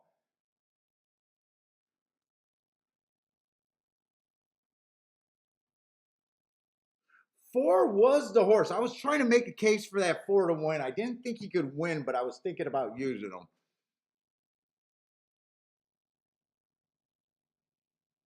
So four ran pretty good there, but I did not like the 11. Who got third? Two just, I think two completely fell apart. Yeah, Hawk, thought that four was gone. I did not like the 11 there. I thought if the 11 would win, that would be how he would win, coming from way off the pace.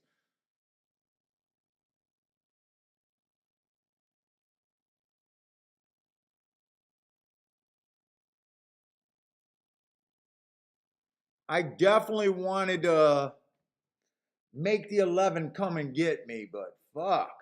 God, two had nothing. Two ran dead last, huh? 11-4.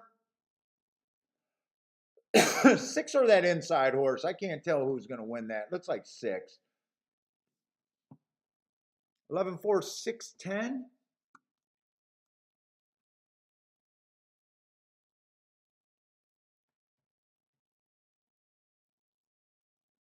So the route horses won that race. Or ran good. The 7 was mostly a sprinter. I did not like this, or the 11. I did not like that 11 there. I did not like him. I don't even think I would have made the 11 the favorite in the betting line.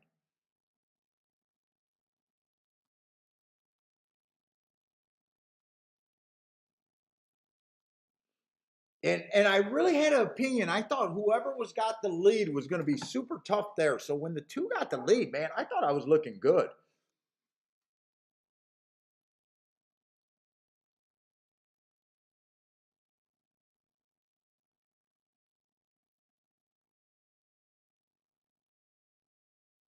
Would I say Speedsman? You know what? I don't know.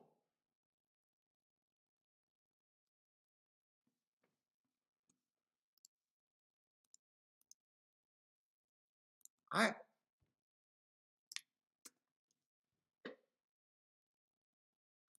Was Speed dying all day today at Woodbine? It might have been. Now that I'm thinking about it.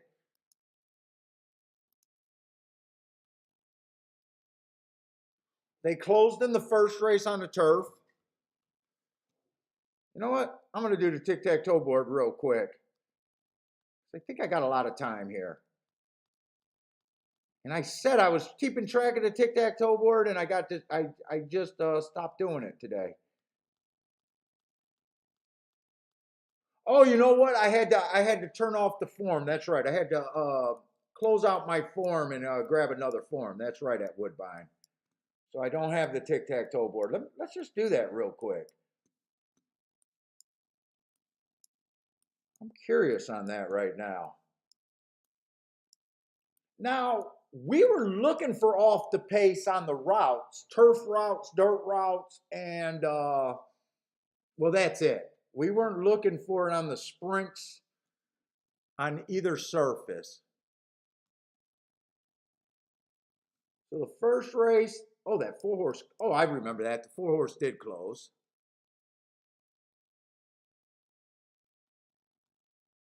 You know what? That 7 went wire to wire on the dirt in the second race at a big number. Crazy slow pace, but he might have been the only horse that went wire to wire all day.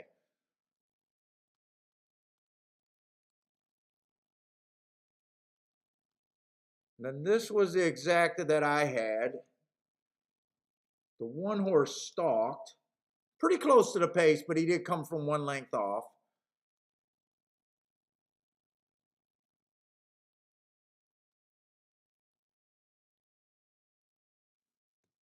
The 4-horse stalk there, that was the 1-2 winner.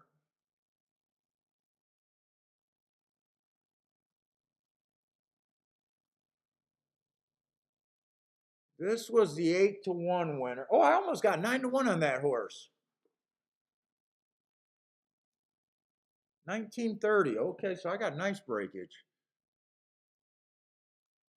That was a stalk. Was that turf or dirt? That was definitely turf.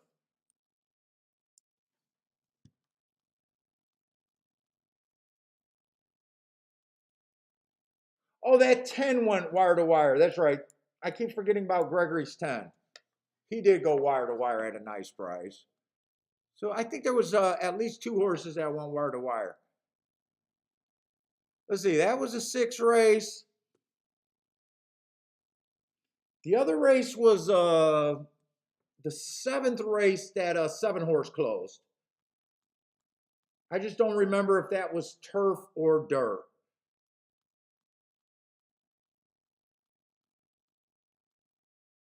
That was dirt.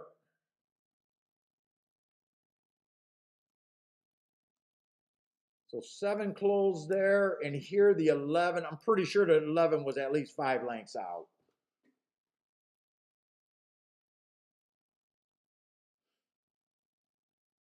So this is why I didn't have that bad of a day. 6 came off the pace at 8-1 and the 1 stalk there, but yeah, kind of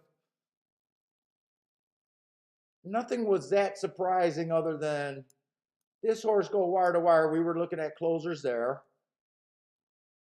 stalker closers there. Wait a minute. That was a sprint race. You know what? I kept saying that the inside was winning 50% of the races. I wonder if the outside was good today on the turf sprints. I don't know, but Woodbine was pretty good for me. Woodbine was very good for me. So now all I got is Gulfstream and just bullshit about Saratoga. Unless I just want to give up on the Gulfstream card today, enjoy what I'm up, and close the show early so I can handicap more races and get ready for my mother-in-law. That could be the other option.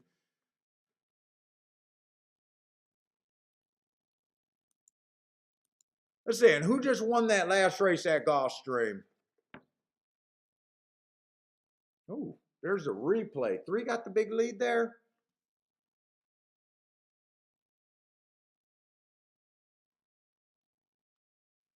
Oh, I wanted to see. Well, I wouldn't have liked route to sprint. I can't.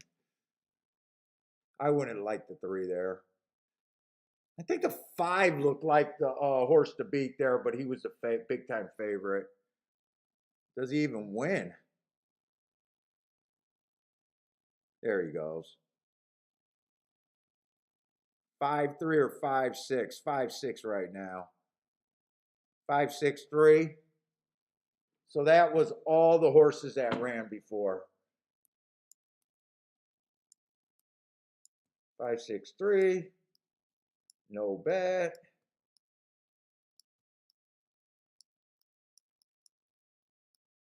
What did I bet? I only bet one race at Gulfstream so far today.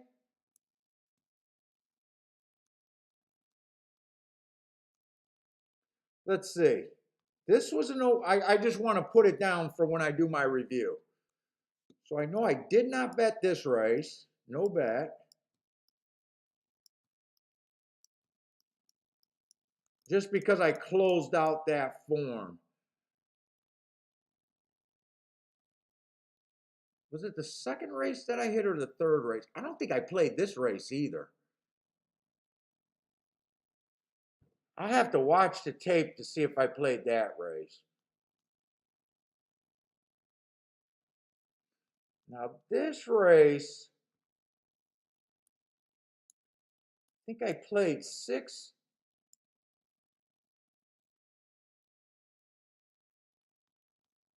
with the 1. I think it was 2-6-5, something like that. I don't really got to get this right. Let's see. I did key that. I played the 1 and the 6 to win, and I played this one for more.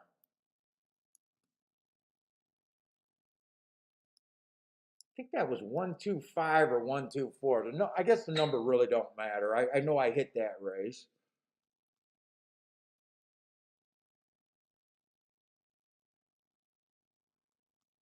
I don't remember if I played that race. I'm going to have to see the tape for my records. This race, I think I played the 6 and the 1 to win, and I think I went more on the 6. And then I did 6.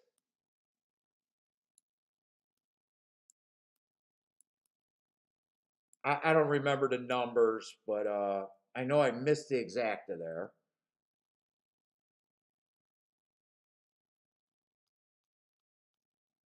I think I'm going to have to watch the tapes. I don't think I played that many races. And then this last race, I just did a win bet on the 2. This race, where the seventh race was, I got no bet there either. I hit 2 races, maybe 6 plays at the most, maybe 5 at the least.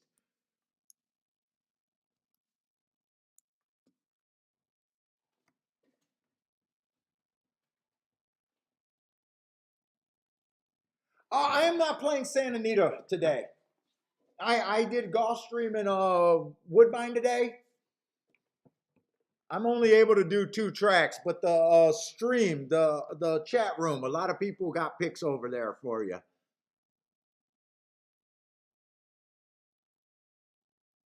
Is that Chantel? Shanty?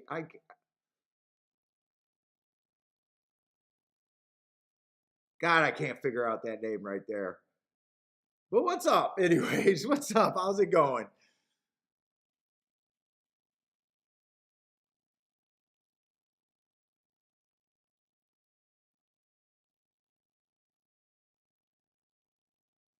Mac, I don't think I'm going to be on for the late double. I got a hard 6 o'clock today.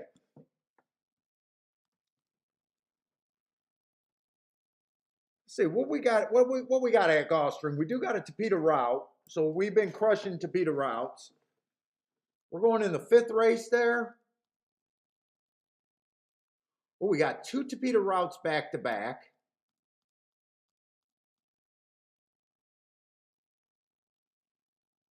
Dirt sprint. I doubt it if I'll be on for the 7th race there.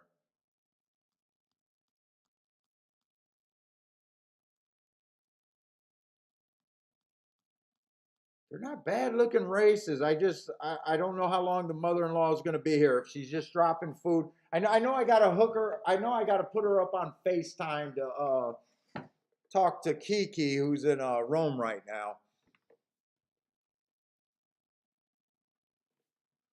Yeah, I think we can look. Let's see how much time we got at Gulfstream. We got 13 minutes. That should be enough time. We know what we're looking over there on the Tapeta. Hopefully, we got two good races there. Let's see. So far, Gulfstream's card just been crap and really no playable races for me so far today. I took one stab against the 1-2, I think, and failed miserably. But other than that, no action at Gulfstream. Let's see. Tapeta routes. Speed has been terrible as Bismo. You almost cannot win unless you get 26 on the first call. But no, I did not say no hookers. You guys got me being a hooker guy. Ah.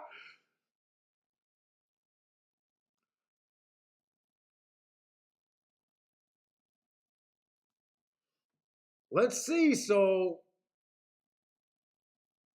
I got a few mismarked, not mismarked horses. I got a few horses that wasn't able to look up.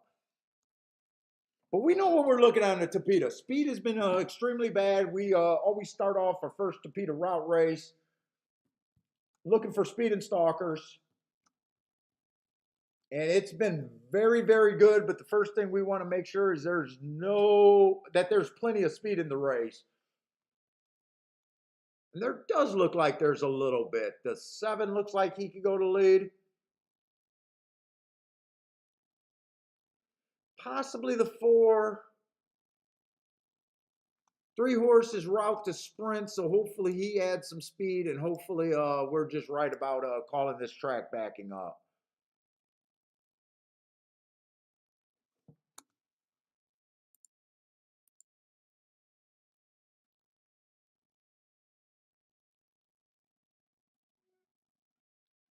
Did I really say hookers? I got hookers coming over at 6. I did not say hookers. There's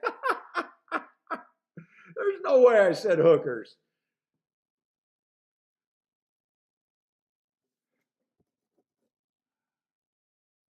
Oh, Raider for life. I'll just go with Raider for life.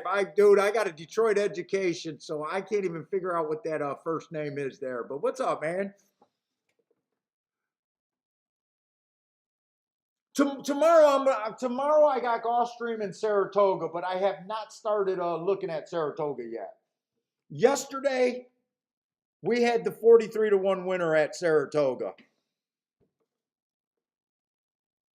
Joshua, I probably will try to look at the stream. You know, my mother-in-law watches the stream sometime. I hope she's not watching me talk about hookers. But I do got to just make sure the plays that I made at Woodbine today. All right, we got claiming 12-5, and I want to give this enough time to look at that double. Let's see. We are looking for off the pace. 4 races ago on this one horse, bad rail day. He had the rail that day. It was a stalker closer day, but he had the bad rail. Bad part of the track, right running style. That's a nice second right there. Comes back, wins off of that race. On the Tapeta, we know the Tapeta is usually backing up. Stalking closing day, that's what he was. He won off of that excuse. But he won as a favorite, so no big deal. Comes back, stalker day. He was a closer that day. Nice rally, but he was just too far back. This horse is in really good form and kind of what I'm looking for. Last race, he came out a little slow, average at the second call. 1 tick slower than the fastest winner at the 6 furlong mark. Got in position at the top of the stretch, ran a nice second. Definitely what I'm looking for. 9-5 just does not interest me. I need to have some fat with them if I do anything here. Let's see the 2 horse right running style. That was an early pressing day sprinting. That was an early pressing day sprinting on the Tapeta. So I got him running against the bias. So that did a nice job getting in position. Nice close on a way that the track was not playing, in my opinion. 3, I'm hoping the 3 goes to the lead. And you guys know that I'm not interested in the lead right now. Unless they start wiring like crazy.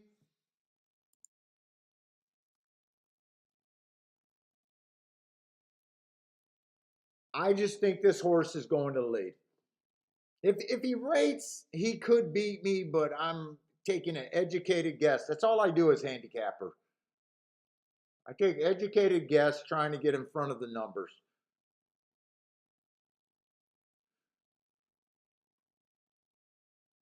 Four, if the four rates, I think he's could be a player here. Does he get enough pace?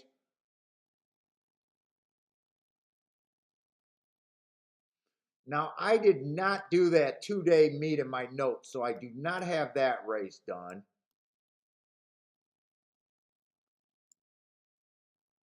And usually at Tampa, we know that that track was backing up big time all year on the turf. Right running style, just got to decide where I think he's in. Let's say 5 has the right running style. 2 also running in that Tampa race that I don't have. Or am I just doing that same horse twice? No, the 4 and the 5 were both coming off those same 2 races.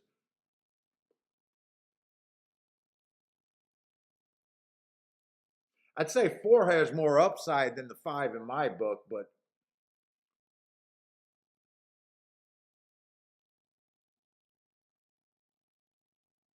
let's see, 6 fits this race. Six fits this race. Been getting in position. I got a couple annoying one race samples, but overall his running style fits. Overall, he does get in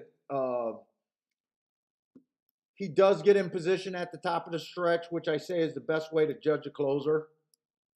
Getting in position there within 3 lengths, he does a good job at that. And 7's a horse going to lead. I think I'm going to have to do.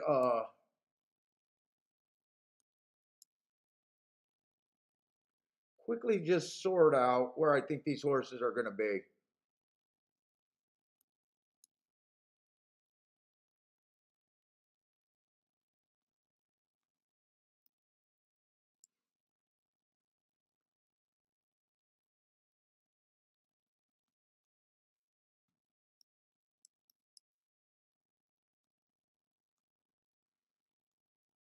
I really want this 3 to go to lead. I really want this 3 to be pushing the pace. I do not want to see a 25 at the first call.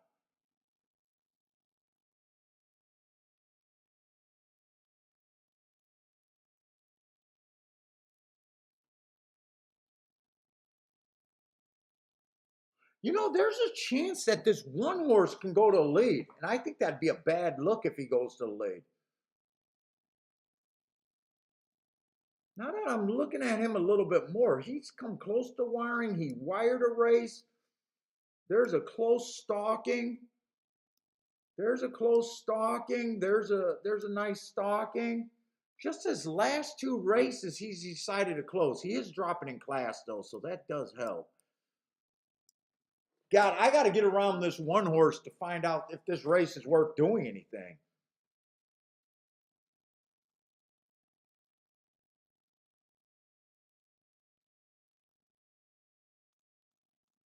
I'm going to put the 1 as a stalker and the 2 as a stalker closer.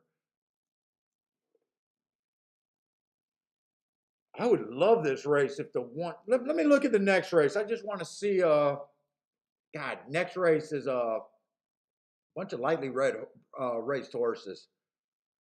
Mac, this is a tough spot for me in a double.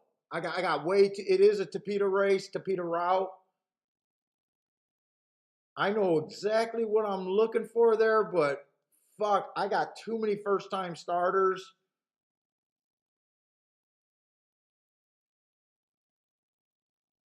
I got the horses that ran there. They are all stretching out for the first time. We don't. Most of them only ran 1 or 2 races. That's an unplayable race for me. I don't want nothing to do with that 6 race. I can't look at a double here. And I don't think the exactas are going to be that great here.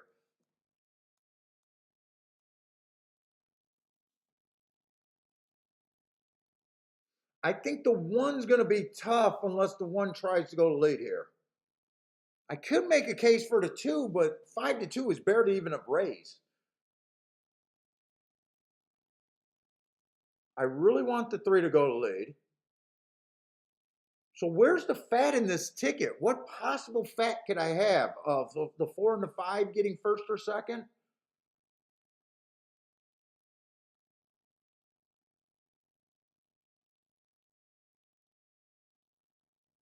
See, the 4 to 5 getting first and second is the only way to get some fat. 6 is part of the ABC sequence. That's just as a better is a terrible proposition. 6, I think, can win the race. I think 1, 2, and 6 can all win the race. The 1 goes to lead. I think he could get beat, but I'm not even getting a raise on the 2 and the 6. Like I need so much more to be interested in this race.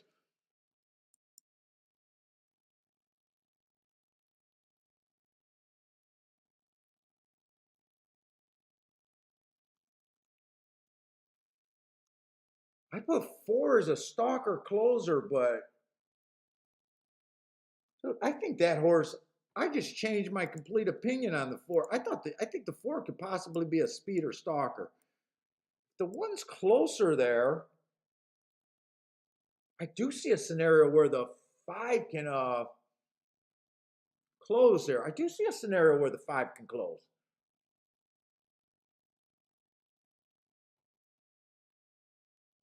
That's the best part of any horse that I can get to is the 5.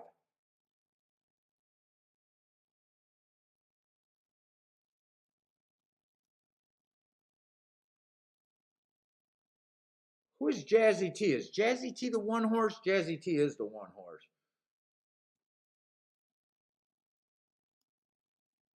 So 5 just ran with him, was closing into that horse at 69 to 1. Didn't quite get in position early, but the next race was a big improvement.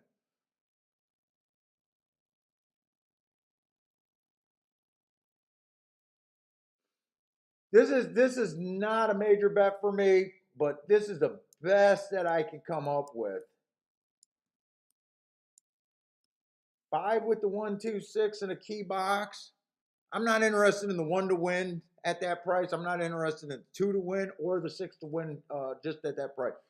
I'm not. There's no way I can do a 4-horse exacta box, a 3-horse exacta box. To me, the only thing that makes this race even a little playable for a play bet is if that 5 could get first or second.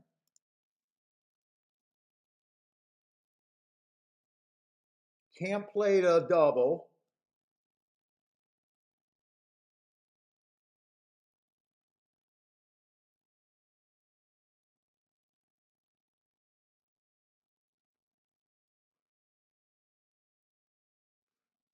I'm going to do a little play bet here. I got very little action in today and can't ruin my day.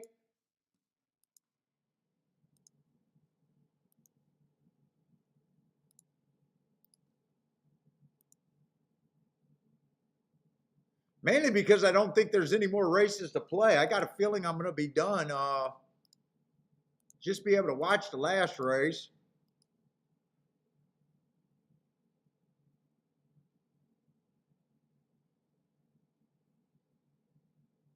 Lou just hit a winning exacta and it got smashed 54 to 1 to 38 to 1.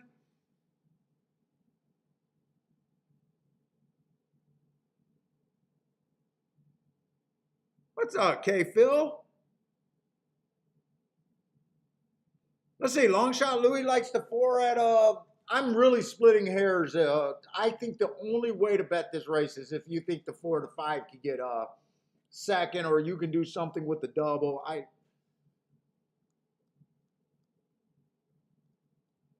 The horse that I keyed off of is nowhere near my top choice. I seen I think the 5 has a roughly, if I was to do a betting line here, I think he has about a 10% chance to win. I'm getting 17 to 1. He is an overlay, but an overlay that I think is going to be a little rough.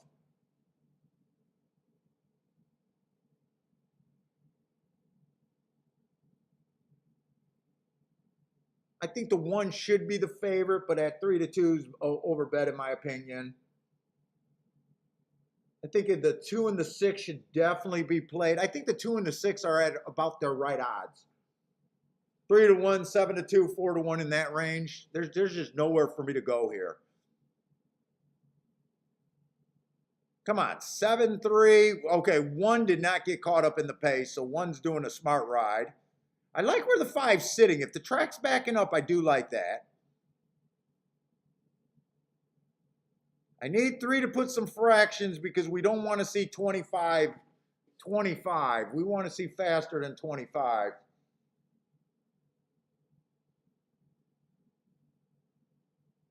They went 25 on the nose there. I would have preferred a little bit faster.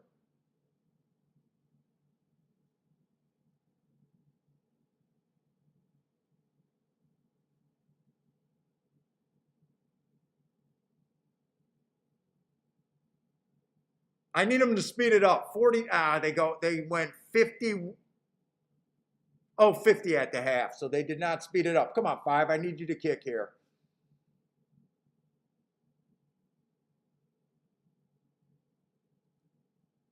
Just stay interested for me.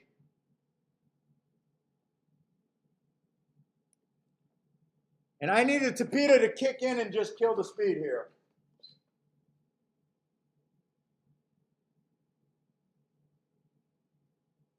I gotta walk.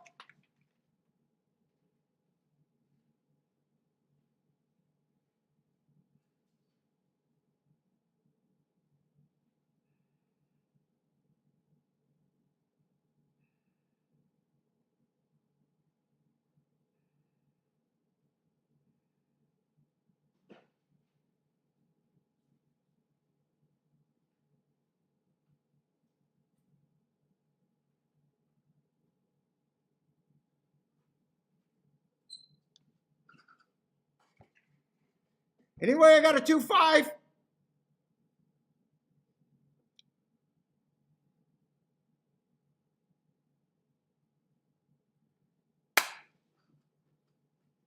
Tell me I got a 2-5. That's how you break down a race and know where you're at. Give me a 2-5.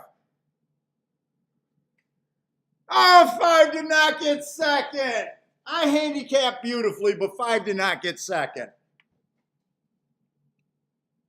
5 did not get second. Come on, Jared, you got to fucking have better eyes than that. I'm fucking blind. But you got to have better eyes than that. You can't have me fucking doing the humpy dance.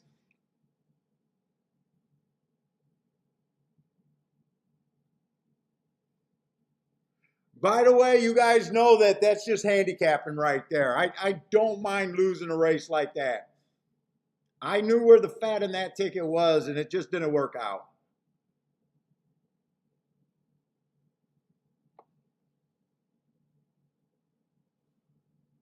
Jared had him to place his show. Come on, you can't be playing place his show ticket. Oh, boy. Oh, boy.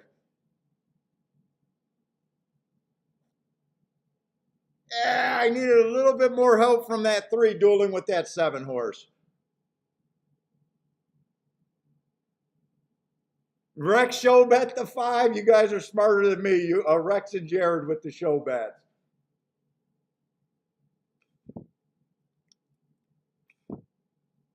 Oh, man. You know, I'm proud of that handicapping job right there. That's the only place where I could have been as a bettor. Small ticket would have been a fairly decent score there. 2-5 exacta. What was the 2-5? I didn't get to check it. 48 to 1. Yeah, that would have been a decent score there.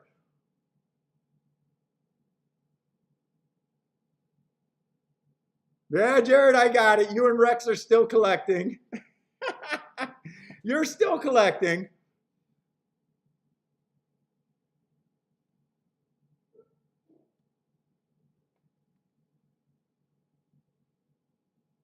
Come on, Lloyd. Lloyd, you got to recognize the genius of that bet. You got to recognize the genius of it. I wasn't betting favorites. I was betting the 5 to be first or second. Yeah, no, I didn't like the 7. I thought 7 was going to the lead. I didn't think 7 could win, but speed can hold up and run second. I was really counting on the 3 horse to duel a little bit longer. And I thought there was a possibility that the 1 could have went to the lead. So, I didn't get the pace for as long as I needed. And I thought the 4 could be possibly on the pace. We did our pace projection pretty good. 7 came out on the lead. 3 was dueling with them. 4 was right there. One was a bit farther back.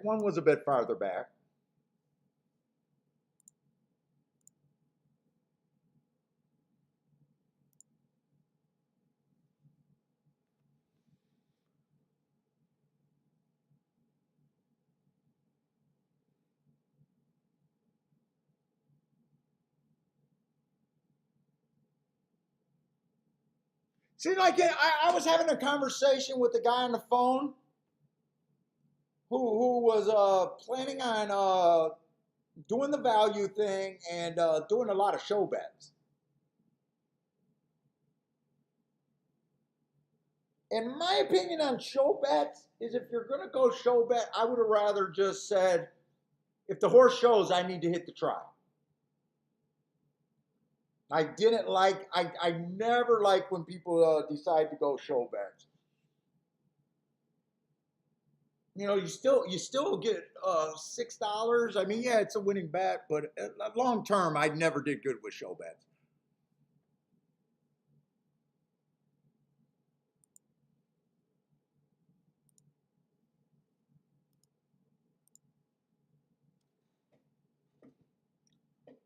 But even if I would have went with it for the try, I probably would have missed.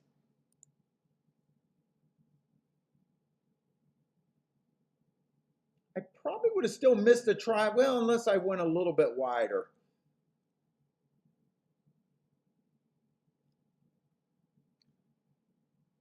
Rex, you disagree on the show bets? Oh man, it's so tough. It's so tough to make money on show bets long term.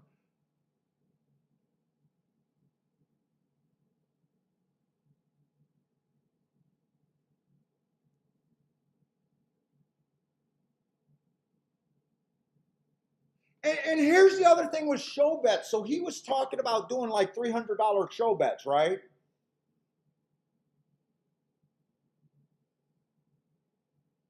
What I can do with $300 in a race, right? I can have Rolex days off of a $300 bet, right? And my biggest argument for that is, yeah, day to day, it can help you. It could put you in the win column for sure. No doubt about it.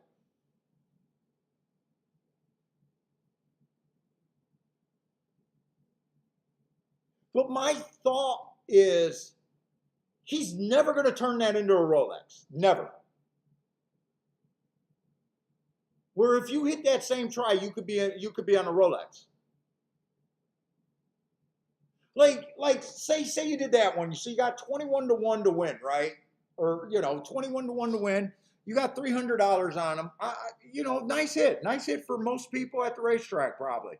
You get $900 back on a $300 investment.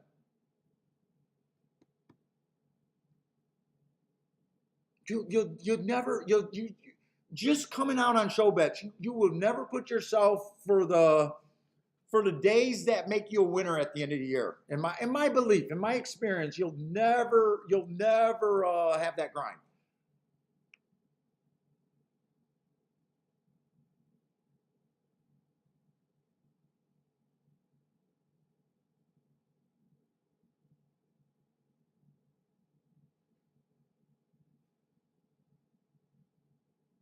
Yeah, you need to be very good at show bets. Especially if you're betting them for that. So if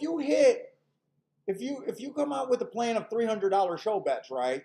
You hit that race for $9, but really for 900. But really think about it. It gives you 2 more show bets.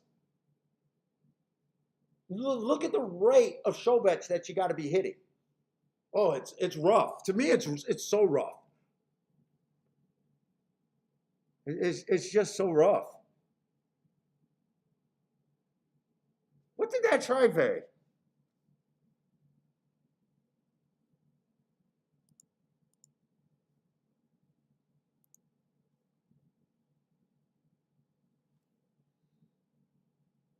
Like that try is not that hard of a try. For $50 or for 50 cents, you get $89 back. You could have bet that same $300 and you could have had that 50 cents so many more times. So it's not even close for 300 bucks. Shit, I think you could have did it all. How many horses were in that field? I'm really curious about the discussion here.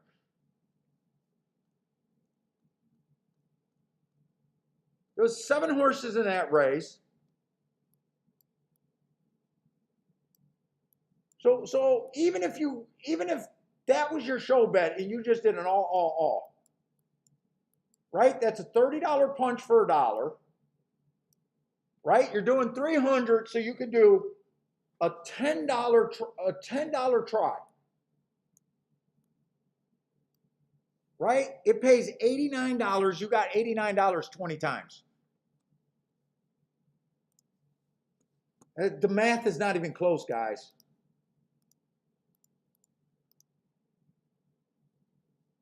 $17.80. The other way, you got 900 bucks. All those little things is like breakage. People complain about breakage. Oh, that was so much a better bet for the exact same $300.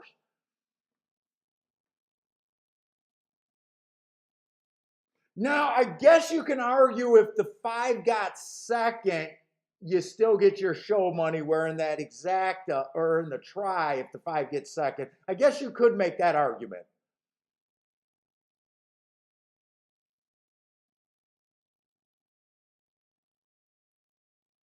But then if you only did 1, 2, 6, all 5,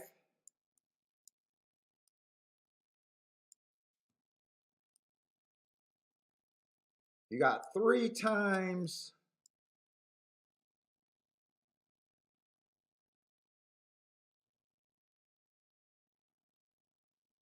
It's 3 times 5, right? It's 3 times 5 times 1. So every $15, you can even you even got it more times. You got it 30 times. With a little bit of an opinion there. I don't know. I mean, I'm gonna, I bet how I bet, and everyone bets how they bet. Rex says sometimes a show bet is the only way to bet a race. Man, I don't know. I know. It's tough when you had a loss, but Rex, I pay taxes every year. Rex, I pay taxes every year. I'm not going to pull the Trump right now.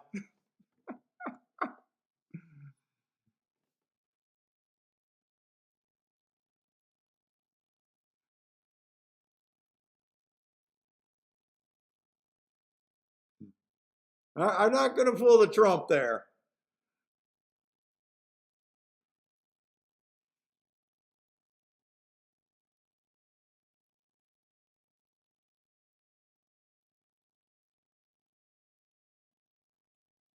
Right? I did that math right? There was 7 horses in the race.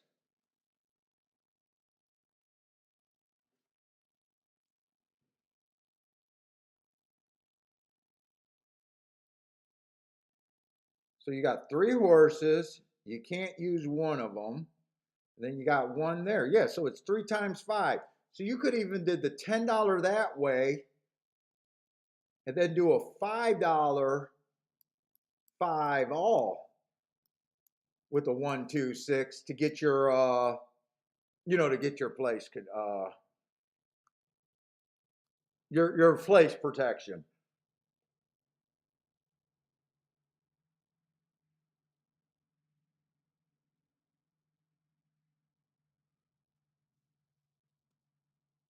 You know what, JW? They were having there was some really good handicappers that were having that discussion that now that they got penny breakage over there at Kentucky and some more tracks, I think they're going to be getting it. Does that make show betting more desirable? Does that make it where all of a sudden, with penny breakage, could show betting be better?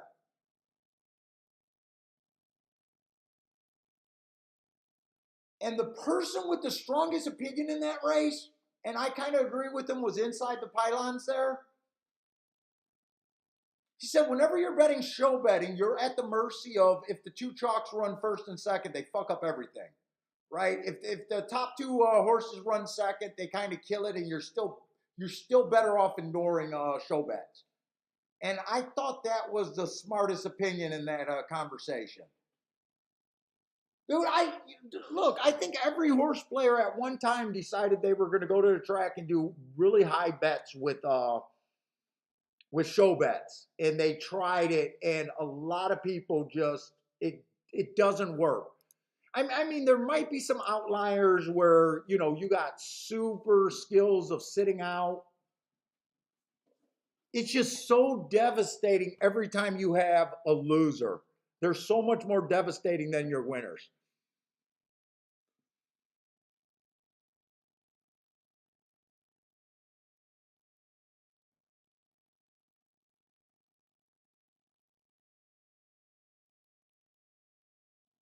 But then again, there's that saying that, hey, we all are doing battle in the par mutual pools, so keep doing it. And I always say go by your own records. If you're profitable doing show bets, for all means do your show bets. That's always the great divider. That's always the great thing. So if someone says, "Hey, Paul, you're absolutely wrong. I've been playing this game for all these years. I win every year. I do show bet. This is how and as long as they're not lying, when people tell me they win at this game, I take them at face value because I win at this game.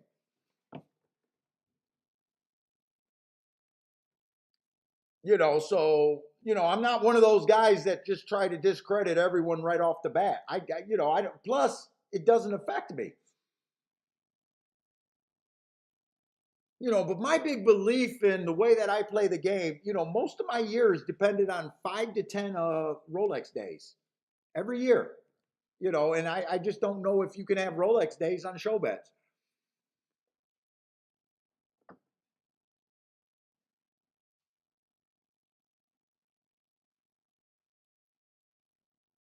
Oh yeah, and there's definitely nothing wrong with doing. I'm just saying for the people, maybe I'm coming across too wrong on that one.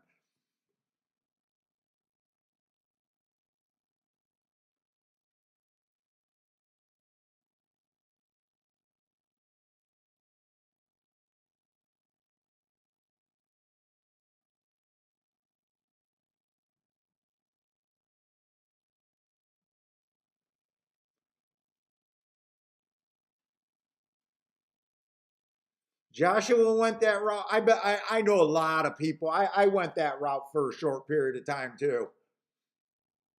Really early, and it was if I was doing the ratings in every 10 horse group, and you damn near had to hit like 80% of the bets. Now maybe I wasn't a good enough handicapper at that time. I, I'm not doing a tournament tomorrow. I was thinking about doing it Sunday if I got enough energy to stream Sunday.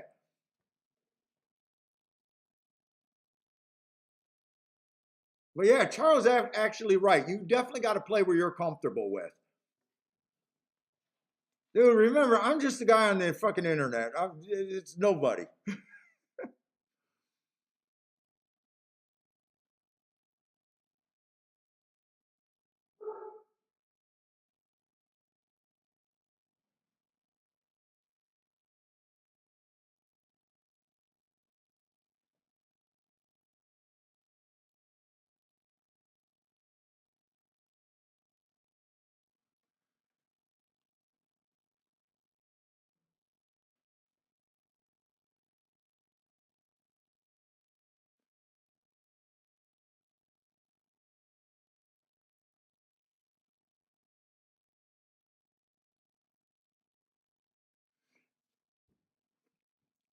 Dude, and if that one would have got second instead of the 7, that show bet probably goes from $6 to maybe $3 and something.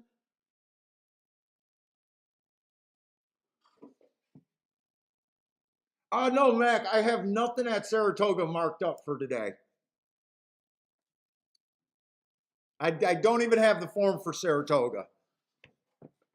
Yes, JW, inside the pylons is a very knowledgeable bettor there.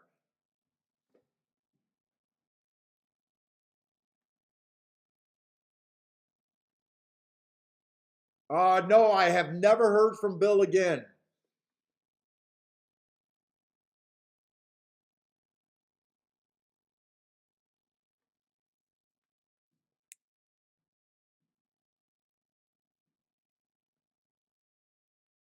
I have no idea. I can't even get in touch with him. I've tried to call him probably 30 or 40 times and never got a hold of him. And my number hasn't changed, and we did not have a fallout. I have no idea where he's at. He's disappeared before, though.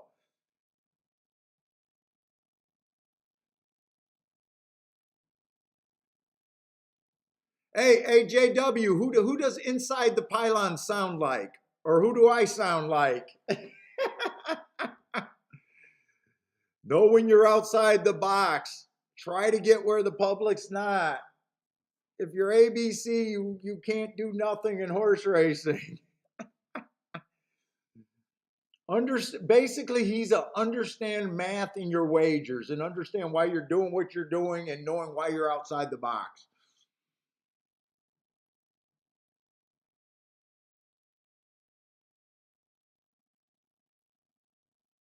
When you have a favorite, make sure there's fat to go with them. It's not wrong to have a favorite, but you got to have something with them.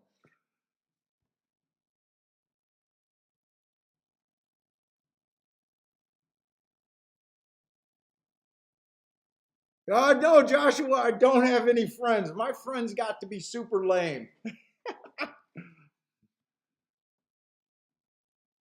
Dude, I mean, that's his whole thing, and he's absolutely right.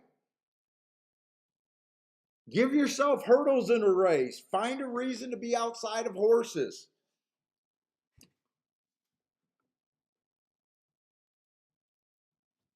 If you have an ABC, ABC, ABC pick three, you're really hoping that all C's win. You're spending money on crappy. Get rid of the AAA ticket. Push the other tickets. It's all, guys that figured this game out. Their betting theories are not going to be that far apart.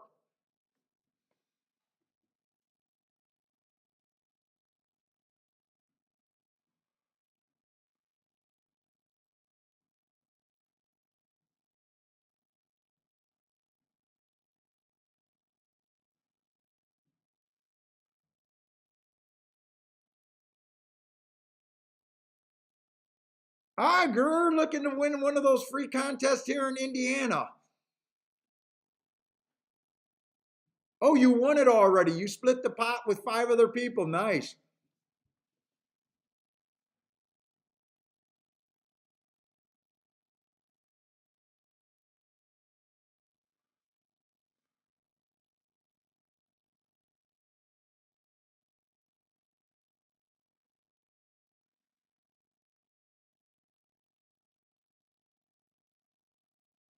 Oh, Charles says he hit a Breeders' Cup pick six for $54. Ticket paid of 54,000. Nice.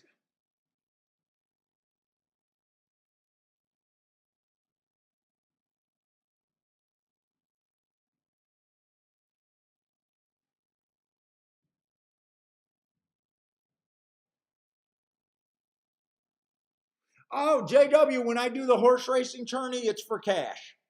But they have them for tournament seats and cash. I don't know if that's what you're asking there, but okay, Charles, I'll check out your marks there.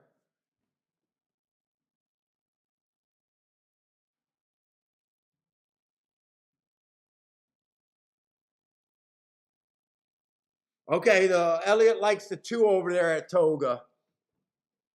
Let's see, what time is it? 5:40. I think I'm probably just gonna. We'll see if I can do one more race at Gulfstream, but I just know this 6th race is unplayable for me at Gulfstream. Maybe we'll be able to do the 7th race if they can move it along there. Well, he says all his friends stopped calling him after he paid them the money he owed.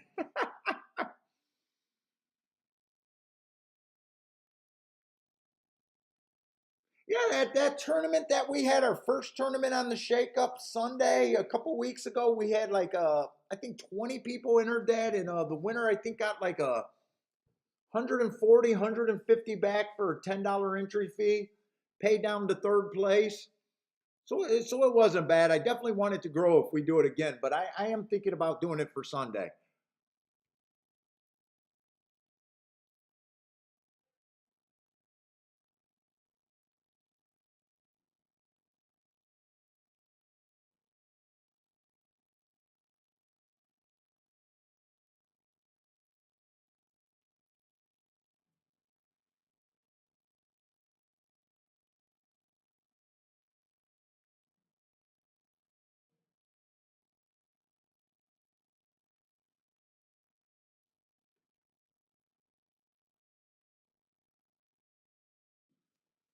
And let's see, is this the last race at Toga or is there one more? Looks like there at least one more race at Toga. What kind of race is this? Okay, we got another turf race. And I'm still hoping that Toga turf is mostly favoring Stalker's closers.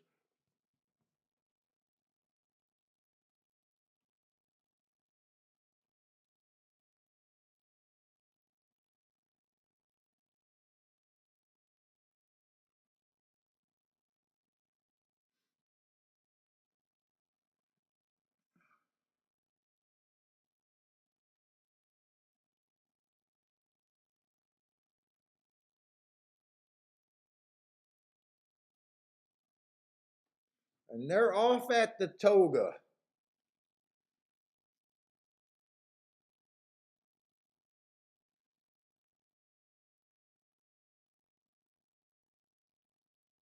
God, I thought that 5 got second last race.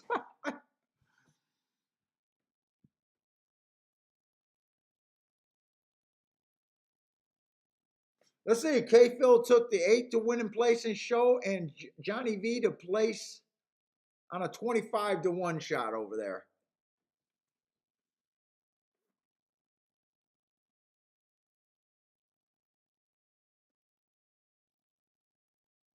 Let's see. This pace looks pretty lively. 47 and 1. It is a mile. We'll see if they can come off the pace again. I'm leaning towards they should come off the pace on this. Yeah, it looks like they're already. Wow, they really started to come fast. They got to beat this 9 and this 4 for the pace to be considered collapse.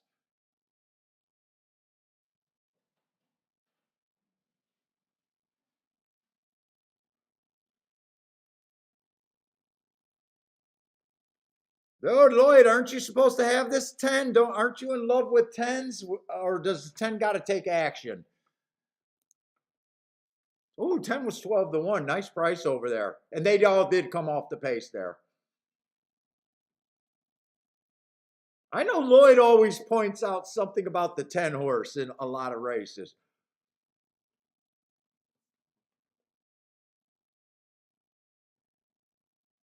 Did anyone have that 10 in the chat room?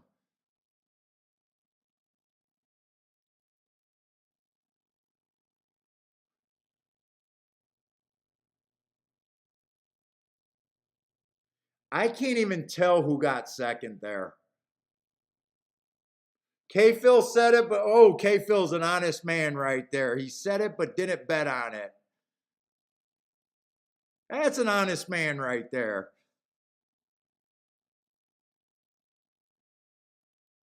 Oh, the 8 did get second for you? He came off the pace too.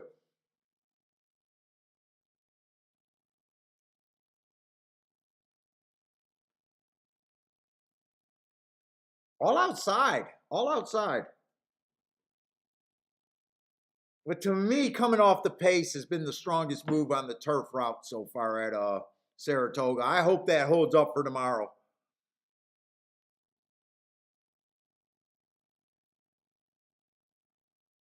Jeff had the 9 to show. Did he show there? 21 to 1 to show? After all that big discussion about show bets. Did you bet enough on them where you could have did all 9?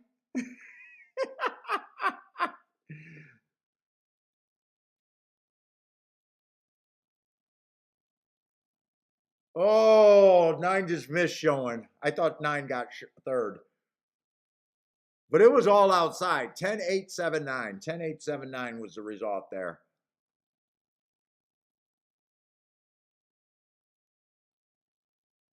Let's see, Daryl has some doubles with the 10 going to the 10th. Good luck over there, Daryl.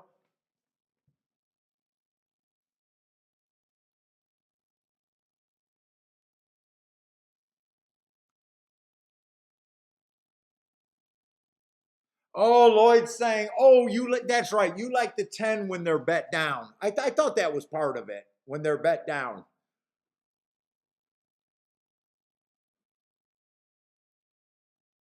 Okay, Phil's the honest man. Oh my God! And you said you liked the 10 and the 8, and you pussed out completely. Yeah, that's when I do things like that at those prices. That's when I say Grandma's saying I lack testicle fortitude. I don't have the testicle fortitude sometimes. Oh, that would have been a nice ticket. Those are the tickets like there that keeps me up right there.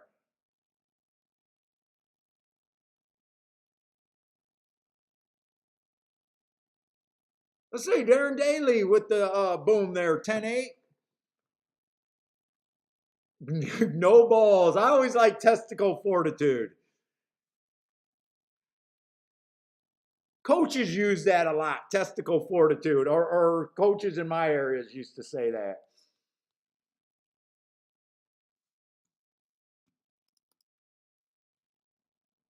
Let's see, Gulfstream's handing on the gate. If the door knocks and my brother-in-law, Jesus Christ, my brother-in-law is in Chicago or Seattle. If my mother-in-law shows up, I hear the door mark, I'm going to have to end the show. But I think I'm going to try to hang out for the 7th race, if we can make it through the 7th race over there at Gulfstream.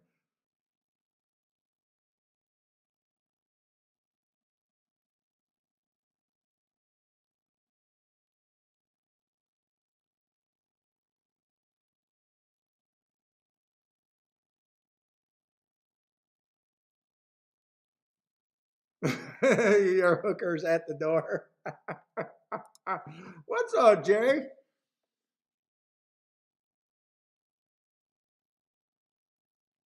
Oh, Jay had the double going too. Or did Jay already tell me he had the double going?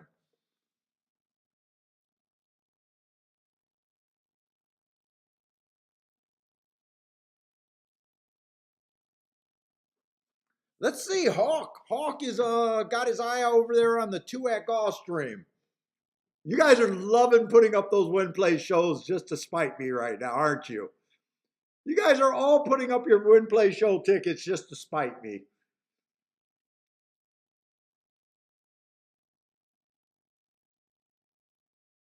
And then he's king the 2 with the 3, 5, 6, 7 in the exacta box. Good luck on your 2. Oh, 25 to 1.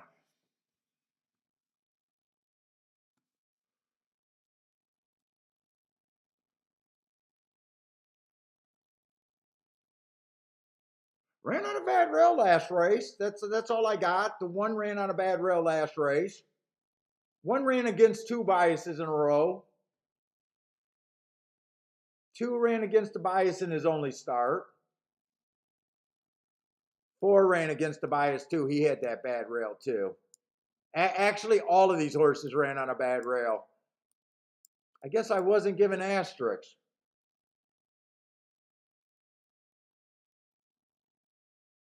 It is a rematch race from June 25th. Or at least 2 of the horses ran on June 25th, and Three of the horses ran on June 18.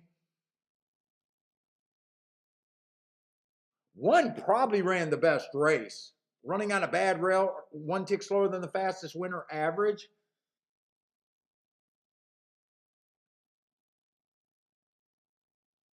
Although this is a Tapeta route, and I don't think they're going to go wire to wire. Ooh, that's part of the reason. That's right. That's part of the reason I did not want to bet this race, because everyone was stretching out. Jay's taking a shot on the 5 to win over there at Gulfstream. Who else got plays? Daryl's alive to a couple horses in the double, or 3 horses, 2, 3, 8. Good luck, Daryl.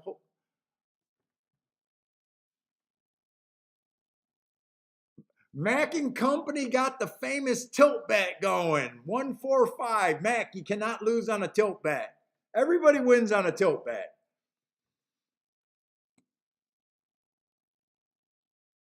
You got some anger handicapping going.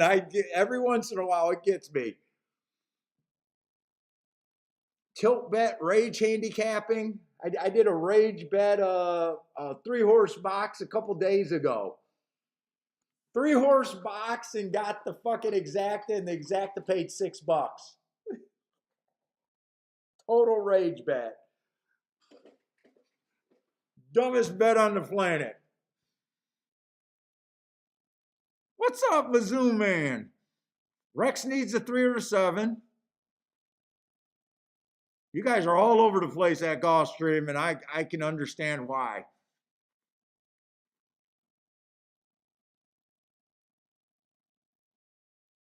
Oh, Charles, let's see. I am good. If I get my handicapping done for Saratoga tomorrow, I'm definitely going to want to look at the last 2 results to see if there's any inside outside shit going on. Tough hit at Saratoga when all the outside.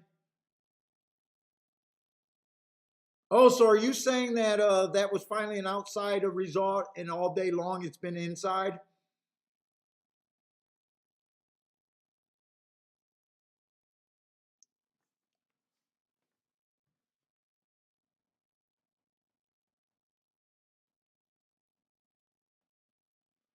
Let's see, 5 ran on a bad rail last race. He got a fairly easy lead. Now these are 2-year-olds, so 2-year-olds closing is probably a tough proposition. It's kind of like a known, like, I don't know if it's a known fact or a track rumor that first timers usually run as fast and as long as they can, and usually they take a little bit of time before they learn how to pass. They look like they're going to go wire to wire here.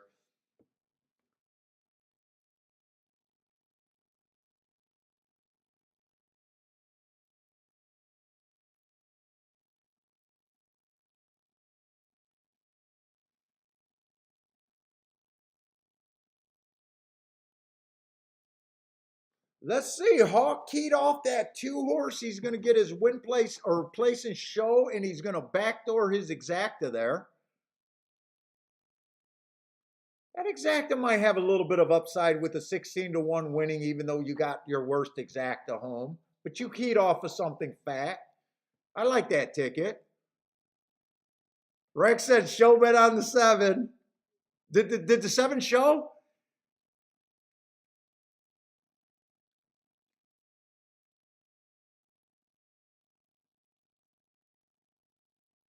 Hopefully that Exacta. Could that Exacta give you $30, 30 to 1? Hopefully it gives you somewhere around 30 to 1, 25 to 1 at least.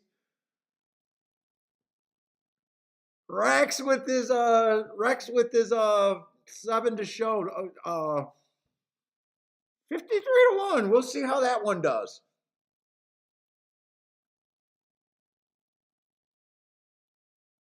Now that ticket is probably too wide for you to be able to go all 7. But what a glorious ticket that might have been. 9-horse fields, you probably got to do some handicapping there.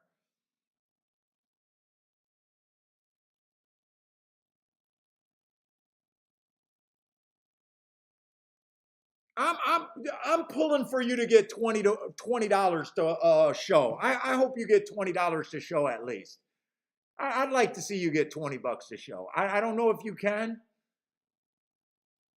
but I'm rooting for you, Rex. I'm rooting for that.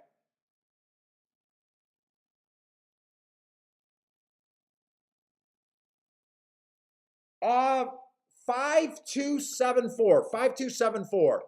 Even money over 16 to 1 over 50 to 1.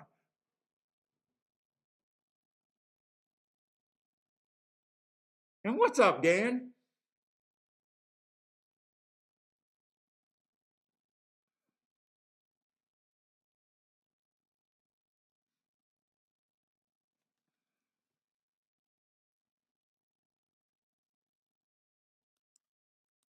Let's see. I want to see this exact. Oh, 19 to 1. I thought maybe you could get 25 to 1.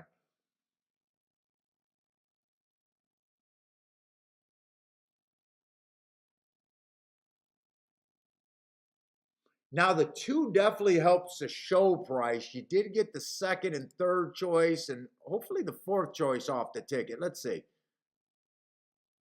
Oh, you know what? Wait a minute. They bet the 9, they bet the 8, they bet the 3. I'm hoping you get 20 to 1 on that, Rex.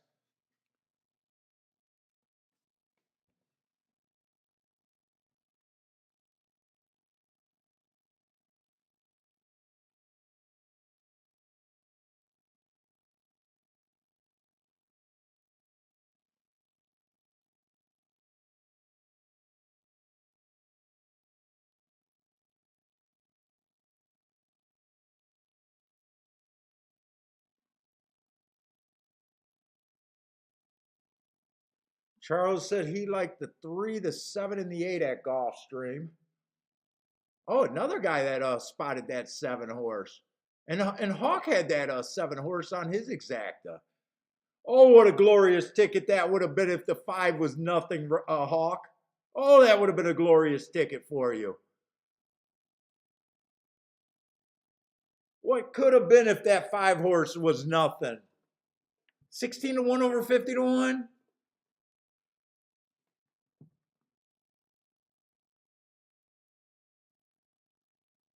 Let's see, Charles is telling me that the last 2 outside Saratoga has been outside winners.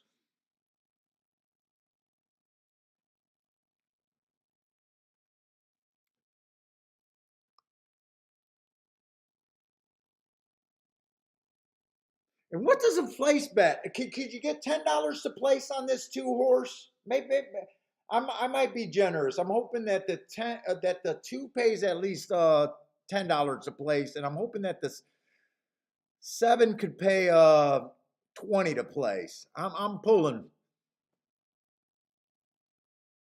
Oh, you did have the try box too? Oh well, that should be okay, right? That should be okay.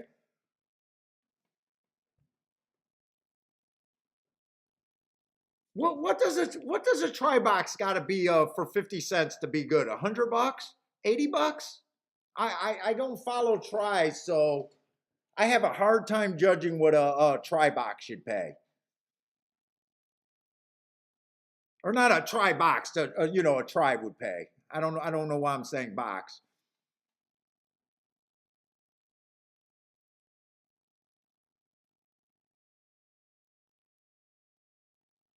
Yeah, yeah, like I agree. It all depends on how much of the show pool and the place pool that 5 had on them.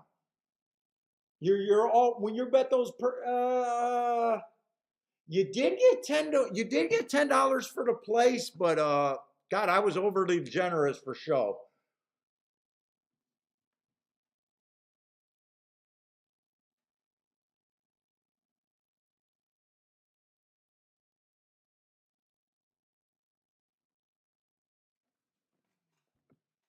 10 cents super paid 278. 4 was long too. 4 was long. 7 was definitely long.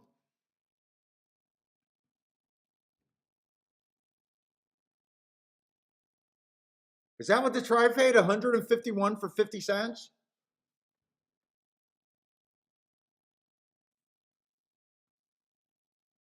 Exacta paid like 20 to 1, just under 20 to 1. Yeah, 50-cent try. Nice hit, Hawk. Nice hit, Hawk.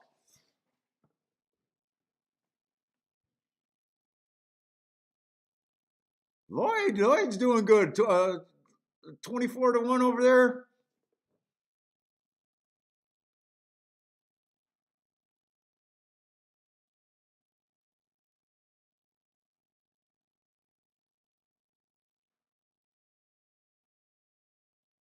Oh, looks like Gann is playing over there in European land over there. Skybet and Unibet.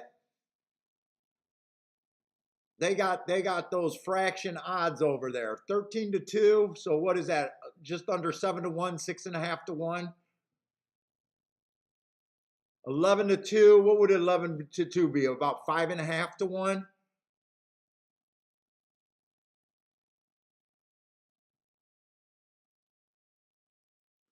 Let me do a quick peek outside, but I might have to end abruptly.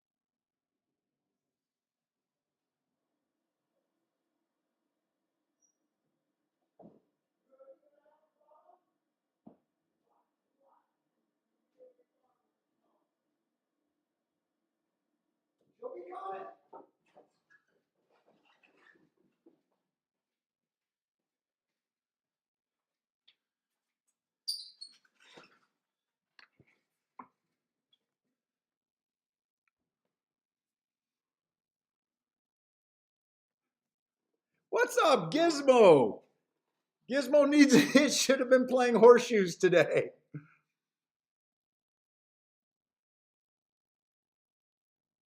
Gan likes the 3. Where are we looking over there at the toga? I'm gonna wait a few. Well, let's see.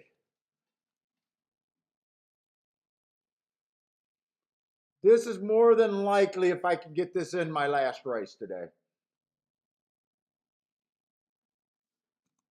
Gulfstream.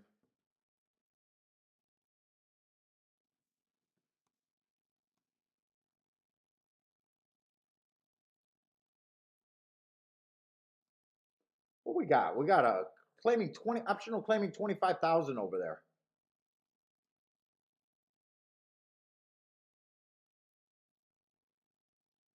And it is going to be on the dirt.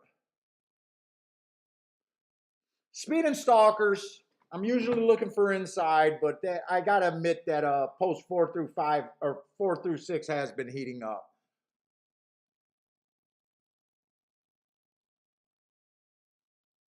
I definitely gotta admit that.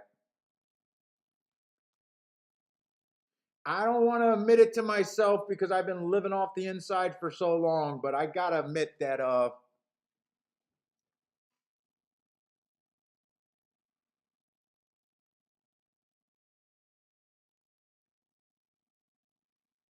what's up, Michael? $1,000,000 to the 9 over there at Saratoga? Really? Is that true?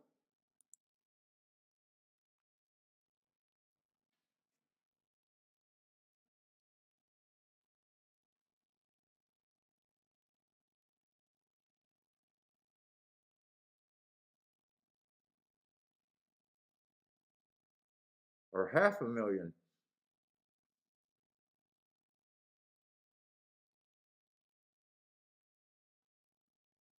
Let's see. Saratoga's looking at the inside. One, two, three, four. Exact and try box at Saratoga. Sticking with the lady that brought him to the dance. Inside at Saratoga. Let's see. Is that going to be a dirt race? What? I'm going to look at the charts right now. I just want to see what, if anything, what Saratoga's been doing, and I might as well start looking at some of that stuff.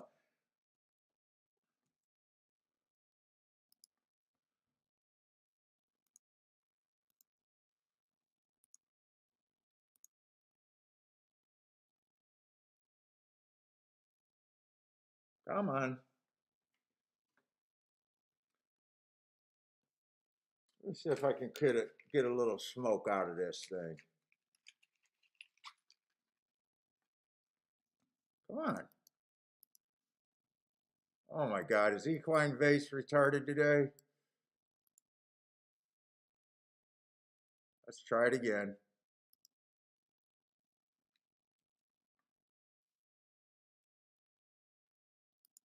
Let me, let me try to get another one.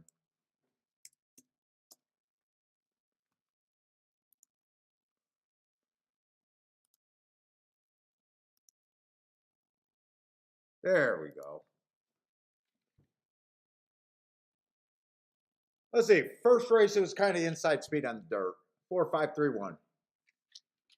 4-1 wire to wire. That's kind of what I would have been looking for, but a non-playable race.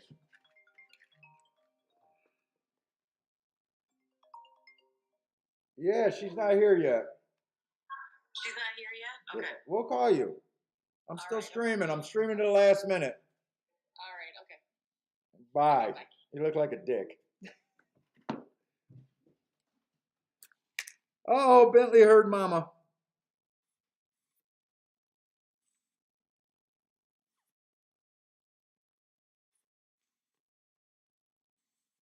Bentley heard mama over there. Oh my God, he's so heartbroken. Let's see. Second race, the inside went wire to wire, 1-3, but kind of chalky. Or very chalky. Third race on the turf, they stalked. Kind of chalky.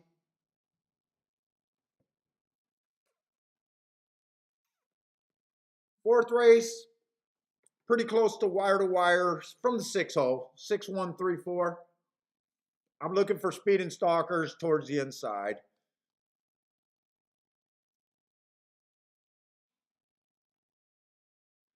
Fifth race on the turf route, they stalked, but he only came from half length off the lead. Horse that had the lead died completely, but speed kind of held up okay there, but technically a stalker. Sixth race, 7-1 winner, definitely closed. 4-hole, kind of inside there, but I'm not convinced that the turf, other than the sprints, are inside. I'm mostly looking for stalkers and closers on that turf.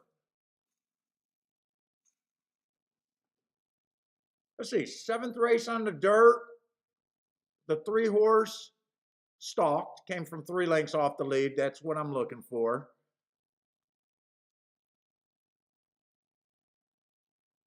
Oh, they did have a sprint race on the turf today. I'm looking for speed and stalkers, but I am looking towards the inside. The 11-horse stalked that race. Pretty much went wire to wire, actually. Was closer to wiring. He was only a half a length off the lead from the 8-hole.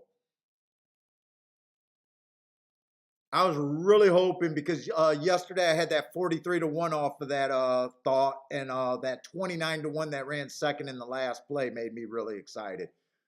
Both of those were on the inside. Both of them were stalking. So really, running style wise today at Saratoga would have suited me pretty much all day. Might have got a little bit of problems with some inside outside stuff. Might not have caught that 11-horse at 7-2, but I'd rather be right about the 7-1 winners and some other ones. I don't have the form. I don't know if I would have been on them. I just know you guys know how I play the profile.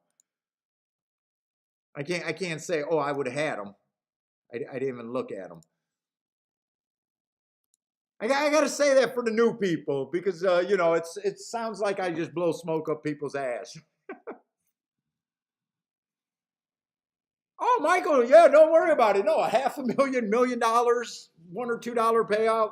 I'm not trying to correct anyone on that one.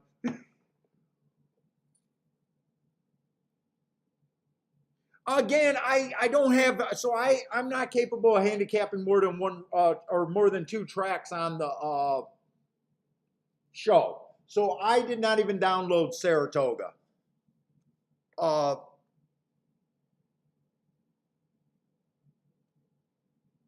Saratoga, with this being a dirt race, I'd be looking for speed and stalkers towards the inside. That's the best I got. I don't even know what kind of a race it is. I believe in my profiles. Now at Gulfstream, I might have an opinion and probably getting ready to switch and start looking there. But I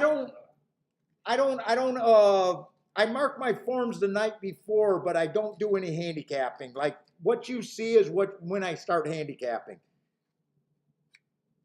I don't spend hours looking at horses. So if it sounds like I don't know what's coming up in the future, I don't.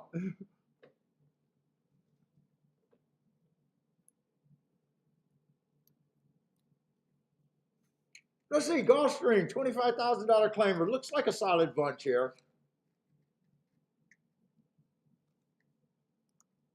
Let me flip to the odds because I believe you got to look at the odds from the beginning. Let's see, the one, I can see the one winning, but I'm not into the 4 to 5.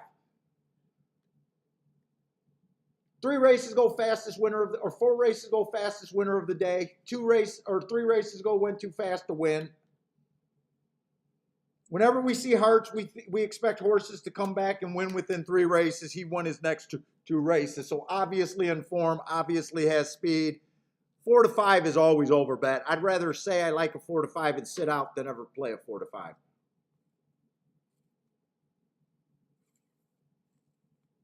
The math just does not make sense to a certain point. There's a little bit of weakness. He is stepping up in class, but horses in good form are always dangerous, especially when they got speed.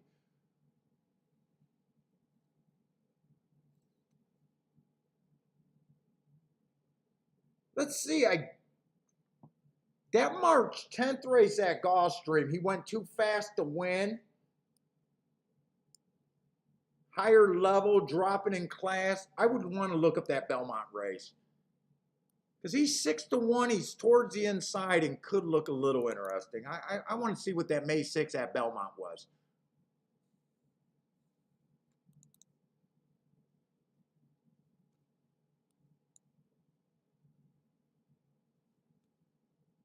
That was an early pressing day. Technically, he was a stalker, but sometimes when horses are 4 lengths back, I have been giving them asterisks. So it all depends on if you like the excuse there. He was just slow average that day at a higher level. He does have speed, and he broke a lot slower than usual.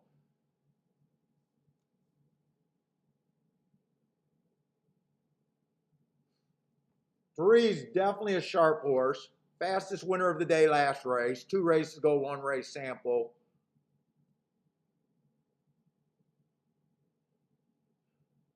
Most of the time at Gulfstream, you don't want to be 5 lengths out or farther. I just think the 4 is going to be too far out. The 4's win condition is just a meltdown in pace, and it would have to be a pretty strong meltdown. Is dropping in class. But I got last race being an inside stalking closing day. He had the inside, and he broke slow. So if he was a closer, he should have, to me, he should have ran better there. I would say he should have ran better. The 5 is making a pretty big step up. I'm not interested in him, and he has very little speed. Looks like he got a lot of ways to go there.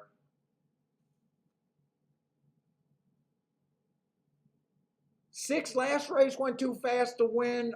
For the new people, my hearts are my best marks. Hearts are always an excuse when a horse went too fast to win.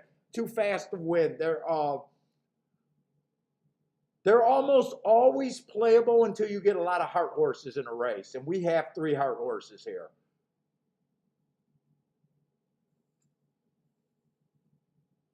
So that shows that tells you that there's 3 horses that went too fast to win recently, which is an indicator that there's a lot of speed in the race.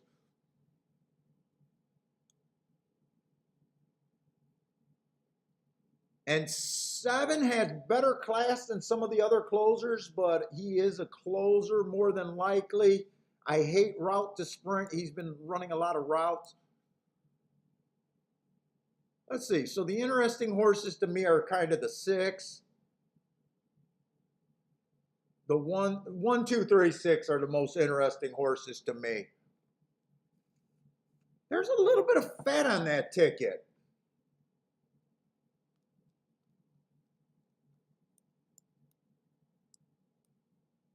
One, two, three, 6. Let's see. 1 is obviously the worst part of the wager, being the favorite. 3 to 5. It's really hard to do something with the 3 to 5. So I believe in writing down your horses that you like and seeing where the best part of your ticket is. And I believe in overall you want to play the biggest hits that you can get to. So obviously, the 2, 3, 6 in the Exacta box would be the best part of my ticket.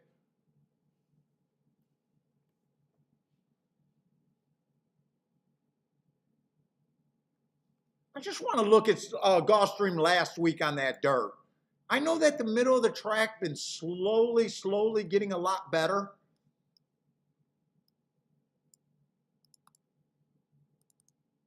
I think last week. Let me just look and see.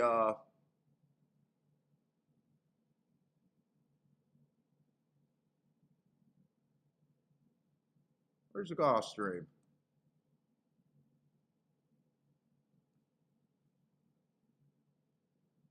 Fuck is my Gulfstream? There it is.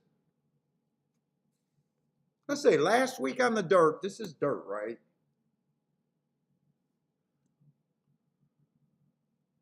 Last week on the dirt, they only ran 7 races, and the inside still won 57%.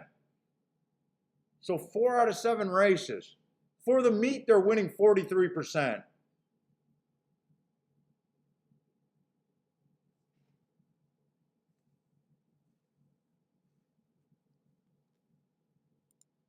I haven't been paying attention today because, all honesty, most of the races today at Gulfstream were just uninteresting. And they were loaded with first-time starters and lightly raced horses. This is like the first race today where we're getting kind of horses with running lines.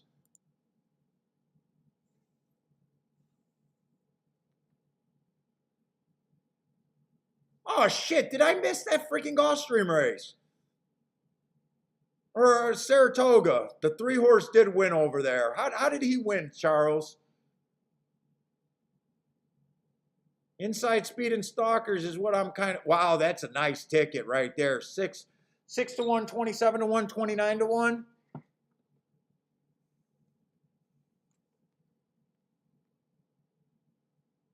Charles had a winning place on the 3 at Toga. Nice. Charles stayed hot.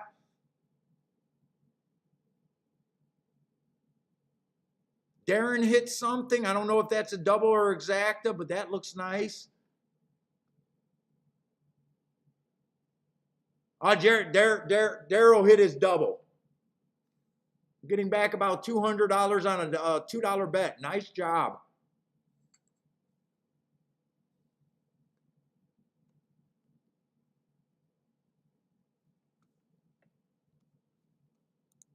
But here, I'm still trying to decide if I really want to touch this race. This is the last race I'm going to play, and I'm having another good day. I only hit 2 races, but I think I only played like 6 or 7 plays today, so not much action for me.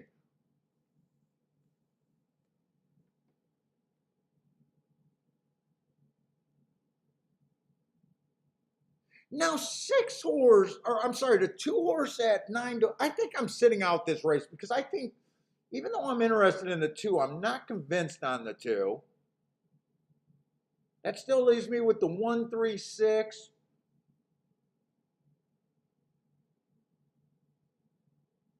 to me, I'm having a hard time separating the 1 and the 3. And, you know, getting off a 3 to 5 to go to a 3 to 1 is not really a bump. Really, the only way this bet makes sense is if I can get the 1 out of first place and the 6 or the 2 to be there.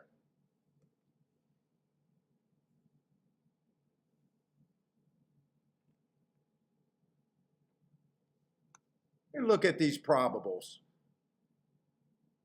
Yeah, 1 over the 2 is 14 to 1, 1 over the 3 is 4 to 1, 1 over the 6 is 11 to 1. So as a bettor, you're always best when you hate the favorite and can't use the favorite. I got one of those situations where I like a few horses, but I also like the favorite. And you're not in that big of a position, but sometimes you got to play against. I think I'm sitting out this one, though. I'm just going to enjoy having a nice day today.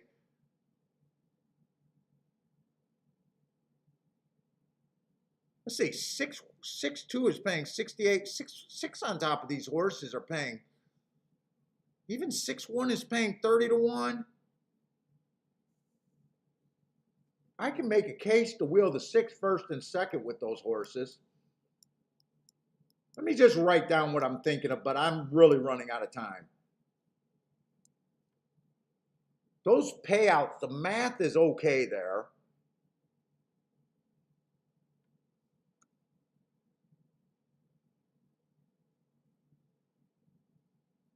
You can't play nothing with the 1. Oh, 1 on top of the 6 I wouldn't even want. 1 on top of the 6 is a bad proposition. So I would not key the 6 or the 1 in first on top of the 6. 6-1 is okay, but 1-6 is bad. I would not want that. So I would have to play it 6 over to 2-3. Both ways. That looks like I got the 1 in there. Now I got to get this right, because when I review what I did or what I was thinking, 6 over to 2-3, I don't want to think that I was still thinking of the 1. And 6-1 straight. But they're in the gate, so I'm just going to write no bet here. Gulfstream was just unplayable for me. I think I only made one small play at Gulfstream trying to beat a 1 to 2, and that did not work out.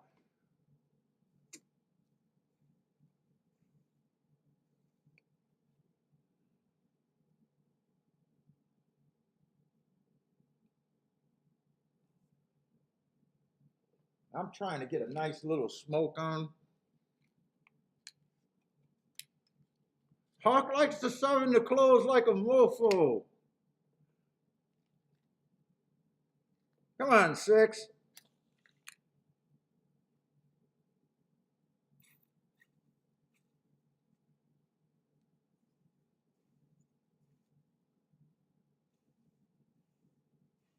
I'm like a crackhead over here.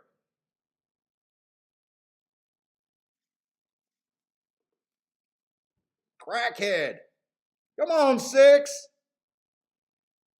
Now remember, I said if it comes in 3-6, that's the exacta that or not 3-6. If it comes in 1-6, that's the exacta I would have left out. Come on, 6. Oh, sometimes racing is just easy.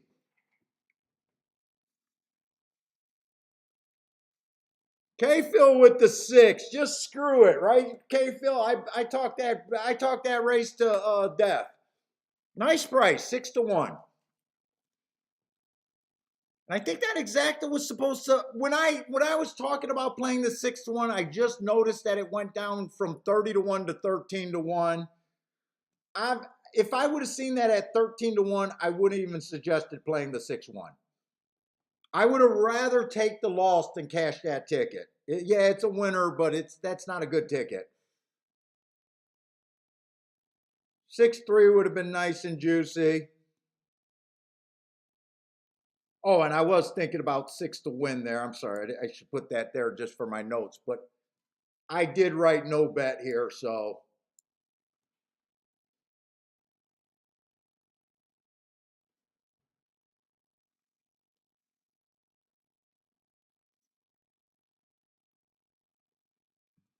K-Phil with the boom. Long shot. Louis played the 6 to win.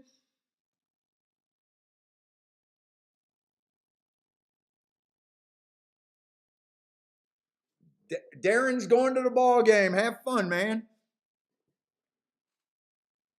Yes, Gan, 6 at Gulfstream. I hope you played it, man. Did you play it? Did you play it, Gan? But anyways, guys, that's it for me. I'm waiting for some lasagna to be delivered. I'm going to hang out with the mother-in-law. We're going to FaceTime Kiki over there in Rome with her girlfriends. It's going to be rough for me to handicap Saratoga, but for you guys, I'm going to try to do it. I'm going to try to get Saratoga done tomorrow. Hopefully, Gulfstream would be way more interesting than it is today. But I'm 90% sure we're going to do a show for tomorrow. But anyways, guys, good luck if you guys are playing the later races. Hope to see everyone tomorrow. Stay safe out there like always, guys.